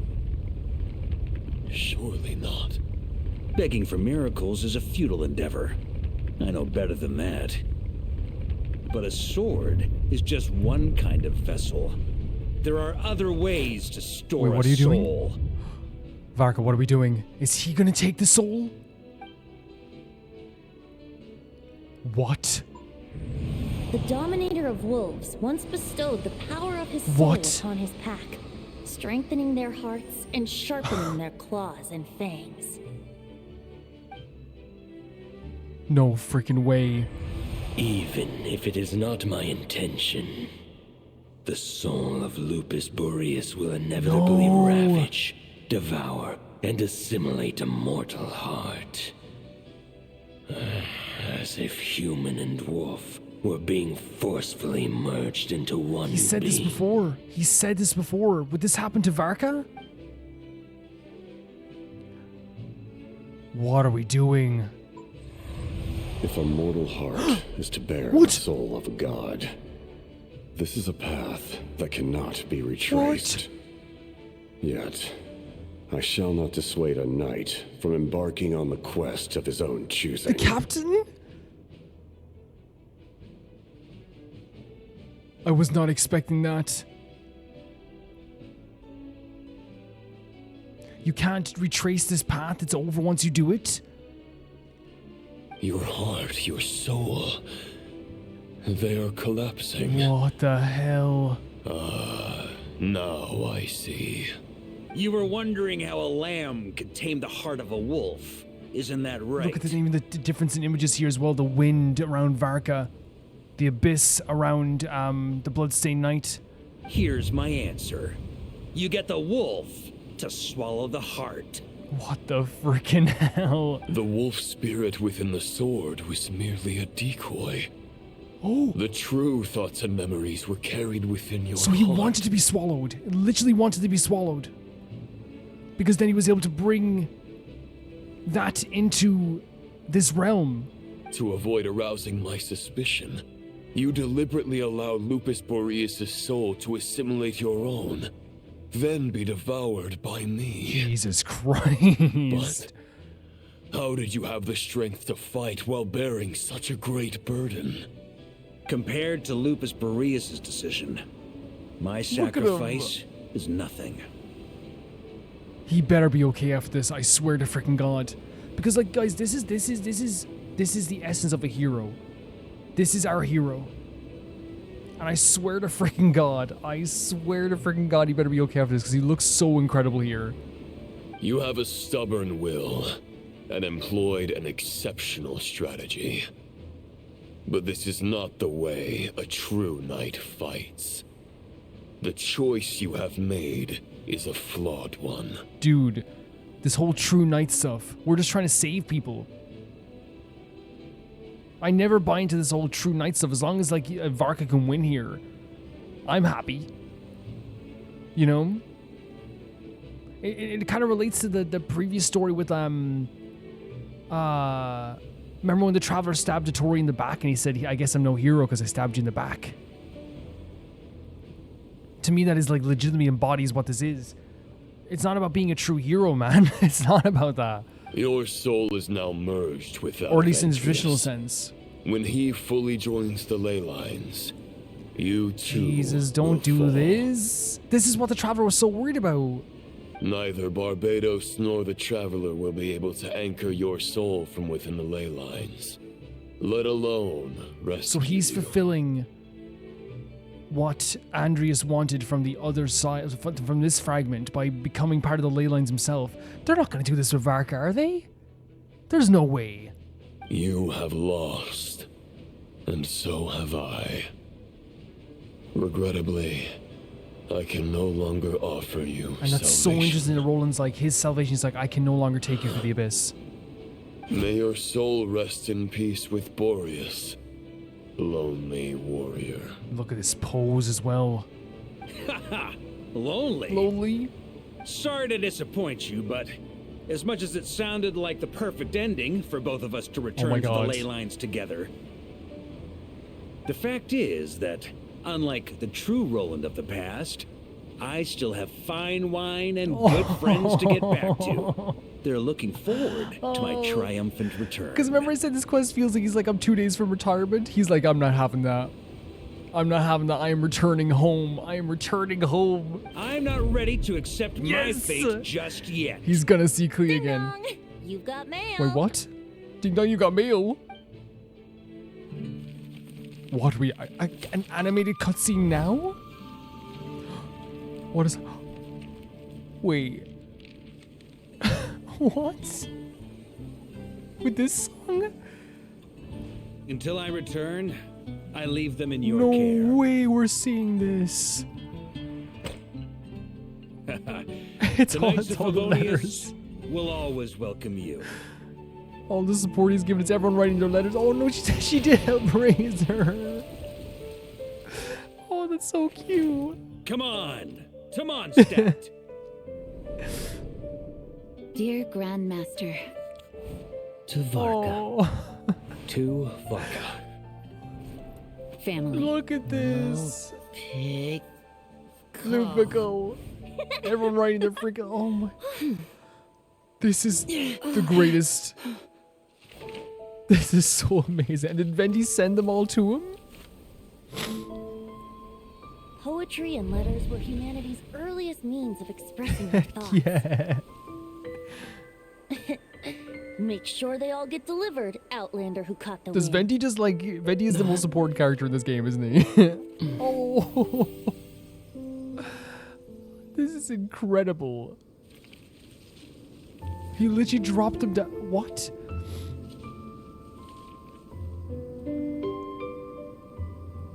This is an embodiment of how much... Wait. Grandmaster! Oh. Grandmaster. Master. Varka. Varka. That is stunning. Saraitza. Oh. The thoughts of others anchor you, reversing the assimilation. We've learned about the idea of anchoring, right? Using Thoughts your anchoring people. connections, relying on outside help. This is not the way. Oh, shut up. Right. The Abyss can sustain Shut you up. no longer. But now, countless souls who died unjustly will emerge to prevent your return. They're gonna stop him from If you leaving. believe in your path, That was the most beautiful then cutscene, grant guys. them release. Carve your way out through bloodshed. Varka, mightiest knight of Boreas. Look at him. This is so like this is made me love his character even more. This is how it ends. Throw the plan Like out you of said the window. before, Fight my way plan to as you go. victory. Well, that suits me just This is fine. so incredible. I Need Time. That was so beautiful. That was one. A knight is always true to their word. So please, keep your promise and return victorious. No way. We are not alone. Right back Diluc at saying you, this Varka. is everything. Like Diluc saying you're not alone, because again, I know Diluc's always been a great person, but putting in the effort to make sure Varka knows he's not alone as well is so, it's killing me, man. The north wind blows southward. This music as well. We have a timer. What the hell? Oh my god. Holy freaking hell. This is insane. Oh, we can use a jump. Oh, I'm an idiot. I'm an idiot. Look at this. This is so cool. Wait. Oh, we have a shield? Is that Noelle's shield? Oh my god, we might not get out of here. Is that Noelle's shield? That might be Noelle's shield. This music, guys. Holy freaking hell. The scene. And look at this, we have Kaeya and Rosaria. There's an ice cold drink with your name on it. This is Ready so... when you are. Don't go dying in a place like this, Varka. Oh my god. And we're using, I think we're like... I literally saw, this is so freaking cool.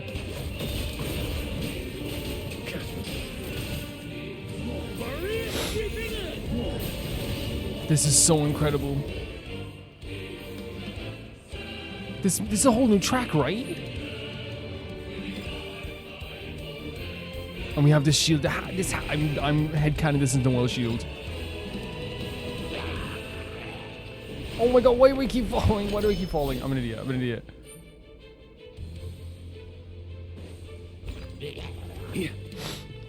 This is just one of the most incredible things they've ever done. Like this is insane. They...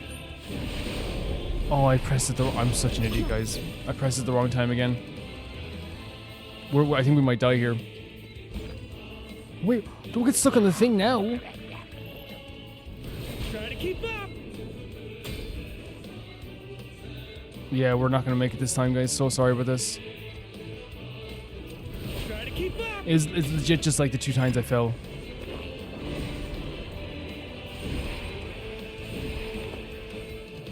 That's all it was. We could have made it. I can't fall here. Fly home to us, Grandmaster.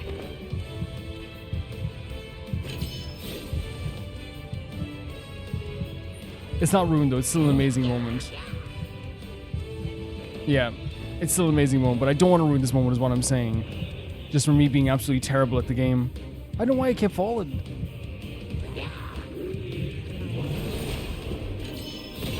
Spread your wings. I love this Venti as well. For the new dawn.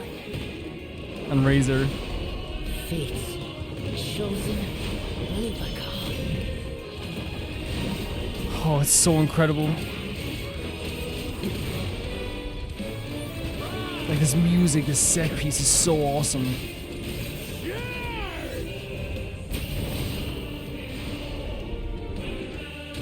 And it's like literally Varka using all of Mondstadt to get through this, you know?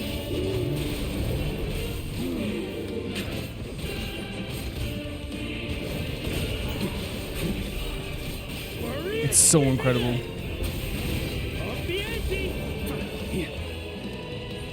Like I cannot state how much like how epic this is, how incredible this is.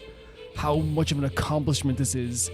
Genshin, you can press this every single freaking time. Look at this. Oh, with his ultimates!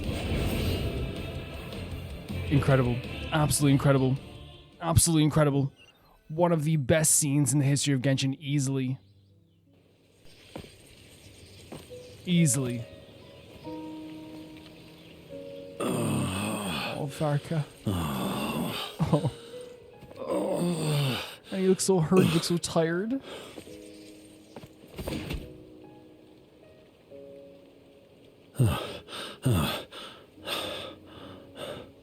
Walk forward and do not look back.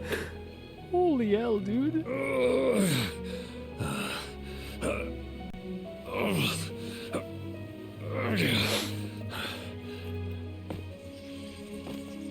This is so stunning. It's so beautiful.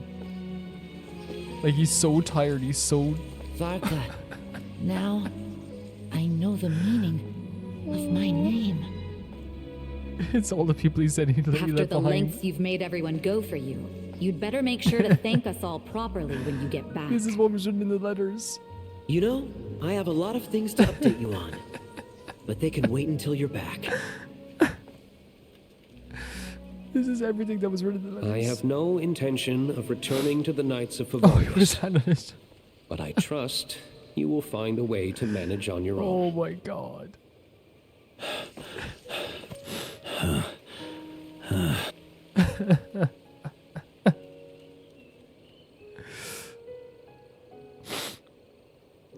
Grandmaster, we're all waiting for you.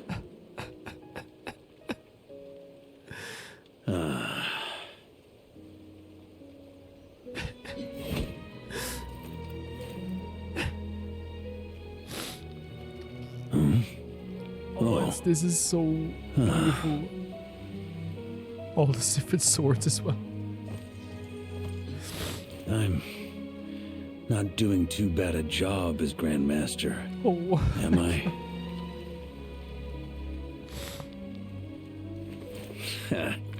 I'll take that silence as your approval. And he has his own flask as well. I'm like... And he's pouring one out for them as well. Everything you swore to protect with your lives, it's all still here, safe and sound. The Knights of Favonius, Mondstadt, and the oath sworn by every knight. I'll protect them all with my life. And so, I'll deliver that letter on your behalf. It's so beautiful. I can't get over how much, like, I can't even control my tears right now. Oh, is that his sword? That's his sword, isn't it? Oh, it's a letter for him.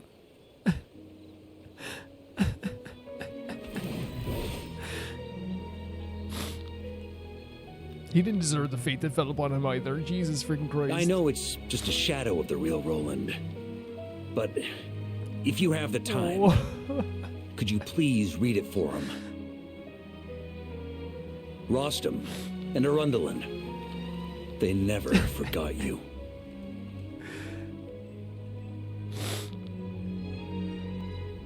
Oh my god, my heart.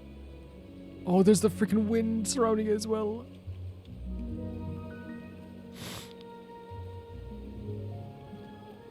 Phew. This has been one long expedition. You deserve to take a break. You deserve to go home. Please go home.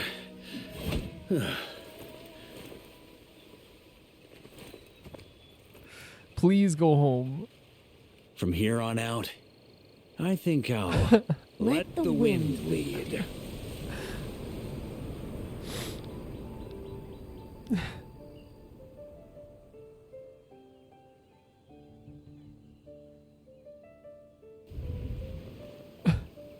Please tell me he's okay.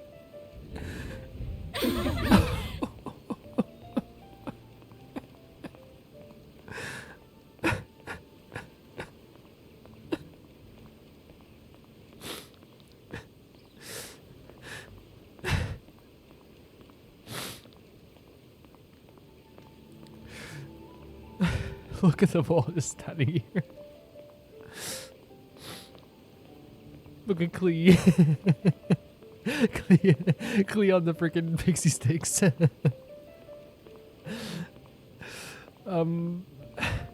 There's like a double reason why this is so beautiful to me. It's not just the story of Varka, which is also important. How much they all mean, how much Varka means to everyone, and how much these people mean to Varka. It's also us as players, guys. Like, this is where our journey started. These are the people that were the first people that were nice to us in this world. And like, every time I see them, I just get so like emotional. Hey everyone. It's been a mighty long time. He made it back. I'm thrilled to see you all They again. literally make it back. Look at this. And they made this place, the travelers in the back too. They made this place look stunning.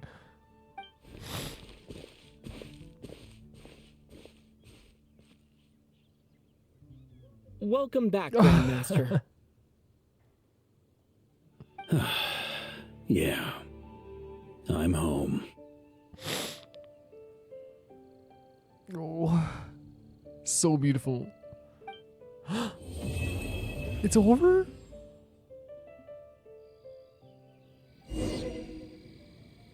I was thinking, I was like, talk to Varka. Oh, he's right here. I didn't want to switch to official, but I did it by accident, but like it actually makes sense, I guess, so we switched to official as well.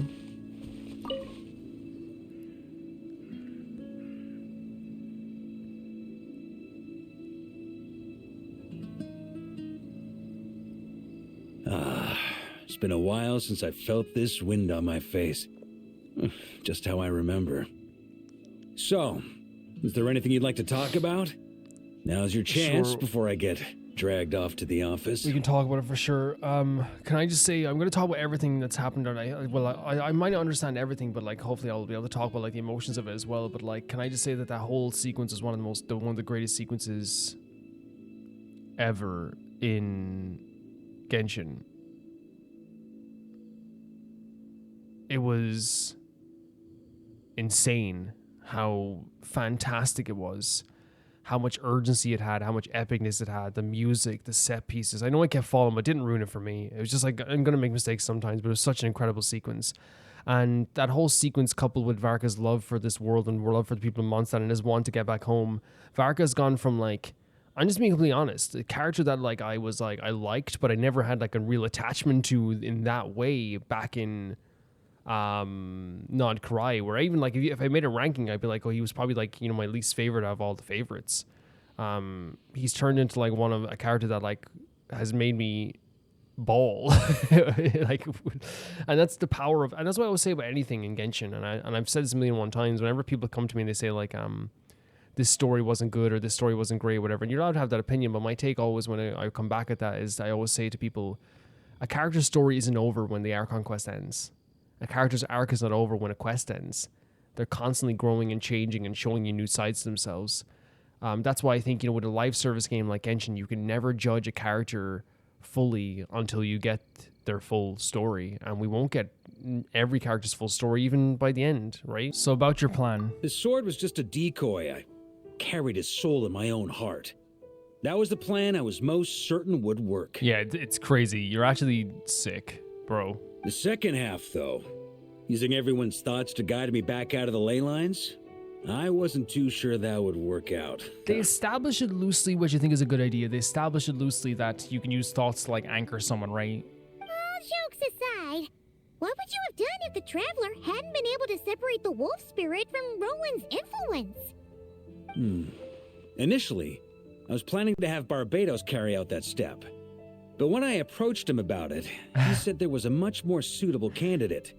The Outlander who caught the wind. That's what's so funny about Venti. And I think it's also, like, the way I would say the reason the Traveler is probably more appropriate to do it is because I feel like he's close with every single person that wrote a letter there. You know? I think that's why. But I think also as well, like, you know, people have to give it up for Venti, man. I can never get Venti.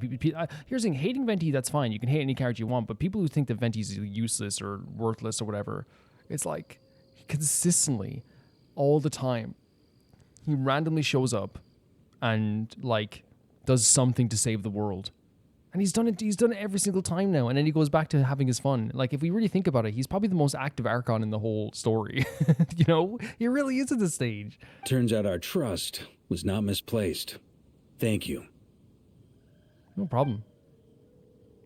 But what if I'd failed? Then I guess we'd have had to get Barbados to send a wind to blow me back home. He's so casual about this. But it would have come at a heavy price, and with no guarantee of success. Besides, I'd rather not have him expend that kind of power. Invoking the power of an Archon. How steep are the prices are we talking here? It's a good question. A glass of the finest dandelion wine, perhaps? No doubt I'd have to pay for it with a secret stash of cash in my office. You're dreaming if you think it would have come that cheap. It's been a while since I felt this wind on my face. Just how I remember. The expedition. Well, with the shadow of Roland vanquished, the Wild Hunt won't be able to consolidate their forces for the foreseeable future. Right, and that's the thing. The way they obtained Roland, I don't think they have anyone to like, because it very much seems like they need a candidate who's strong enough, right? And Roland, you know, giving his power to the Abyss is what gave him that. I don't think there's many other candidates in the history of this world that can do that, right? A few knights will remain on rotation at the Nodcry stronghold, but everyone else will be sent home in waves. That's so sick. They get to go home. Albedo and Duran will come back with the first wave, so you should have the chance to see them again soon. I love how realistic it is, by the way, because this is like generally what happens, right? They still have to have people posted there for other people that are staying there and going back. And you know, they can't just all leave at the same time, right? it just doesn't work like that. I think even when you like soldiers come back from war or whatever, they have to like do this thing where they deploy them in waves as well. Yeah. It's been a while since I felt this wind up my future. Huh. You may already have learned of this from Barbados or the Hexen Circle, but I glimpsed a reflection of the future in Barbarloth's scryglass. You saw the Abyss of Calamity in the north, right? Correct. Although, as things stand now, I believe we may have changed the course of the future. Thanks in no small part to Varka, you gotta start patting yourself on the back, okay? Still, after I've tied up some loose ends with the Knights of Favonius, I'll need to make another trip back north. There's still a lot of work to be done at the Nodcry stronghold. Besides, the first group of knights who volunteered to stay there have yet to be relieved of their duty. How could I simply abandon them? How noble. But be honest, your main reason for going back to Nodcry is so you can dump all your work here on Jean again, isn't it? Genuinely though, like I don't like change that much. So like if you want to go back to Nodcry for a bit, I'd still love Jean being the acting grandmaster. I'm not gonna complain. I adore Jean. Wait, seriously? Jean is so amazing at her job. She's incredible. Like we have to talk about this. Varka's great, but like if you asked me who I'd want leading the Knights of Favonius here in Mondstadt, at least at like this level, at the very practical level, I'd always choose Jean. It's not that Varka's bad at his job. It's that I think Varka's much better at being a roaming knight of head of the Knight of Favonius, where he can do things where he goes from place to place and he doesn't have to stay in one spot. I think Jean is perfect for Mondstadt as a base. I'm just going to say something. Don't just stand there grinning. I'm only pulling your leg. You'll be seeing a lot more of me in Mondstadt from now on. Crazy. It's been a while since I felt this wind. All right, then. I'm going to stay here and enjoy the breeze for a little longer. For all the wine in the world, there's no feeling as intoxicating as the wind from your hometown after a long time away. Why is that so freaking true? Why is that so true? Whenever I travel anywhere... Oh, it's over? Okay. Whenever I travel anywhere... Unexpected epilogue? Is that another part of the story?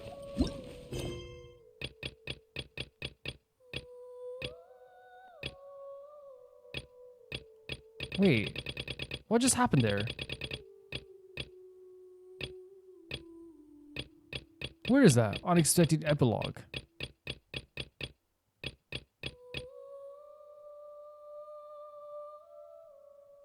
Oh, this is a different thing altogether. Yeah. I didn't do that? We should do that at some point. I feel like that was part of like Duran's quest. or something like that. Yeah, I'm not going to claim to understand everything that happened in this quest. This is one of those times where I genuinely want to hear your guys' thoughts and to fill in some gaps for me, right? But I'll give my basic understanding when we get to a certain place. I want to go back to Mondstadt. I don't think it's going to be the case. I was thinking that maybe we can see some characters, but I really don't think that they're going to do that. Not because I don't think they like doing that, But because it doesn't really make sense to like send them like to, you know, to have them just roaming about the place after things to happen. We can go back to the Angels here and we'll know for sure. If Diluc is there, then there is characters still hanging out here that we can talk to. But I think that they it seems like a very big task to like have us like traveling the world still and then having them like, you know, because we started from outside. It'd be different if we were like inside. Yeah, Diluc's not here. That is proof to me that they're not going to be on the map. Now, I would like if they started implementing the characters being on the map more. I think it'd be really cool. I'm not going to complain about it, but it would be really cool if they do, because Honkai does that. They have characters on the map just naturally. Like, it'd be cool if, like, you walked by here and, like, sometimes Kaeya and Lisa were sitting here having a chat or something. You know what I mean? I think it'd be really cool. Again, I don't need it. I'm not going to complain. And again, I will say, people say with Calvin, the difference is between Honkai and Genshin is it's an open world game. It takes a lot more to put everything into the world, 110%. But yeah, it's just a little wish I would love to see as well. Because Mondstadt already feels alive. I think the one tiny thing that would make it feel like you know, so even more incredible would have all the characters being here. But this was a really great quest to me. This was really great, and it kind of like took me by surprise how good it really was. Because here's the thing, like I'm not surprised that a story quest is good, but I think that like Genshin more and more implementing new features and new ideas into each of their quests, so we actually get this like really cool thing nowadays where like the UI at the end there, the strategy things we were doing, the, you know, charging into battle against the Wild Hunt, and then even the moment of the chase scene in the end where Varka was running out of there, like all this stuff is like really incredible what they've done there. So it's hard not for me to be like, you know, this is incredible. You know what I mean? I'm more than impressed at what they keep doing in this game. Let's try and grasp my understanding of the story now, and maybe you guys can correct me if I'm wrong. Basically, the Andrius, which is the wolf god, right, the god of the king of the wolves, right, separated their fragments, leaving one fragment of themselves in Nod Karai, and another fragment of themselves in the brought with them to the south, which is probably here to Mondstadt. And they went there with under the instruction of the Wandering Knight, who basically wanted to show them the world now, because it seems that Andrius wanted to see the world in kind of a better place, much more happier, much more pleasant. So he took him to see this, Andrius to see this world.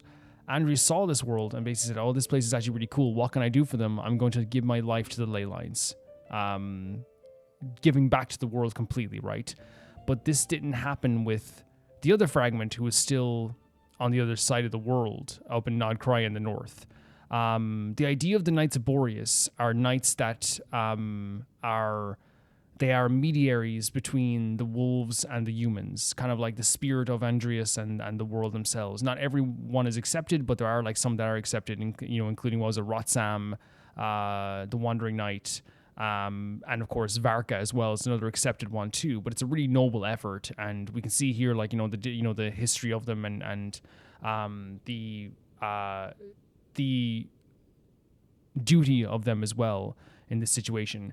We had a situation here in this game where the wolf fragments, the spirited fragments that were up in the north, were getting corrupted, it seems, by the Abyss, as the Wild Hunt was now aiming to find a new host to be their ruler, to be the thing that drives them forward. Because the Wild Hunt now is doing instinctively, it just seems it's driving forward, but it seems like it was kind of like, still directed in some way. So the best thing they could do is find someone else like Rerir who could do something like this. But instead they found Roland, Roland was a character, and again, I think this is what happened. He saw the visionary, Sorry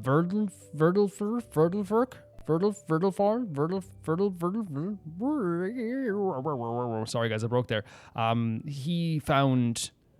He got a vision of what was going to happen to Conria, and this upset him so much that he believed that the world was basically like never going to be saved through proper means. He was this known as the White Knight. He was this beautiful soldier who was chivalrous and believed in chivalry and honor, and he fought and clawed his way to try and protecting people. And I think what happened was, when he saw what was going to happen to Conry in this vision, he truly believed that there was no hope to save people through proper means. So his journey then brought him towards the Abyss, and having the Abyss take a hold of him, because he believed through the power of the Abyss that he could fight against the injustice that was brought upon this world by the gods, because there's no mortal man who can fight against the gods. And because of this, he was now in the ley lines. Was it the ley lines? No, he was now in the Like he was a part of the Abyss. So they were able to call on his soul to become the leader of this thing. And because there was also fragments of Andrius within non-Karai at the time, it seems that also like corrupted those or merged with those fragments as well to give him the power of Andrius too, which is what he kind of always sought, which is the idea of like becoming more than what he was, because he believed as his true self, as a human, as a warrior, as a chivalrous soldier, he couldn't fight against the injustices of the world. And I feel like that was like what the conversation was later on with him and Varka, because I think the conversation with him and Varka was actually like a situation where when he was saying all this stuff like, you can't do anything, you're feeble, you're going to break apart, you're going to be ruined, while he's like trying to talk about how Varka has gotten older. Varka's not the same soldier he probably was years ago. I also think that he is still upset about the idea that when he was this wandering knight, this knight of Boreas, he couldn't protect people like he wanted to. He couldn't fight for people that he wanted to. And he felt alone in that sense. So he thought the only thing he could do was literally, harnessing the power of the Abyss to fight against these injustices. And now that he's gotten the power of Andrius, he feels like, in a way, not only am I better than Varka to do this job, I can actually do something about this, but actually in actuality, he's saying like, Varka, you suck now because you only have you're feeble and you will get destroyed eventually. But I think he's also talking about himself, like the idea that like, I'll be forgotten too, even though we know he wasn't because of that letter we saw at the end there as well. His master always remembered him. But it's one of those situations where like it never got to him. But he feels like, because my interpretation of Roland is so much suffering in the world, but I could change things if I had power. As a human, I'm forgotten, I'm nothing, and I can do nothing. As part of the Abyss, I have something. I have the power that can fight against the gods themselves. And that's why he's so proud of getting the power of Andrius. That's my interpretation of Roland's character. And as I said, like, just going on with the story as well as we're still kind of recapping it, the Wild Hunt had come to Mondstadt because it had a connection now to Andrius, who was here, the Lupus Boreas within Mondstadt. And we needed to dispel this version of the Wild Hunt again that was being now ruled by Roland, because it was now spreading once again in a very heightened rate.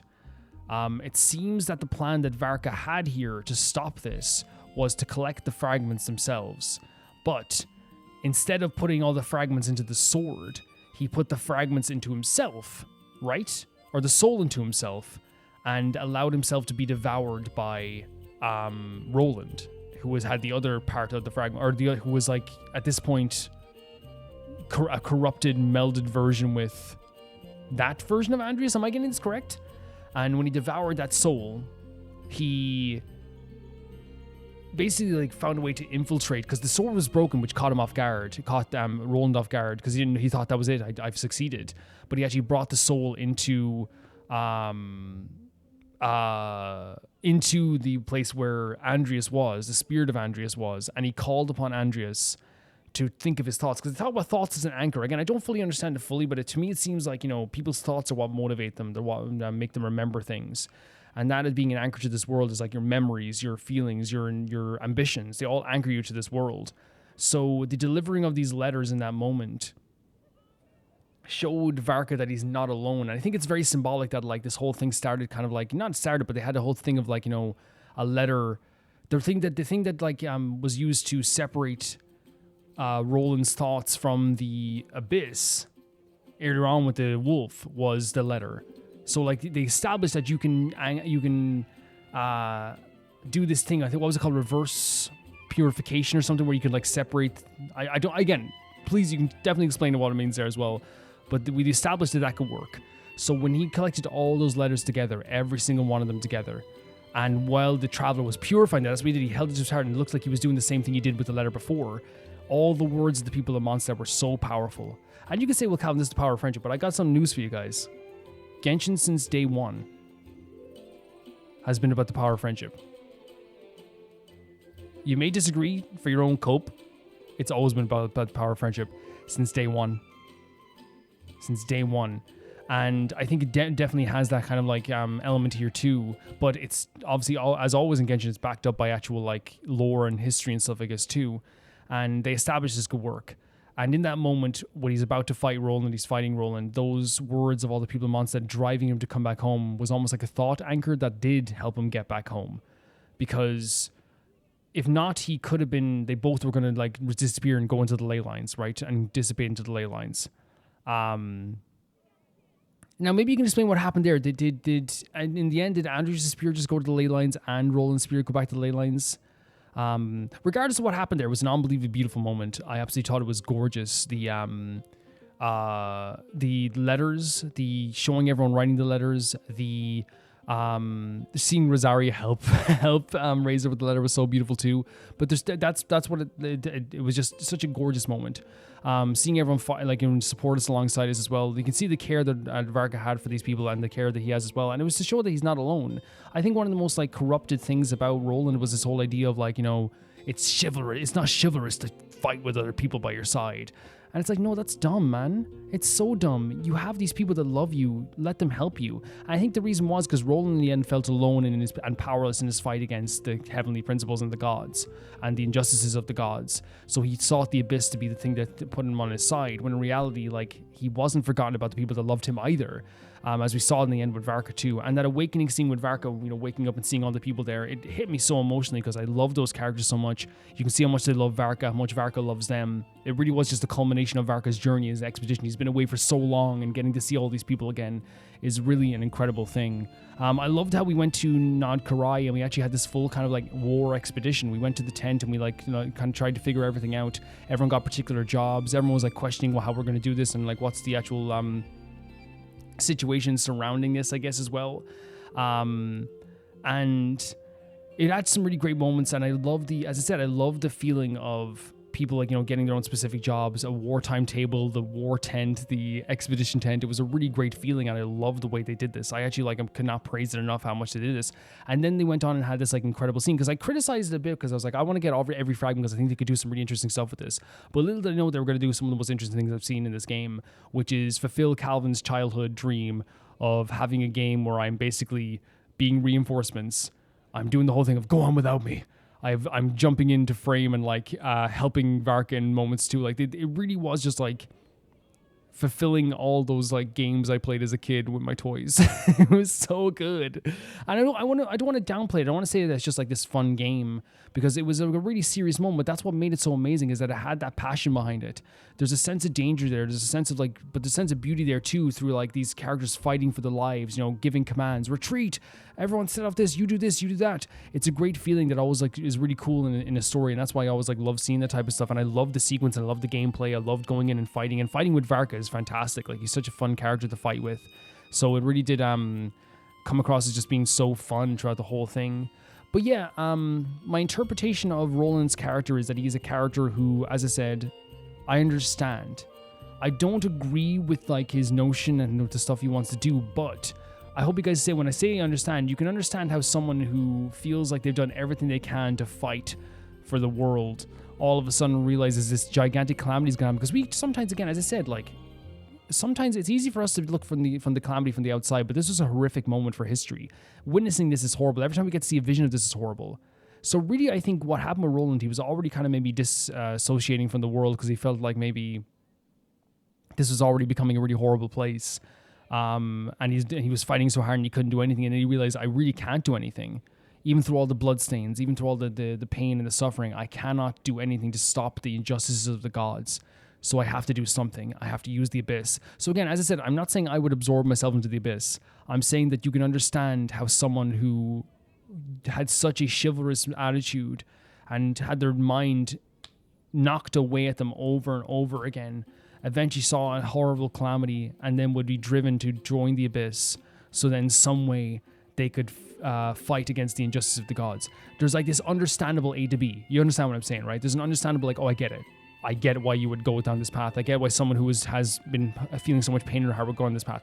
Wouldn't be me, but I'm saying I understand, is what I'm saying. I think it's a really incredible story, honestly. And a really great design as well for Roland, too. I really liked Roland's design, because I feel like one thing they did, it looked very Dragon Quest to me, but I feel like what was so cool about it, it wasn't extravagant. They didn't make him like this big, like, spiky, I am Roland, the Bloodstained Knight. No, he's wearing this armor that is like very, you know, it's colorful and beautiful, but it has like a basic feel to it. Because again, they're trying to show he was just a human before this.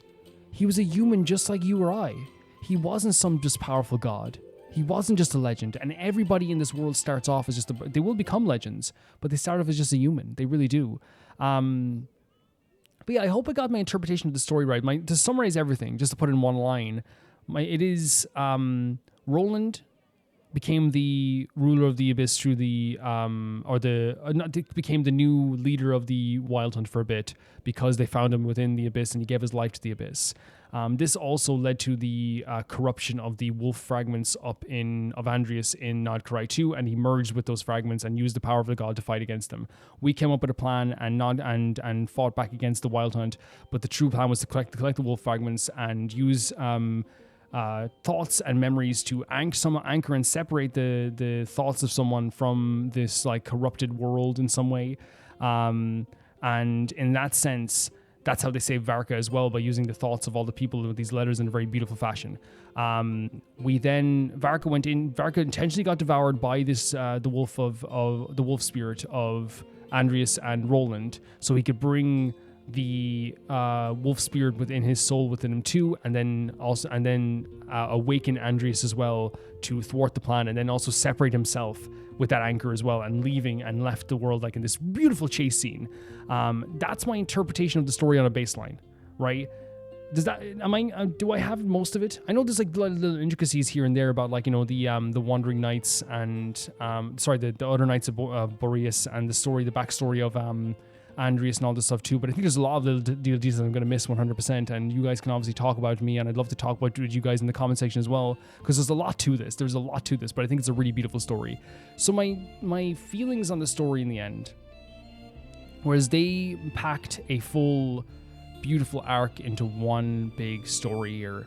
I loved the beautiful the connection we have with Varka that got even stronger throughout the story. I love them introducing a new character, which I hope they use more of in Lohen. He's like a great design and has like really interesting personality also. I love them bringing back stuff from Mondstadt too, like the Razor and the Lupicles. And the character writing in this story is just incredible as well, having like Razor, be so passionate about defending the Lupicles and defending his master in Lupus Boreas, right? And having like all the people of Mondstadt as well at the same time too talk about writing their letters back to Varka. And I think they set this up. The drama of this was also set up pretty well by having Venti at the start be like, Andrius, Varka, he knew something was up here, right? And then having Jean also being so smart and being like, yes, something's up here. He's planning something. So having all this in a row like really made it like a really fantastic way of telling the story. I actually think it was actually really, really well done and really well built up over time too. I loved, as I said, I already described how much I felt about Roland's character. I think it's a really interesting character with like it's almost like a mini arc for a character, and I think that they really did a good job of like making his character incredibly tragic. I think the way they wrote Varka throughout this whole story was incredible. The way they turned him out from being a character, I'm like, oh, I really like Varka as a person, to being like, oh my god, Varka's story is incredible and he means so much to Mondstadt. And there's one thing for characters over the years to say, this person means something to this world, right? Because I think like even in real life, if someone says to you like, oh man, our Uncle Billy, he means so much to his family. Oh, cool. I believe you. And then you hear someone else say, without Uncle Billy, we'd be lost. Okay, I believe you. But then you see Uncle Billy come over for the Christmas dinner. And it's like, he's not only the life of the party, but everyone comes to him to talk. Everyone comes to him to chat. Everyone comes to have a conversation. And all of a sudden you're like, oh, I get it. And that's what I think is so important in stories. They can tell us for years how important Varka was to Mondstadt, but to show how much people appreciated him was so refreshing and so beautiful. To see it in the flesh, how much people loved him. Even Diluc is like, dude, I love you in his own way. You know what I mean? It's beautiful. It's a beautiful way of telling that story. And that moment at the end with all the different letters I said was absolutely gorgeous.